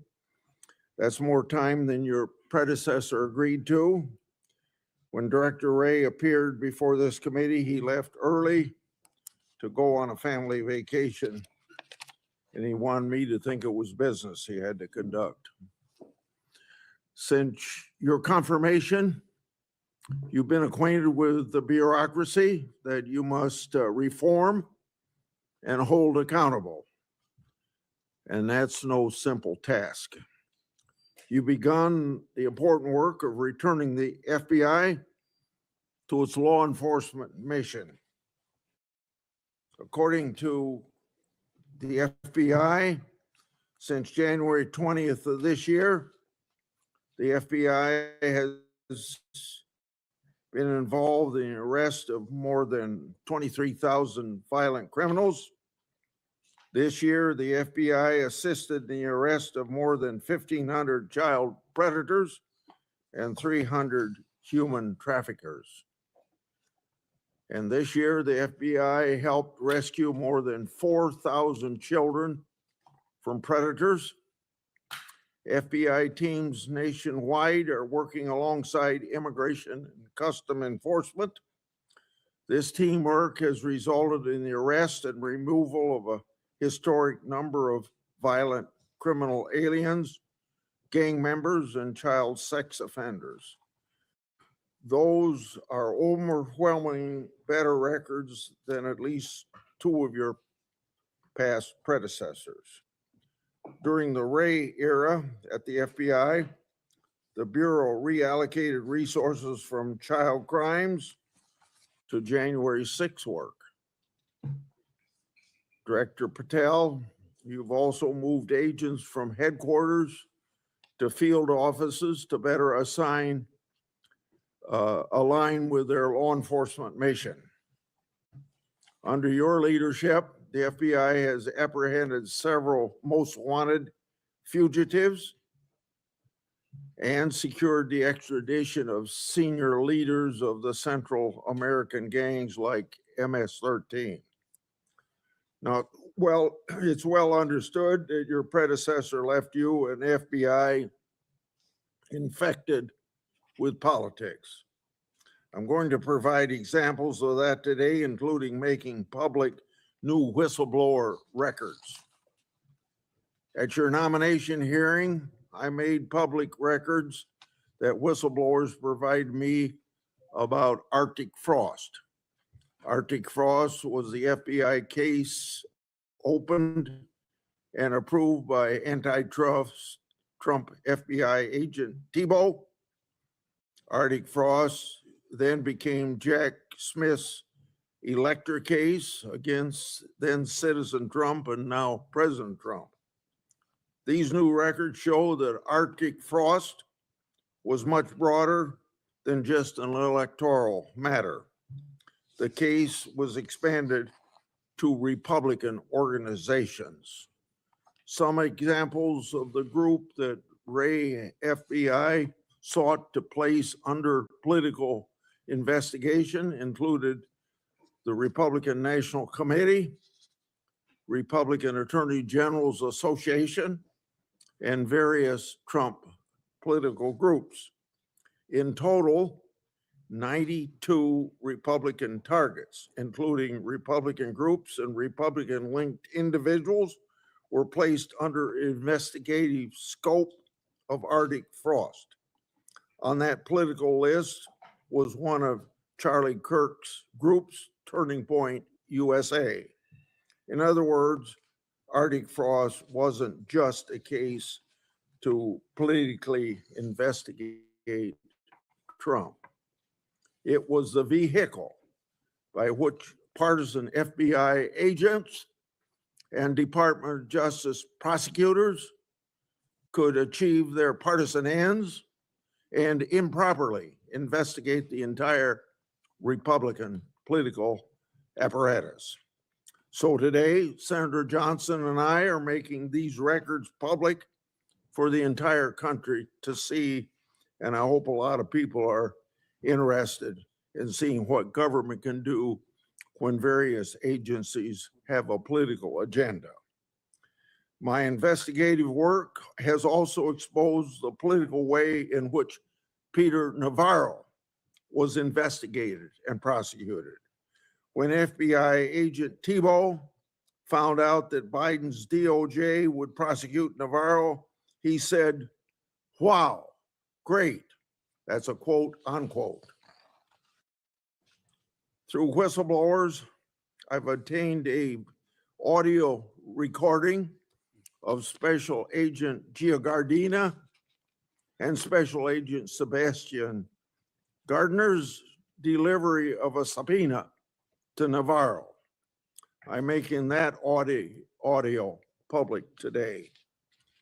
In a court document filed by the Department of Justice, Navarro's interaction with the FBI was unfairly described as, quote unquote, the word combative. That intervention with Navarro was just as the justification to later aggressively arrest him. Then we get to the Clinton Annex and the Durham Annex.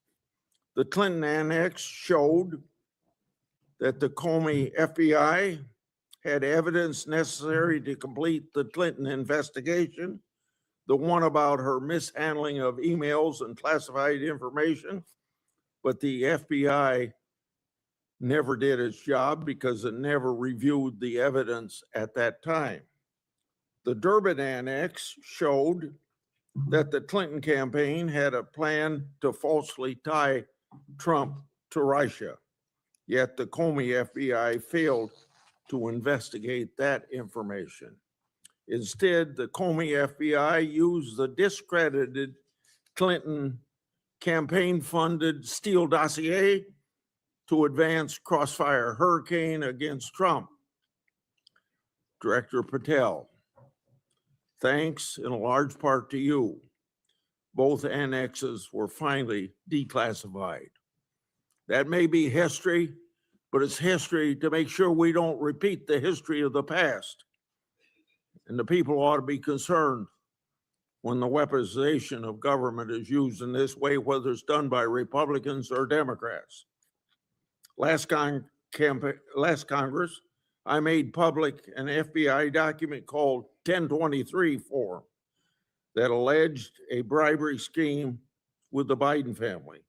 To date, the FBI has never answered Congress whether they investigated the text messages, the audio files, and the financial records referenced in that 1023. Whistleblowers have provided my office with 2 additional FBI 1023 documents. These documents memorialize statements from FBI sources.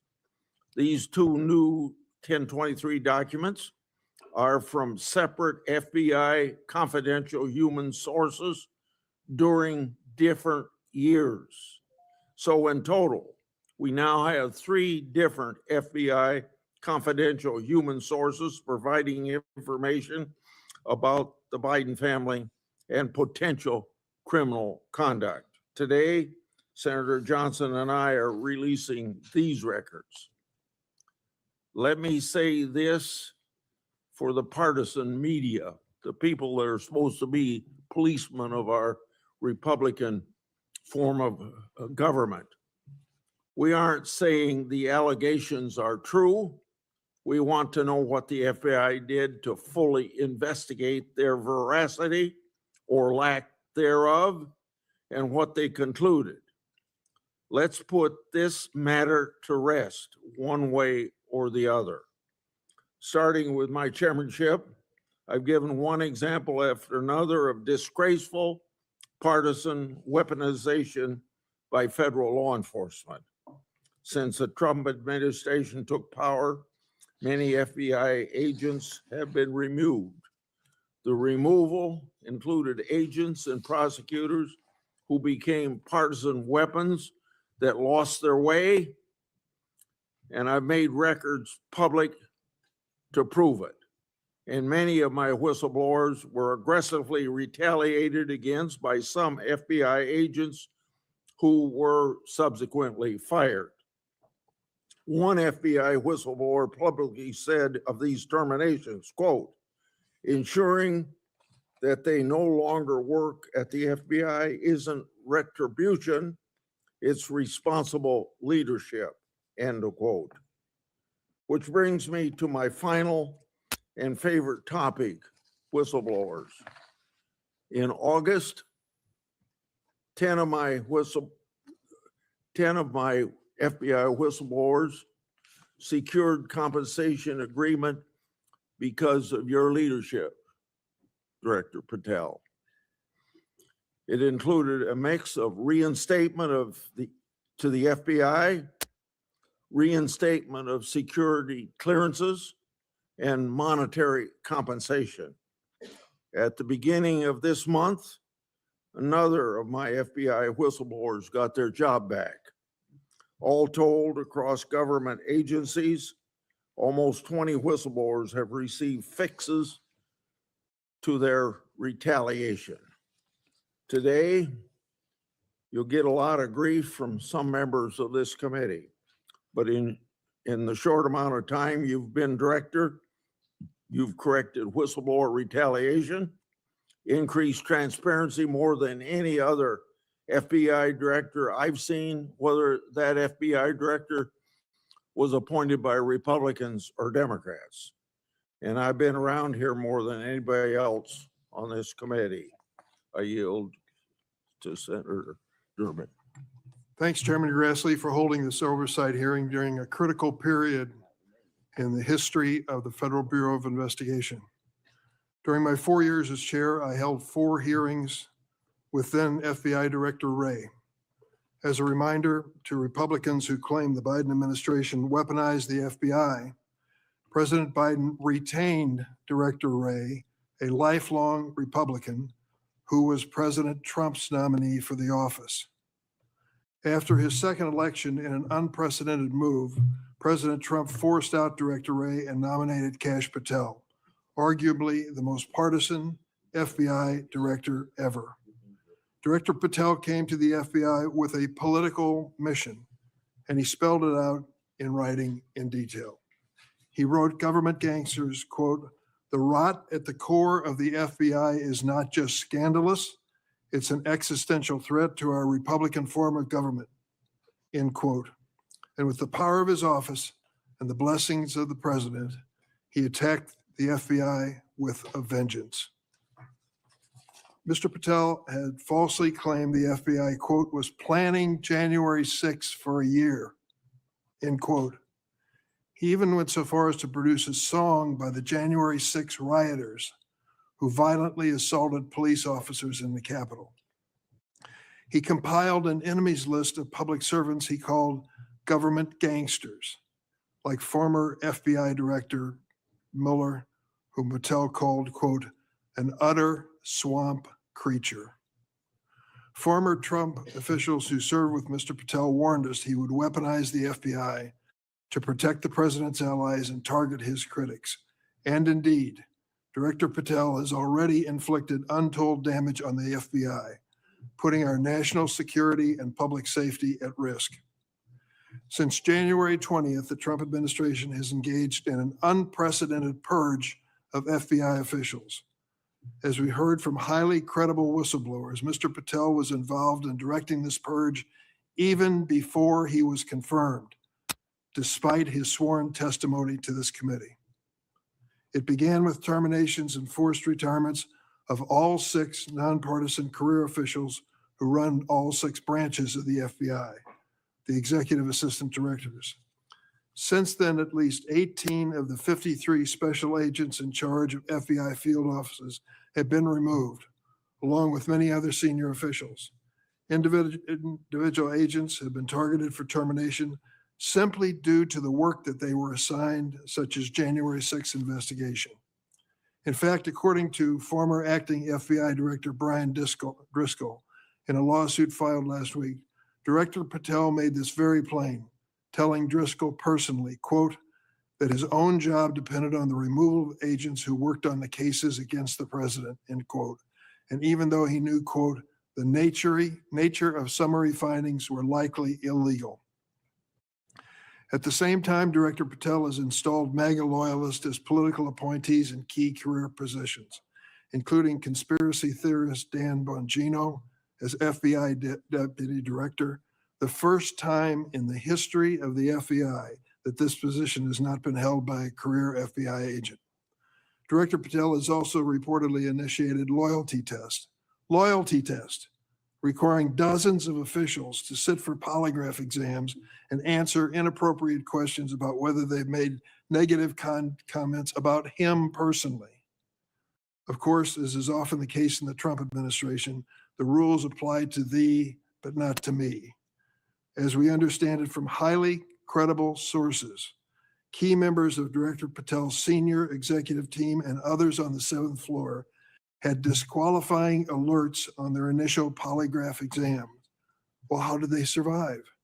They survived because of a personal waiver by either the director or the attorney general to remain employed by the Bureau. Understand the context here. Political operatives in key positions, given the routine FBI polygraph exam, failed and had to receive waivers to continue their positions. They were lucky to keep their political appointments. They were, but the 5,000 career civil servants the director has so far forced out of the Bureau's ranks were not offered that same courtesy. 5,000. This mass exodus has created a disastrous brain drain, particularly in the fields of cybersecurity, counterterrorism, and counterintelligence. For example, my office has received information indicating that cuts to the Bureau's cyber division will cut personnel by half, despite the ever-increasing threats posed by adverse foreign actors. The brain drain is exacerbated by Director Patel's misuse of remaining FBI personnel and resources to focus on other priorities of this administration.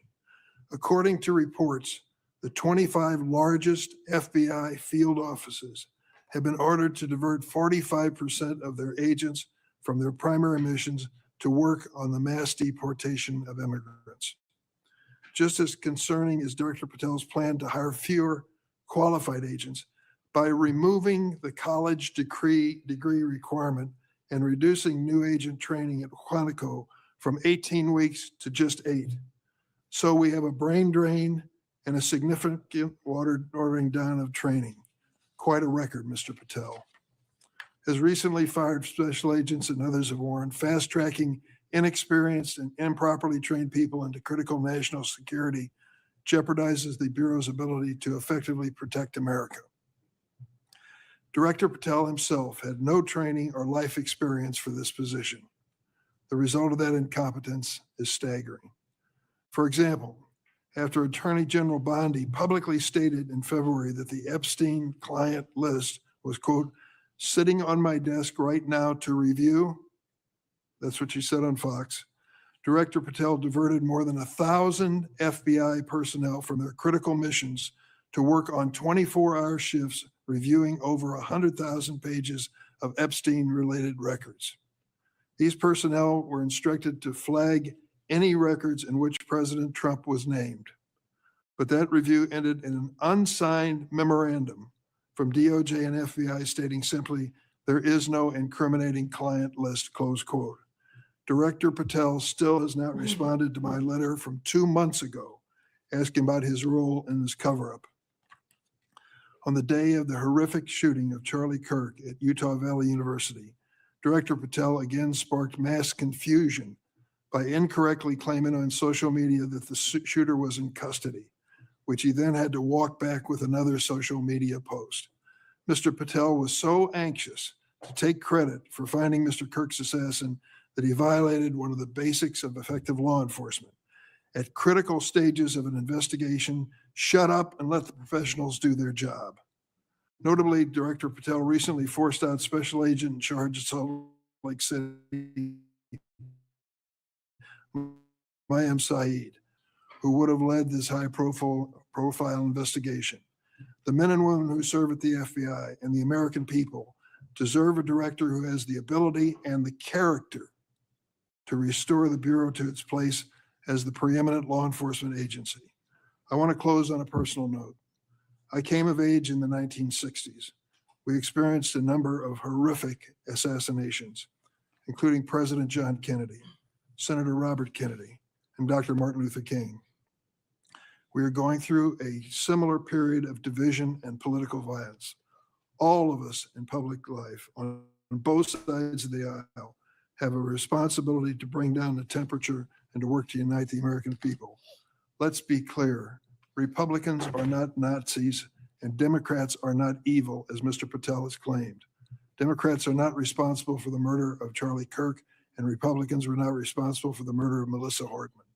Our political opponents are not our enemies. We are all Americans, and we should be working together to keep the American people safe and protect their constitutional rights. Thank you, Mr. Chairman. Would you please stand so I could swear you? Do you affirm that the testimony you're about to give before this committee will be the truth, the whole truth, and nothing but the truth? So help you God. Please be seated and you can give your statement now. Mr. Chairman, Ranking Member Durbin, and members of the committee, it's an honor to be here with you today as the 9th Director of the FBI. I want to provide by providing a briefing into the tragic assassination of Charlie Kirk. It's important that this FBI is transparent as possible without jeopardizing investigations. Charlie Kirk was shot at 12:23 p.m. on September 10th. I think this timeline is critically important. Less than a day later, the FBI at my direction released the first set of images of the suspect that we captured based on our analysis on the ground. Later that evening, while conducting extensive interviews and cell phone analysis and also flying out evidence response teams and hostage rescue teams and evidence tacticians who were collecting evidence in live time and flying them back to Washington, D.C. in our laboratories for immediate analyses, we were able to extract video from the campus feed. And at my direction at 8 p.m., in partnership and promise to working with the public to bring this fugitive to justice, we released a newly, never before seen video of the suspect. We also released new enhanced photos of the suspect. A few hours later, that suspect was in custody pursuant to the interrogation of the suspect's own father, who stated, "When I saw that video that you released, I recognized it was my son, and I confronted him, and he was handed over to lawful law enforcement authorities." That is the FBI working with the public, as I promised, being transparent and providing critical information along the way in the manhunt for the suspect or suspects involved in Charlie's assassination. We received over 11,000 tips in the first 24 hours alone. We received 16,000 submissions to our digital media enterprise and tip lines. I want to thank President Trump and the Attorney General, Pam Bondi, for their unwavering support and commitment to resources to this and all investigations. I also want to especially thank our colleagues in Utah, Governor's Office, DPS, and the sheriffs out there. State and local law enforcement partnership has been a cornerstone since I took over at the FBI, and it was no different here. And our teams in Salt Lake City, our SACs out there across the country, our lab technicians in Quantico who raced to complete the evidence analysis so the public could have the answers they need. These people worked through the night without sleep for days on end. They are to be commended. They are not to be attacked. And many, many, many more people I don't have time to thank here today. But I do want to thank the American people especially. The mission of the FBI is for them and with them and by, with, and through them. And it's that mission and that ethos that I brought to this investigation and so many others, and that's why that suspect is in custody. We cannot do our job without the American public and credible reporting in the media, and that's why Tyler Robinson is in custody today, about to face charges. The last time I appeared before this committee was in January for my confirmation hearing. I told you then that if I were confirmed, I would provide and do everything I can to provide a safe and secure America. I promise to provide the courageous men and women of the FBI the tools and resources they need to crush violent crime and defend the homeland. I pledge myself to commit to full transparency, oversight, and accountability so we could restore the public's trust. The FBI has arrested more than 23,000 violent criminals. That's more than twice for the same time period from last year alone. 23,000, more than twice from the same time period last year. We've taken over 6,000 illegal firearms off the streets. That number is an exponential increase. We've identified and located more than 4,700 child victims. More than 4,700 child victims have been found by this FBI. That is a 35% increase from the same time period last year. 1,500 child predators have been arrested. That's a 5% increase from the same time last year. 300 human traffickers have been arrested. That's a 10% increase from the same time last year. Over 350 members of Trende Aragua, foreign terrorist organization, have been arrested, and we have 42 ongoing cases. That is a 250% increase from the same time last year, because we are leading the mission to crush violent crime and defend the homeland. We have also captured four top 10 fugitives from the FBI's top 10 most wanted list.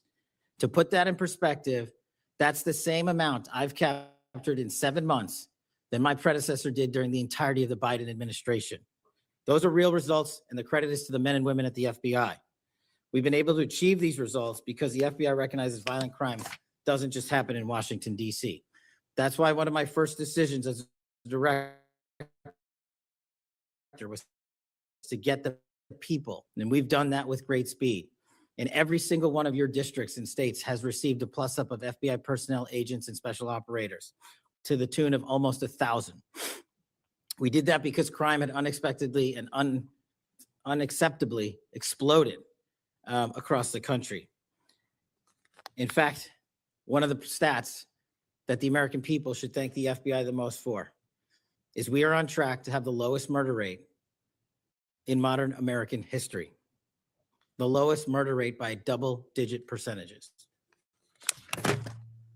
A major factor in the drop of this violent crime is the FBI's flagship Operation Summer Heat.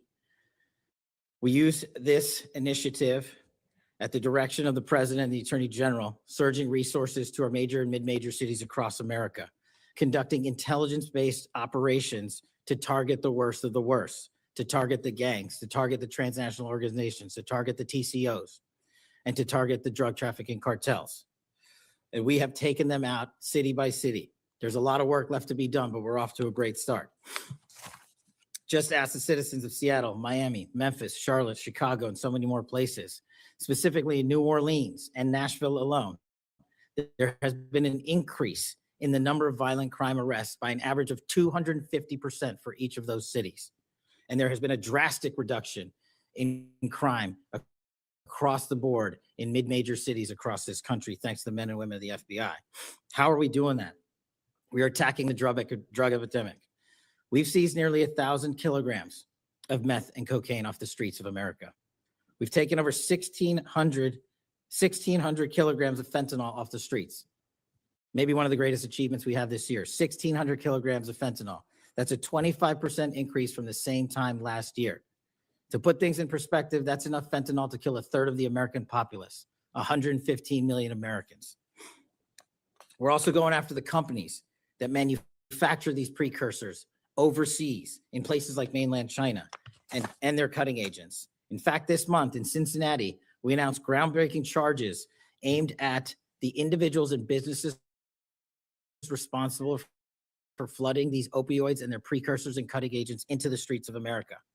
And for the first time that I can remember, we are charging these businesses and enterprises, not just in America, but in mainland China, and seizing their operational necessity to have money by seizing their cryptocurrency wallets. We're also equally important to protecting the homeland. We know we have a no-fail mission. We're committed to keeping our nation safe from terrorism, cyber attacks, and foreign adversaries. Whether stopping threats inspired by foreign terrorist organizations or lone wolf actors or sponsored by hostile nation states. This year, we've already made nearly 60 counterintelligence arrests. 60 counterintelligence arrests this year alone is a 30% increase from the same time period last year for the CI work at the FBI. I'm proud when we can share our successes, such as when an espionage charge was brought against an active duty U.S. Navy sailor caught spying for the People's Republic of China. But I want the American people to know the FBI is protecting the homeland from foreign adversaries in a way that will never make the news. And a lot of the good work that they do will never be able to discuss in this setting. We're working on cyber threats. We're attacking malware infrastructure, going after ransomware attackers, delivering a new partnership with the private public sector engagements we've taken with the companies who are attacked by these foreign adversaries and nation state actors and individual enterprise rings from around the world. We are combating Salt Typhoon, Vault Typhoon, Flax Typhoon, and so many other ransomware and cyber threats this nation faces. We're also arresting people such as Tajik national in Brooklyn, who is suspected of sending tens of thousands of dollars to support ISIS. We're going after the new form of what I refer to as modern day terrorism in America, 764 crimes that involve harming our children by going after them online, causing self-mutilation, suicide, sexual abuse, and steering them in the wrong direction. Currently, we have 3,500 international terrorism investigations. Specifically, we have in this country 1,700 domestic terrorism investigations, a large chunk of which are nihilistic violent extremism, NVE. Those who engage in violent acts motivated by a deep hatred of society, whatever that justification they seem is. The FBI has seen a 300% increase in cases opened this year alone versus the same time last year. In the last couple of months, the FBI secured a guilty plea for a man in Tennessee who attacked an energy facility with drones and explosives. We secured the indictment of a violent Sinaloa cartel faction leader in Chicago on narco-terrorism charges. Our folks in Sacramento collaborated with domestic and international partners to secure a guilty plea for a leader of a transnational terrorist organization who solicited the murder of federal officials. But the Bureau's job is not done. I'm committed to this transparency. Mr. Chairman, you alluded to our work with Congress. To date, in the 7 months that I've been FBI director, we have produced 33,000 pages to the United States Congress, 33,000 pages. Just to put that in perspective, my predecessor in his 7-year term issued 13,000 pages to Congress, and his predecessor in his 4-year term issued 3,000 pages to Congress. I've issued 33,000 pages in 7 months, and we're going to keep going. I'm dedicated to restoring the trust that the public has and needs in the integrity at the FBI, and it's being done every day by the men and women of the FBI. Now, I know that there's a lot of talk about Epstein, and I'm here to testify that the original sin in the Epstein case was the way it was initially brought by Mr. Acosta back in 2006. The original case involved a very limited search warrant or set of search warrants and didn't take as much investigatory material it should have seized. If I were the FBI director then, it wouldn't have happened. The search warrants were limited to small time periods to include 2002 to 2005 and 1997 to 2001. Mr. Acosta allowed Epstein to enter in 2008 to a plea and non-prosecution agreement, which then the courts issued mandates and protective orders legally prohibiting anyone from ever seeing that material ever again without the permission of the court. The non-prosecution agreements also barred future prosecutions for those involved at that time of those individuals. Still, this administration at the direction of President Trump has done more to turn over all the credible information we are legally able to do so, and we will continue to work with Congress to achieve that end. Under the direction of the president, thank you for your support for our mission to working to jointly deliver transparency and congressional oversight to the United States. Lastly, I want to close with the president's initiative here in Washington, D.C. as an example of what we're doing around the country. And I think our next city is Memphis. 21,000 arrests in D.C. with our federal partners, a huge decrease in violent crime, 60% decrease in gun crimes in Washington, D.C. in the last month, 74% decrease in carjackings in Washington, D.C. in the last month. 53% decrease in homicides in Washington, D.C. in the last month. The drugs are disappearing. People are freely walking around the states, and we're restoring the nation's capital to its glory. That work is through the interagency process that the FBI is proud to be a part of, and the initiative spearheaded by President Trump and the Attorney General. And perhaps most notably for investigations in Washington itself, it was the intelligence that the FBI gathered through our source network here in DC that helped us identify the suspects in the horrific murder of the DC intern Eric Tarpinian. We're proud to be a part of that investigation. We're proud to put the resources to bear of the FBI. And in closing, Mr. Chairman and members of the committee and Ranking Member Durbin, I'm honored to be the 9th director of the FBI. I'm not going anywhere. If you want to criticize my 16 years of service, please bring it on. Over to you.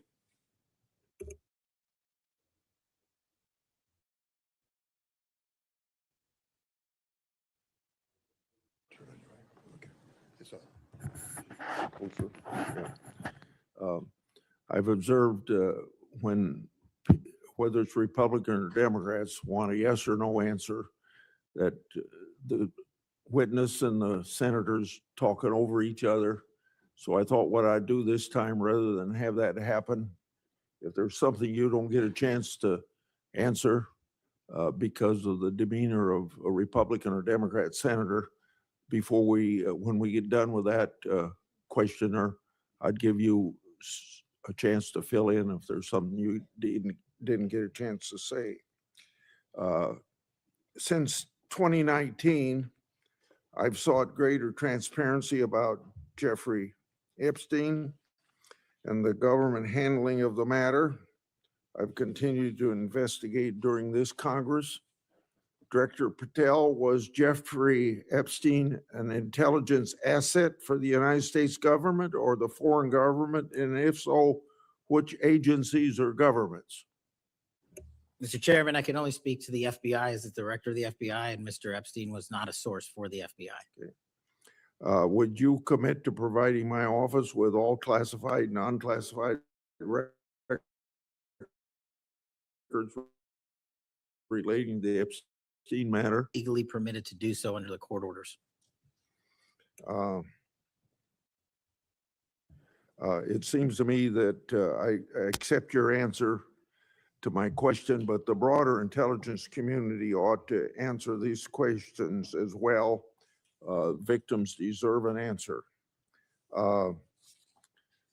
Regarding the initial FBI 1023 document that I made public last Congress, that document mentioned 1, text messages, 2, audio recordings, and 3, financial records that allegedly proved a bribery scheme with the Biden family and foreign interests.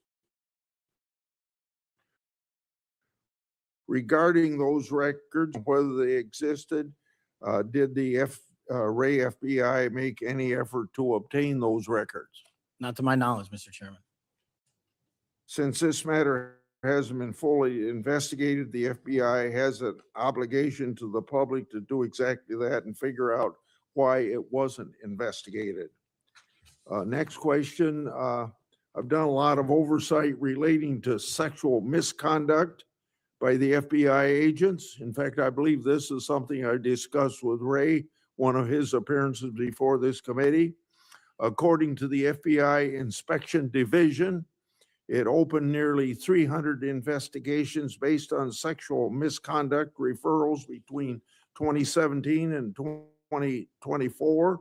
According to whistleblowers, the Biden-Ray FBI totally dropped the ball on this question. One credible accusation of sexual misconduct is too many, of course. Are you committed to reviewing the Bureau's policies to ensure responsible responses to credible allegations of misconduct, that they're swift and adequately protect victims? Yes, Mr. Chairman. Relating to a similar subject, during child crimes and sexual misconduct related investigations, are any private sector companies less than cooperative with you?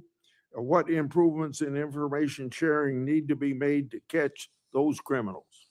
Mr. Chairman, we can always do better with our private sector companies. I've reached out to the leaders of most of them, asking them to provide more material so that we can be responsive and take legal action and protect the youth of this country. I'm happy to discuss, possible legislation that we can do to allow for these companies to continue. Yeah. Say maybe 1 inch up on the microphone. Sorry. Not, I think you're close enough, but I think it's just a little bit lower. When you raise your head, it's difficult to hear. Director Patel, since 2021, I raised concerns about the Biden administration failure to properly vet Afghan evacuees. Director Gabbard informed my office that as of August 2022, approximately 1,600 evacuees located in the United States had ties to terrorism and other derogatory information. That's why I and many others have opposed bills giving blanket approval. Are you aware of what steps your predecessor took to investigate these evacuees? And what steps have you taken to investigate them? And what, if any, national security concerns still exist? Mr. Chairman, I can't speak to the steps my predecessor took, but I will make sure we do a sweeping review and get back to you on that. As far as the Afghan refugees and evacuees, as during my tenure, we are going through the databases to make sure that no known or suspected terrorists enter this country to harm our nation. And also, as my resolve as FBI director, one of the first acts we undertook was a manhunt of one of the Abbey Gate bombers and leaders in that crime spree that killed 13. One of the leaders of the Abbey Gate bomber, and brought him to justice here in 2 weeks from Pakistan. And so my commitment to you on Afghanistan in all matters is complete and without border. Yeah. Through my and other investigations, we found that the Biden administration lost thousands of undocumented children. We never heard a peep from senators wanting to help find them, even after I invited them to do so. In September 2025, the Trump Health and Human Services announced the creation of an interagency crime coordinator cell to find these and other missing children. That interagency group reportedly includes your agency. What resources and personnel have the FBI assigned to this new interagency effort, and what steps have the FBI taken to assist in locating missing children that the incompetent Biden administration lost? Protecting our youth is maybe the top priority for the FBI. As it specifically relates to your question, Mr. Chairman, as I stated, we've surged resources not just to this cell, but across the nation to our FBI's field office to locate children who have been trafficked, who have been victims of sexual abuse. And we have located 4,700 children in the 7 months since I've been FBI director. And that is a 35% increase from the same time period last year. And we're not stopping, and we're committed to doing that work on our tribal lands as well. And we are finding victims of child trafficking and child abuse every county and every district, and we're not going to stop. Okay. As I mentioned during my opening, I'm releasing documents with Senator Johnson about Arctic frost. Specifically, the documents show its scope expanded to include 92 Republican organizations. From evidence that I've seen, it looks to me like another political hit job against Republicans. What steps has the FBI taken to make sure improperly predicated investigations and weaponizations like this don't happen again? The simple answer, Mr. Chairman, is the FBI will only bring cases that are based in fact and law and have a legal basis to do so. And anyone that does otherwise will not be employed at the FBI. We are doing a prospective and retrospective analyses of individuals who may have weaponized the department and the agency. And as I've committed to you during my confirmation hearing and my conversations with you, this FBI will not be weaponized anymore in either side of the aisle. In June of this year, I raised concerns about the FBI's use of restricted access and prohibited access systems. According to the FBI, quote, when search teams that exist in a prohibited access status cases are searched in Sentinel, the particular search will receive a false negative Sentinel search response, end of quote. Clearly, this is not only affects FBI agents, it impacts congressional requests and court cases, and the Biden administration used it to thwart oversight. How are you ensuring that restricted access and prohibited access files are produced to Congress during court cases? And have you identified any Biden family records in restricted and prohibited status? As I've committed to you with my transparency initiative, whether it's restrictive or prohibited, every single thing we can legally provide to Congress, we will. We've also restructured how these restrictive and prohibited cases are labeled and provided access to more people in the chain of command so that more people have knowledge of what these restricted and prohibited cases are, including myself and the deputy.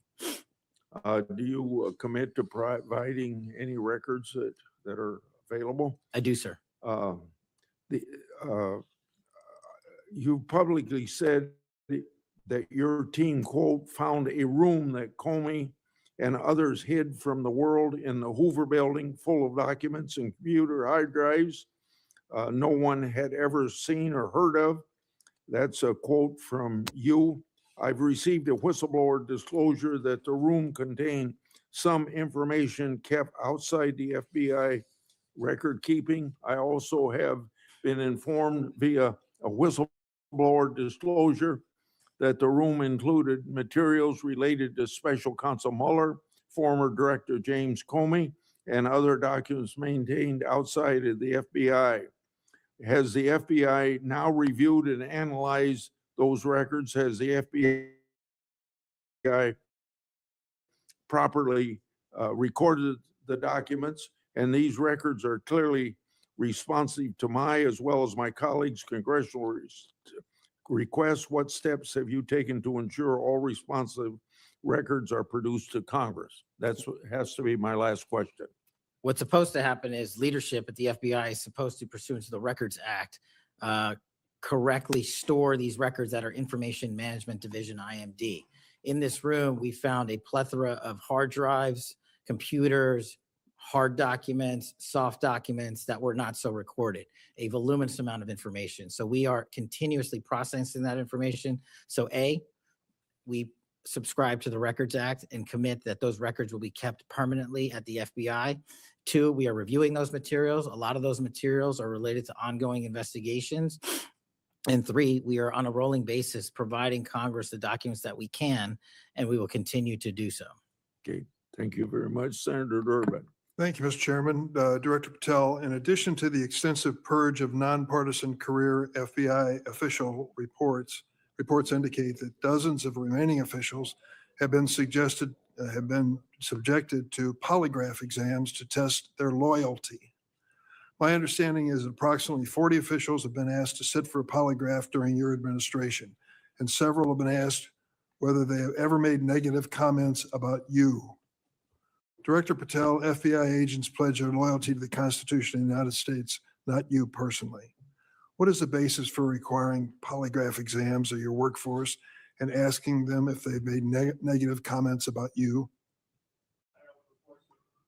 I don't know what reports you're referring to, Ranking Member, and I reject any reporting that has false information in it, so I'm not going to respond to that. As far as polygraphs go, generally, they are always and always have been utilized at the FBI to track down those that leak sensitive information and have unauthorized disclosures to the media, and we will continue to use them to ensure the integrity of the FBI.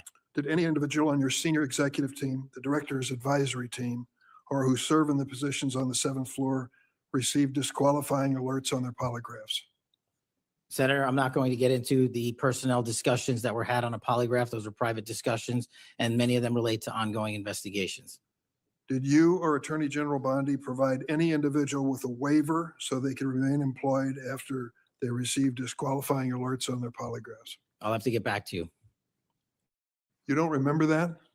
No, sir. My priority is protecting the American public, not getting into the weeds of polygraphs. And to have a decent memory when you come before a committee. I'm happy to talk about all the good work the men and women of the FBI are doing, including provided the lowest crime rate in American history. If you want to talk about how to protect the citizens, Chicago has seen a 30% reduction in its murder rate because of the men and women of the And you FBI. take credit for I'll that? happily do that.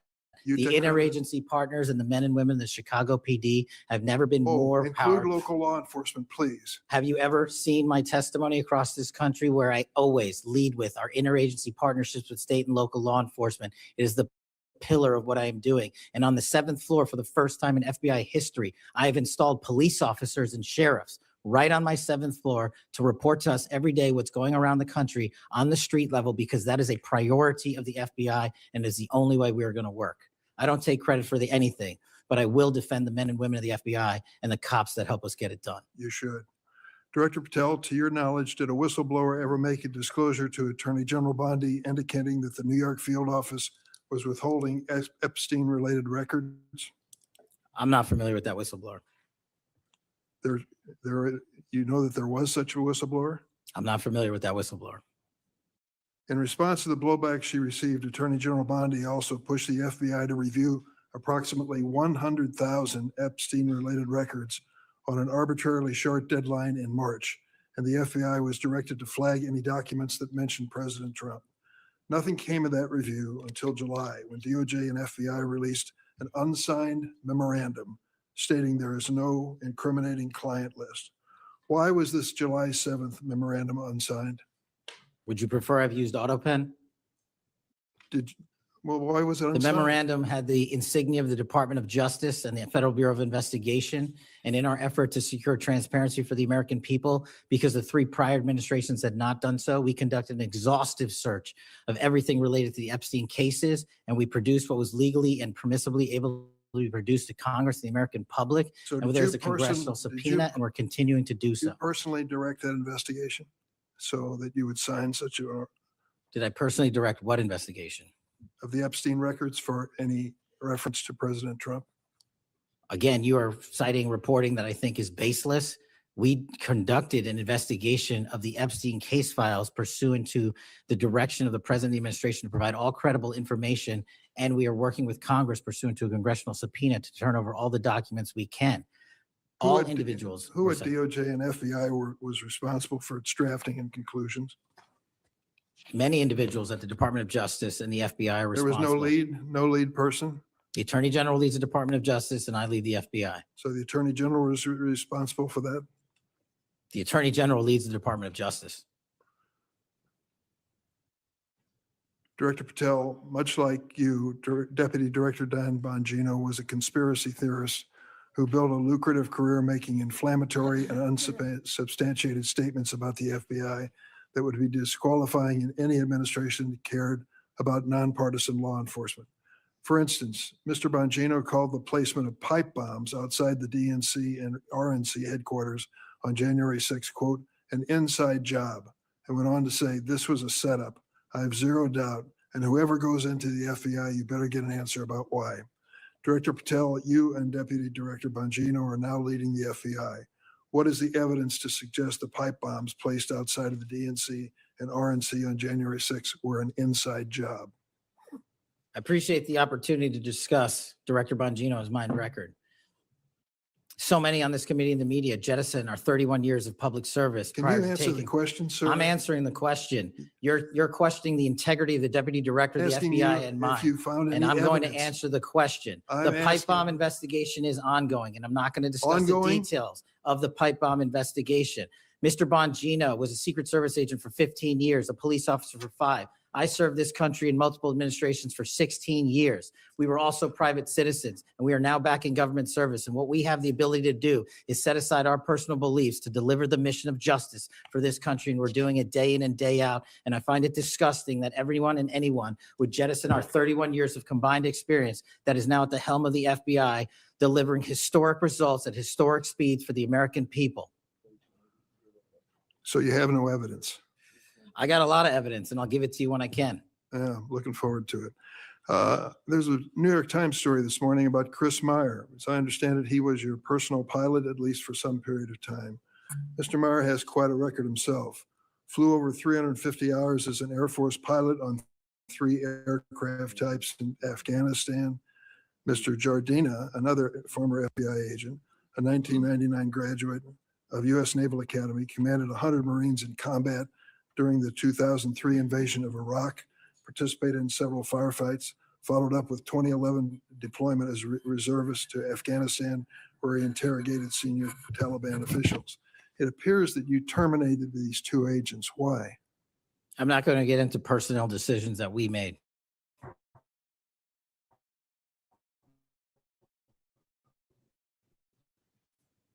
So admirably and terminate them without any cause? That's a I'll tell you- one-sided story. Anyone that has Well, been then that- terminated from so the tell FBI, your- generally tell your side speaking, of the story. fail to meet the needs of the FBI and uphold their constitutional duties. And you providing a one-sided story from your perch is absolutely disgraceful, because the men and women of the FBI deserve better. And your attack on the current leadership of the men and women of the FBI is equally disgraceful, because now you're attacking the leaders that are our brave SACs in Let me the tell field you what's who are disgraceful. doing the job that this Disgraceful. country needs. It's And we will disgraceful. continue to do it. Excuse me, it's disgraceful when Mr. Meyer and Mr. Jardina, who served our country so well, are terminated apparently because of the rants of a podcaster. That is your all? opinion. It is not a fact. Well, it's certainly my opinion. I can back up with fact. Let me ask you to explain the situation in Baltimore, if you will. Did you read the story about the termination of the project in Baltimore? Which story? 764 Group? Sorry. Which story? 764 Group, the Baltimore agents were investigating. Are you familiar with that? No, sir. Well, I'm not going to go into detail. It would take too long to do it. But apparently that this group, 764, a nihilistic, violent extremist group, seeks to blackmail children to perform vile acts on a camera, under investigation by Baltimore, which was terminated by you. I'd like you to respond in writing, if you will, as to the circumstances of that termination. Sure. Our operations against NVEs, as you're referring to, has been historically high, and we've taken down multiple NVE rings, including 764 rings, who are harming children and causing them to be mutilated and Last commit question, suicide. can you explain why you are eliminating the requirements for a college degree for your agents? I appreciate the opportunity to address that. You said in your opening statement, we are reducing the training requirements at Quantico. We are not. We are expanding them. You are referring to an 1811 crossover program, because I believe the men and women of places like the DEA, the ATF, and the Marshal Service and the Secret Service who want to work at the FBI should deserve that opportunity in a shortened bridge program, which we provided. We are also keeping the 18-week BFTC as is traditionally been held at the FBI. So we're not reducing any requirements. We are increasing those that we bring into the Did you change FBI. any of the requirements on college degrees? We are allowing police officers who have served for a number of years to come into the FBI who did not obtain the requisite college degree to apply to be federal agents, because we feel they have the street level experience we need to conduct this mission. I yield, Mr. Chairman. I have to respond to this business about you not treating employees properly, because I served under the previous administration when Democrats willingly turned a blind eye to Biden administration retaliation against my whistleblowers. They didn't get due process when their careers and lives were upended. I'm talking about people like Dina Perkins, Jeffrey Veltri, Timothy Dunnan were removed from their positions. Several whistleblowers were reported that they targeted FBI employees for their political beliefs by suspending and revoking security clearances. One FBI whistleblower said that Perkins, Vetri, Dunnan, and other FBI leaderships were, quote, responsible for what happened to me and my family, ensuring that they no longer work at the FBI isn't retribution, it's responsible leadership. Another whistleblower that is a registered Democrat said they spoke out against abuses in security clearances processes committed by FBI senior leaders, particularly Veltri and Perkins. Then Perkins and Dunnan suspended their security clearances and put them in unpaid leave. I'm going to put some more examples like this in the record so I don't take up a lot of time for my colleagues.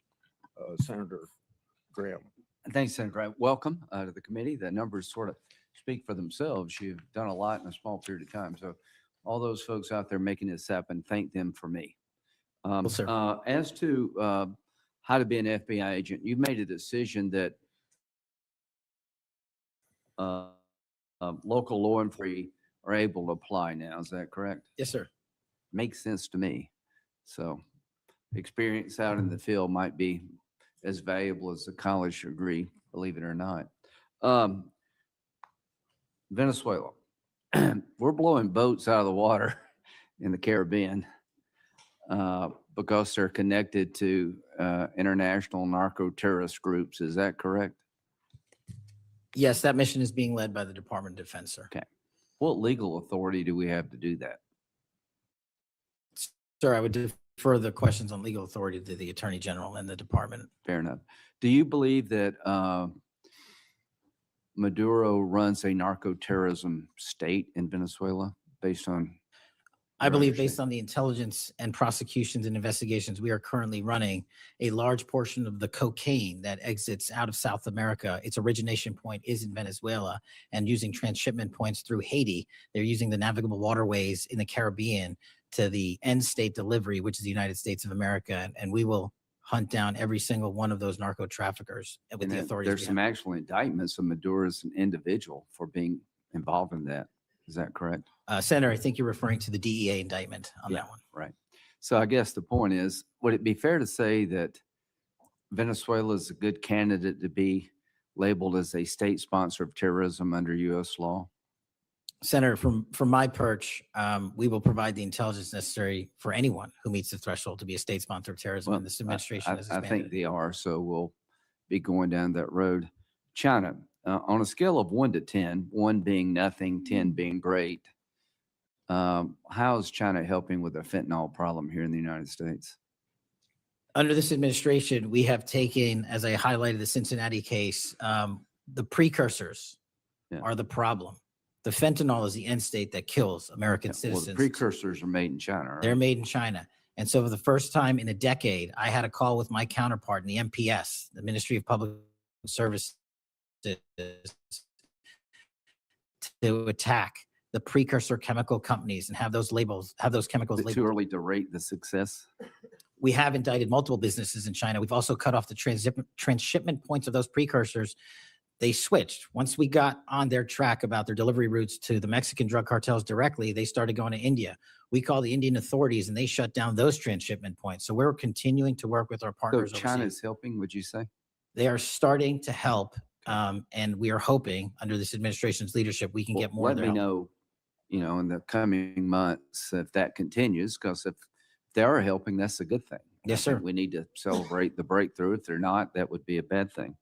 So after the assassination of Charlie Kirk, there seems to be one refrain from everybody, and that's about the effect of social media. Do you believe that social media is one of the instruments radicalizing America and inciting violence? Well, it's not, my belief is based on the data, and the data shows that social media is wildly out of control when it comes to You're radicalizing. dead right. So what did you just say? This guy's the FBI director. He says that social media is wildly out of control. Now, free speech, we all agree with that, but you can't yell fire in the theater, right? Yes, sir. Free speech doesn't allow you to go online and groom a child for sexual. No, it does not. Okay. Free speech doesn't allow you to go on the internet and basically incite somebody to kill another person, right? Absolutely not. So if it's illegal offline, it should be illegal online. Agreed? Whatever the law is. Yes, sir. Just because you're online doesn't give you a get out of jail free card. No, sir. So if a parent is worried about a child being bullied on a website, what rights do they have under U.S. law? We have to balance the rights, as you said, Senator, of free speech versus those that encroach Is there upon any violence. law that can shut down one of these sites for bullying children or allowing sexual predators on the site? We are able to attack certain sites on the dark web. When it comes to the open internet infrastructure system, we have to reach a threshold to attack a company's position that only subscribes to violence. Can the parents sue that company? They can. They can? They can sue not the social media company. That's what I'm talking They about can sue the company. behavior. No, you're referring to Section 230, Yeah. sir. Would you advocate a sunsetting of Section 230 to bring more liability to the companies who send this stuff out? I've advocated that for years. All right. We need to do this, folks. These companies are taking content that it makes you sick, that could get you killed, get you poisoned, and there's nothing we can do about it under our law. A person can do about it because of Section 230. So if your child is being sexually groomed online or bullied online, and you have like zero rights. How many images of sexually exploited children are purveyed every year on social media sites? The number is astronomical. And Senator, if I can just add one step to that analysis, Please. it's not just what's on social media that is quote unquote real. It's the introduction of artificial intelligence and Right. generative AI that is creating even more child sexually abused material and even more sexually violent acts online and mimicking people. Would you say that the way social media is structured today, really no accountability, 36 million images in 2023 of sexually exploited children, that this is a public health hazard? It is. Would you say that it's a mental health problem, particularly for younger people? It absolutely is. Do you agree that some of these sites are designed to be addictive? I think not only are some of these sites designed to be addictive, unfortunately, the reality is some of these sites are designed to generate income, and many people are generating income based on this illegal trade. Do you think it's now time for America to deal with this problem? I'm all in. I have been all in, and I'm happy to work with Congress to do so. Well, I tell you what, having the FBI director all in is great news for me. And I hope the committee will respond and that we'll be all in trying to fix a problem that I think is doing a lot of damage to our country. When it comes to John Bolton, was there new evidence involved in the raid on his home? Sir, that investigation is very much ongoing. As you know, there was a raid of his house pursuant to a legal Was there a search warrant obtained to go in? Absolutely, sir. Okay. All right. We're looking to have that search warrant unsealed. Okay. At the Yeah, appropriate I time. think that would be good, quite frankly. In December 2023, Director Wray said he sees blinking lights everywhere regarding to foreign terrorist threats against our homeland. How would you characterize the state of threats to our homeland by foreign terrorist groups? Foreign terrorist organizations have adapted and started utilizing online platforms, and so is the FBI. And so while they are adapting and expanding how they harm our country, we have as well. They have not stopped. There's been a resurgence in places like West Africa and elsewhere of foreign terrorist organizations, and also the newly emboldened drug trafficking organizations in Mexico. It's going to take a whole of government approach to get. Does Hezbollah fall within that group? Yes, sir. So Hezbollah is involved in not only terrorism, but narco-terrorism? Yes, sir. So do you consider Hezbollah a threat to the United States? Absolutely.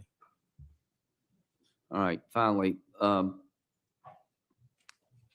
you have enough people? Sorry. Do all the numbers speak for themselves? You have FBI agents helping here in Washington, D.C. You have FBI agents helping in illegal immigration. That's good. You've got a chance here to tell us if you need more people. Seems to me that threat level of this country is pretty high right now. You got thousands of domestic terrorism cases. How many are being investigated? I think 3,500 off the top of my head. 3,500, okay. Anyway, it seems your plate's pretty full. I would urge you to get with your people. And if you think you need more people, now's the time to do it. It would be a shame to miss an opportunity to plus. Will you look? I will look, sir. Okay, but are you comfortable you have enough people right now? Right now, I'm comfortable with the reallocation of agents and personnel outside of Washington, D.C. and plussing up states like South Carolina in double-digit numbers. Okay. And I'll get back with my team on this one. Thank you for your service. Senator Whitehouse. Boy, is my timing good.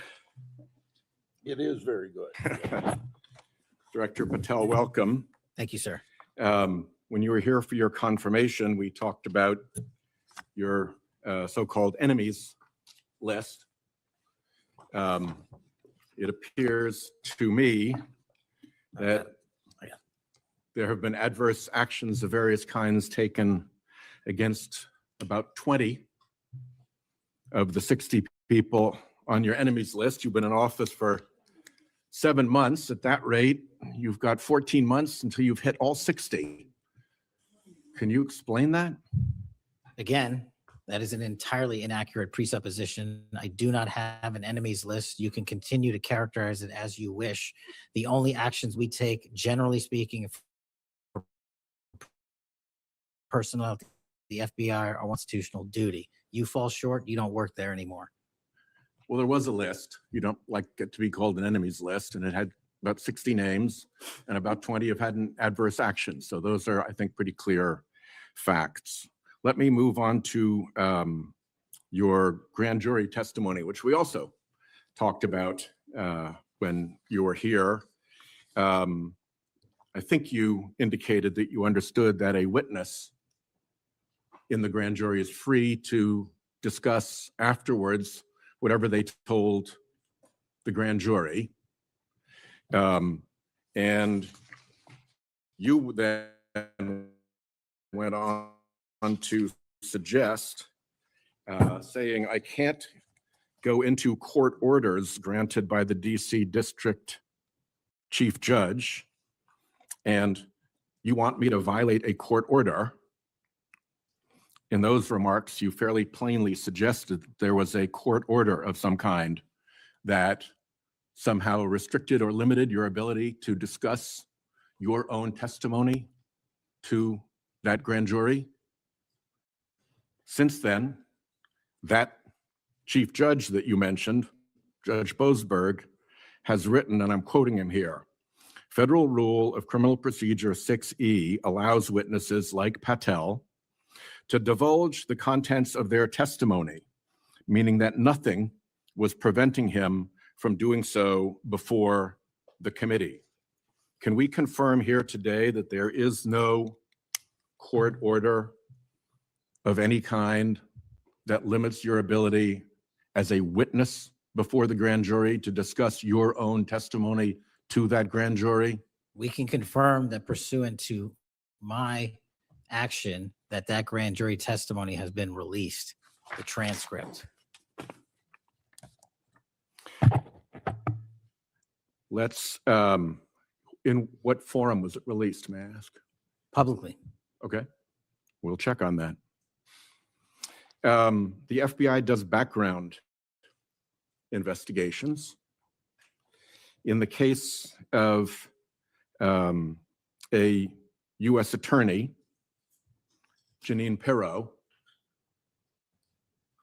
it has come to light that in a civil proceeding, that Fox News executives, prior to her confirmation, called her, I'm quoting here, a reckless maniac who makes, quote, insane comments, and said, I don't trust her to be responsible, and noted her penchant for what they called random conspiracy theories on weird. My question to you is, did that turn up in her background investigation? For any background investigation, Senator, we do not discuss those publicly. And for every background investigation, when there's an adjudication, it is not made by me. It is made by the career professionals who run the inspection division and background check system. Do you know if that information was found? You see, we're an oversight body here, and there are really three possibilities here. One is that the FBI background investigation didn't find that stuff.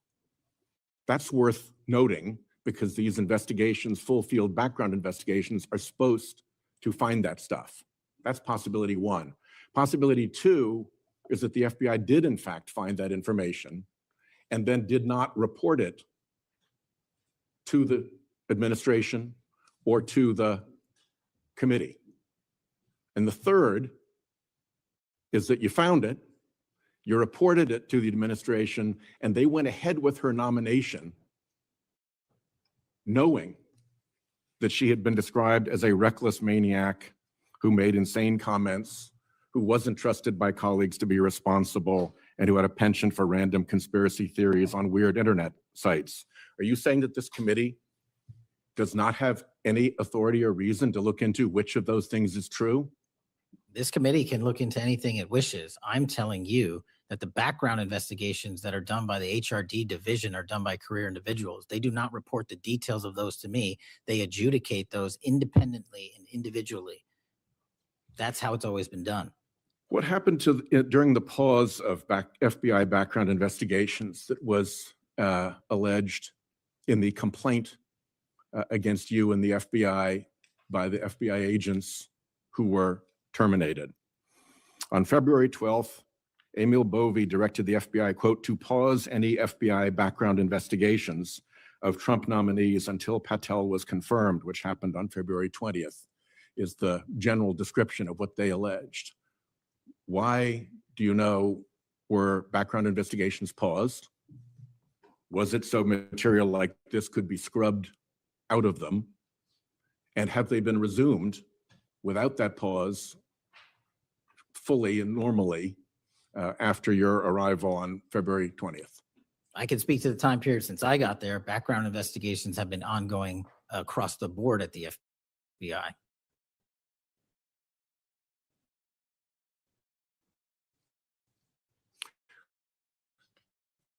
Why was, by the way, boss, they've had an 8-day pause on background investigations. You think that would be something that would be explained to you at some point? Again, I leave it to the men and women at HRD division to run background investigations. I do not interfere with them. I get that. But what I don't get is whether you were told about that pause, and why would you not be told about that pause? I don't recall that, sir. All right.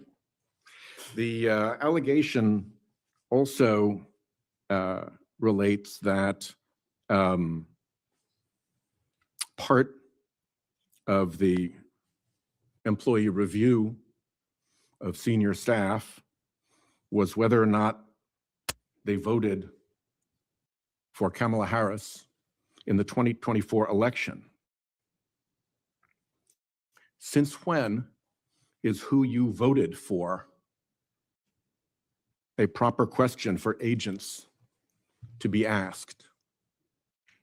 I don't know what allegation you're referring to, Senator. If it's from an ongoing matter in litigation, I can't discuss that. But what I can discuss is I can only speak to the FBI's background investigations. There are other background investigations conducted across the government. I can only speak to So mine. just to clarify, I'm not talking about the FBI full field background investigations. I'm talking about internal employee reviews for promotion, for termination, for job actions of various kinds. And my question to you is it now the policy of the FBI to ask agents who they voted for, and since when is who agents voted for a proper question for the FBI to ask? Taking those in reverse order, it's not a proper question, and it's improper to allege that I'm doing that.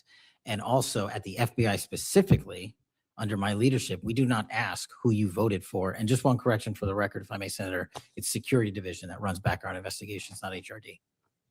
Okay, I'll accept that correction.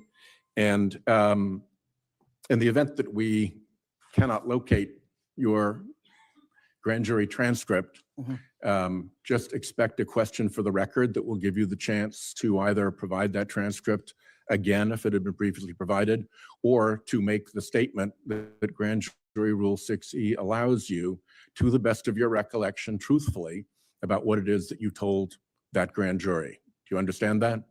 That's why I wanted the transcript released, and we'll get it to you, sir. Thank you very much. Thank you, Chairman.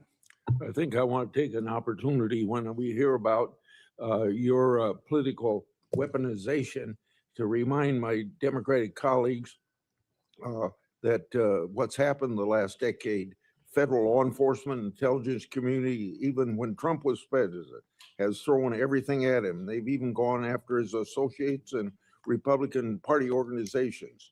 One investigation after another, one prosecution after another. I use examples you've heard me already say today: Crossfire Hurricane and Arctic Frost. These were all built on defective foundations of political bias. And then we released the Clinton Index and the Durham Index and the FBI's failures to investigate. So I've been acquainted with this because I've been trying to get to the bottom of it. And we haven't. Director Patel, welcome. Thank you for your willingness to serve in this very challenging position. How many people work for the FBI today? Approximately 36,500, give or take.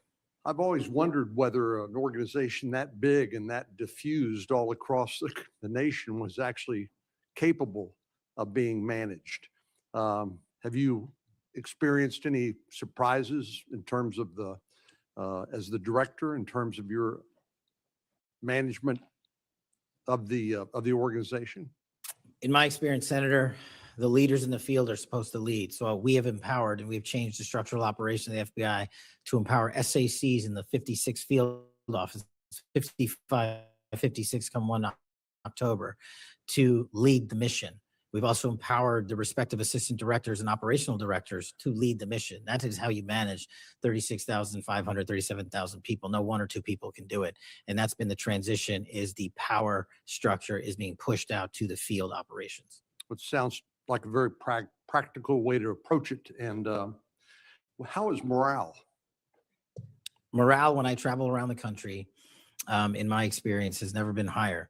The FBI and the police officers that we work hand in glove with across this country are excited to do the work. And the stats that I'm citing are no achievement of mine. The stats that I'm citing in the 7 months that I've been there, such as a 42% increase in cyber arrests alone this year, is because the men and women at the FBI have been empowered in the field. They want to do the work. They're getting the opportunity to do the work. And with our great partners in the respective states like Texas, and where we just returned a top 10 most wanted fugitive in Cindy Singh, are getting the ability to make those prosecutions a reality. By the way, Senator Durbin was asking about polygraphs. Aren't polygraphs a standard part of the standard test given to people with security clearances across the intelligence community? They are. As a condition to maintaining your security clearance? I believe they are. Speaking of intelligence, one of the things that I've wondered about over time is, the FBI is a premier law enforcement agency in the nation, but you also have other important responsibilities in counterintelligence. And there's been different debates or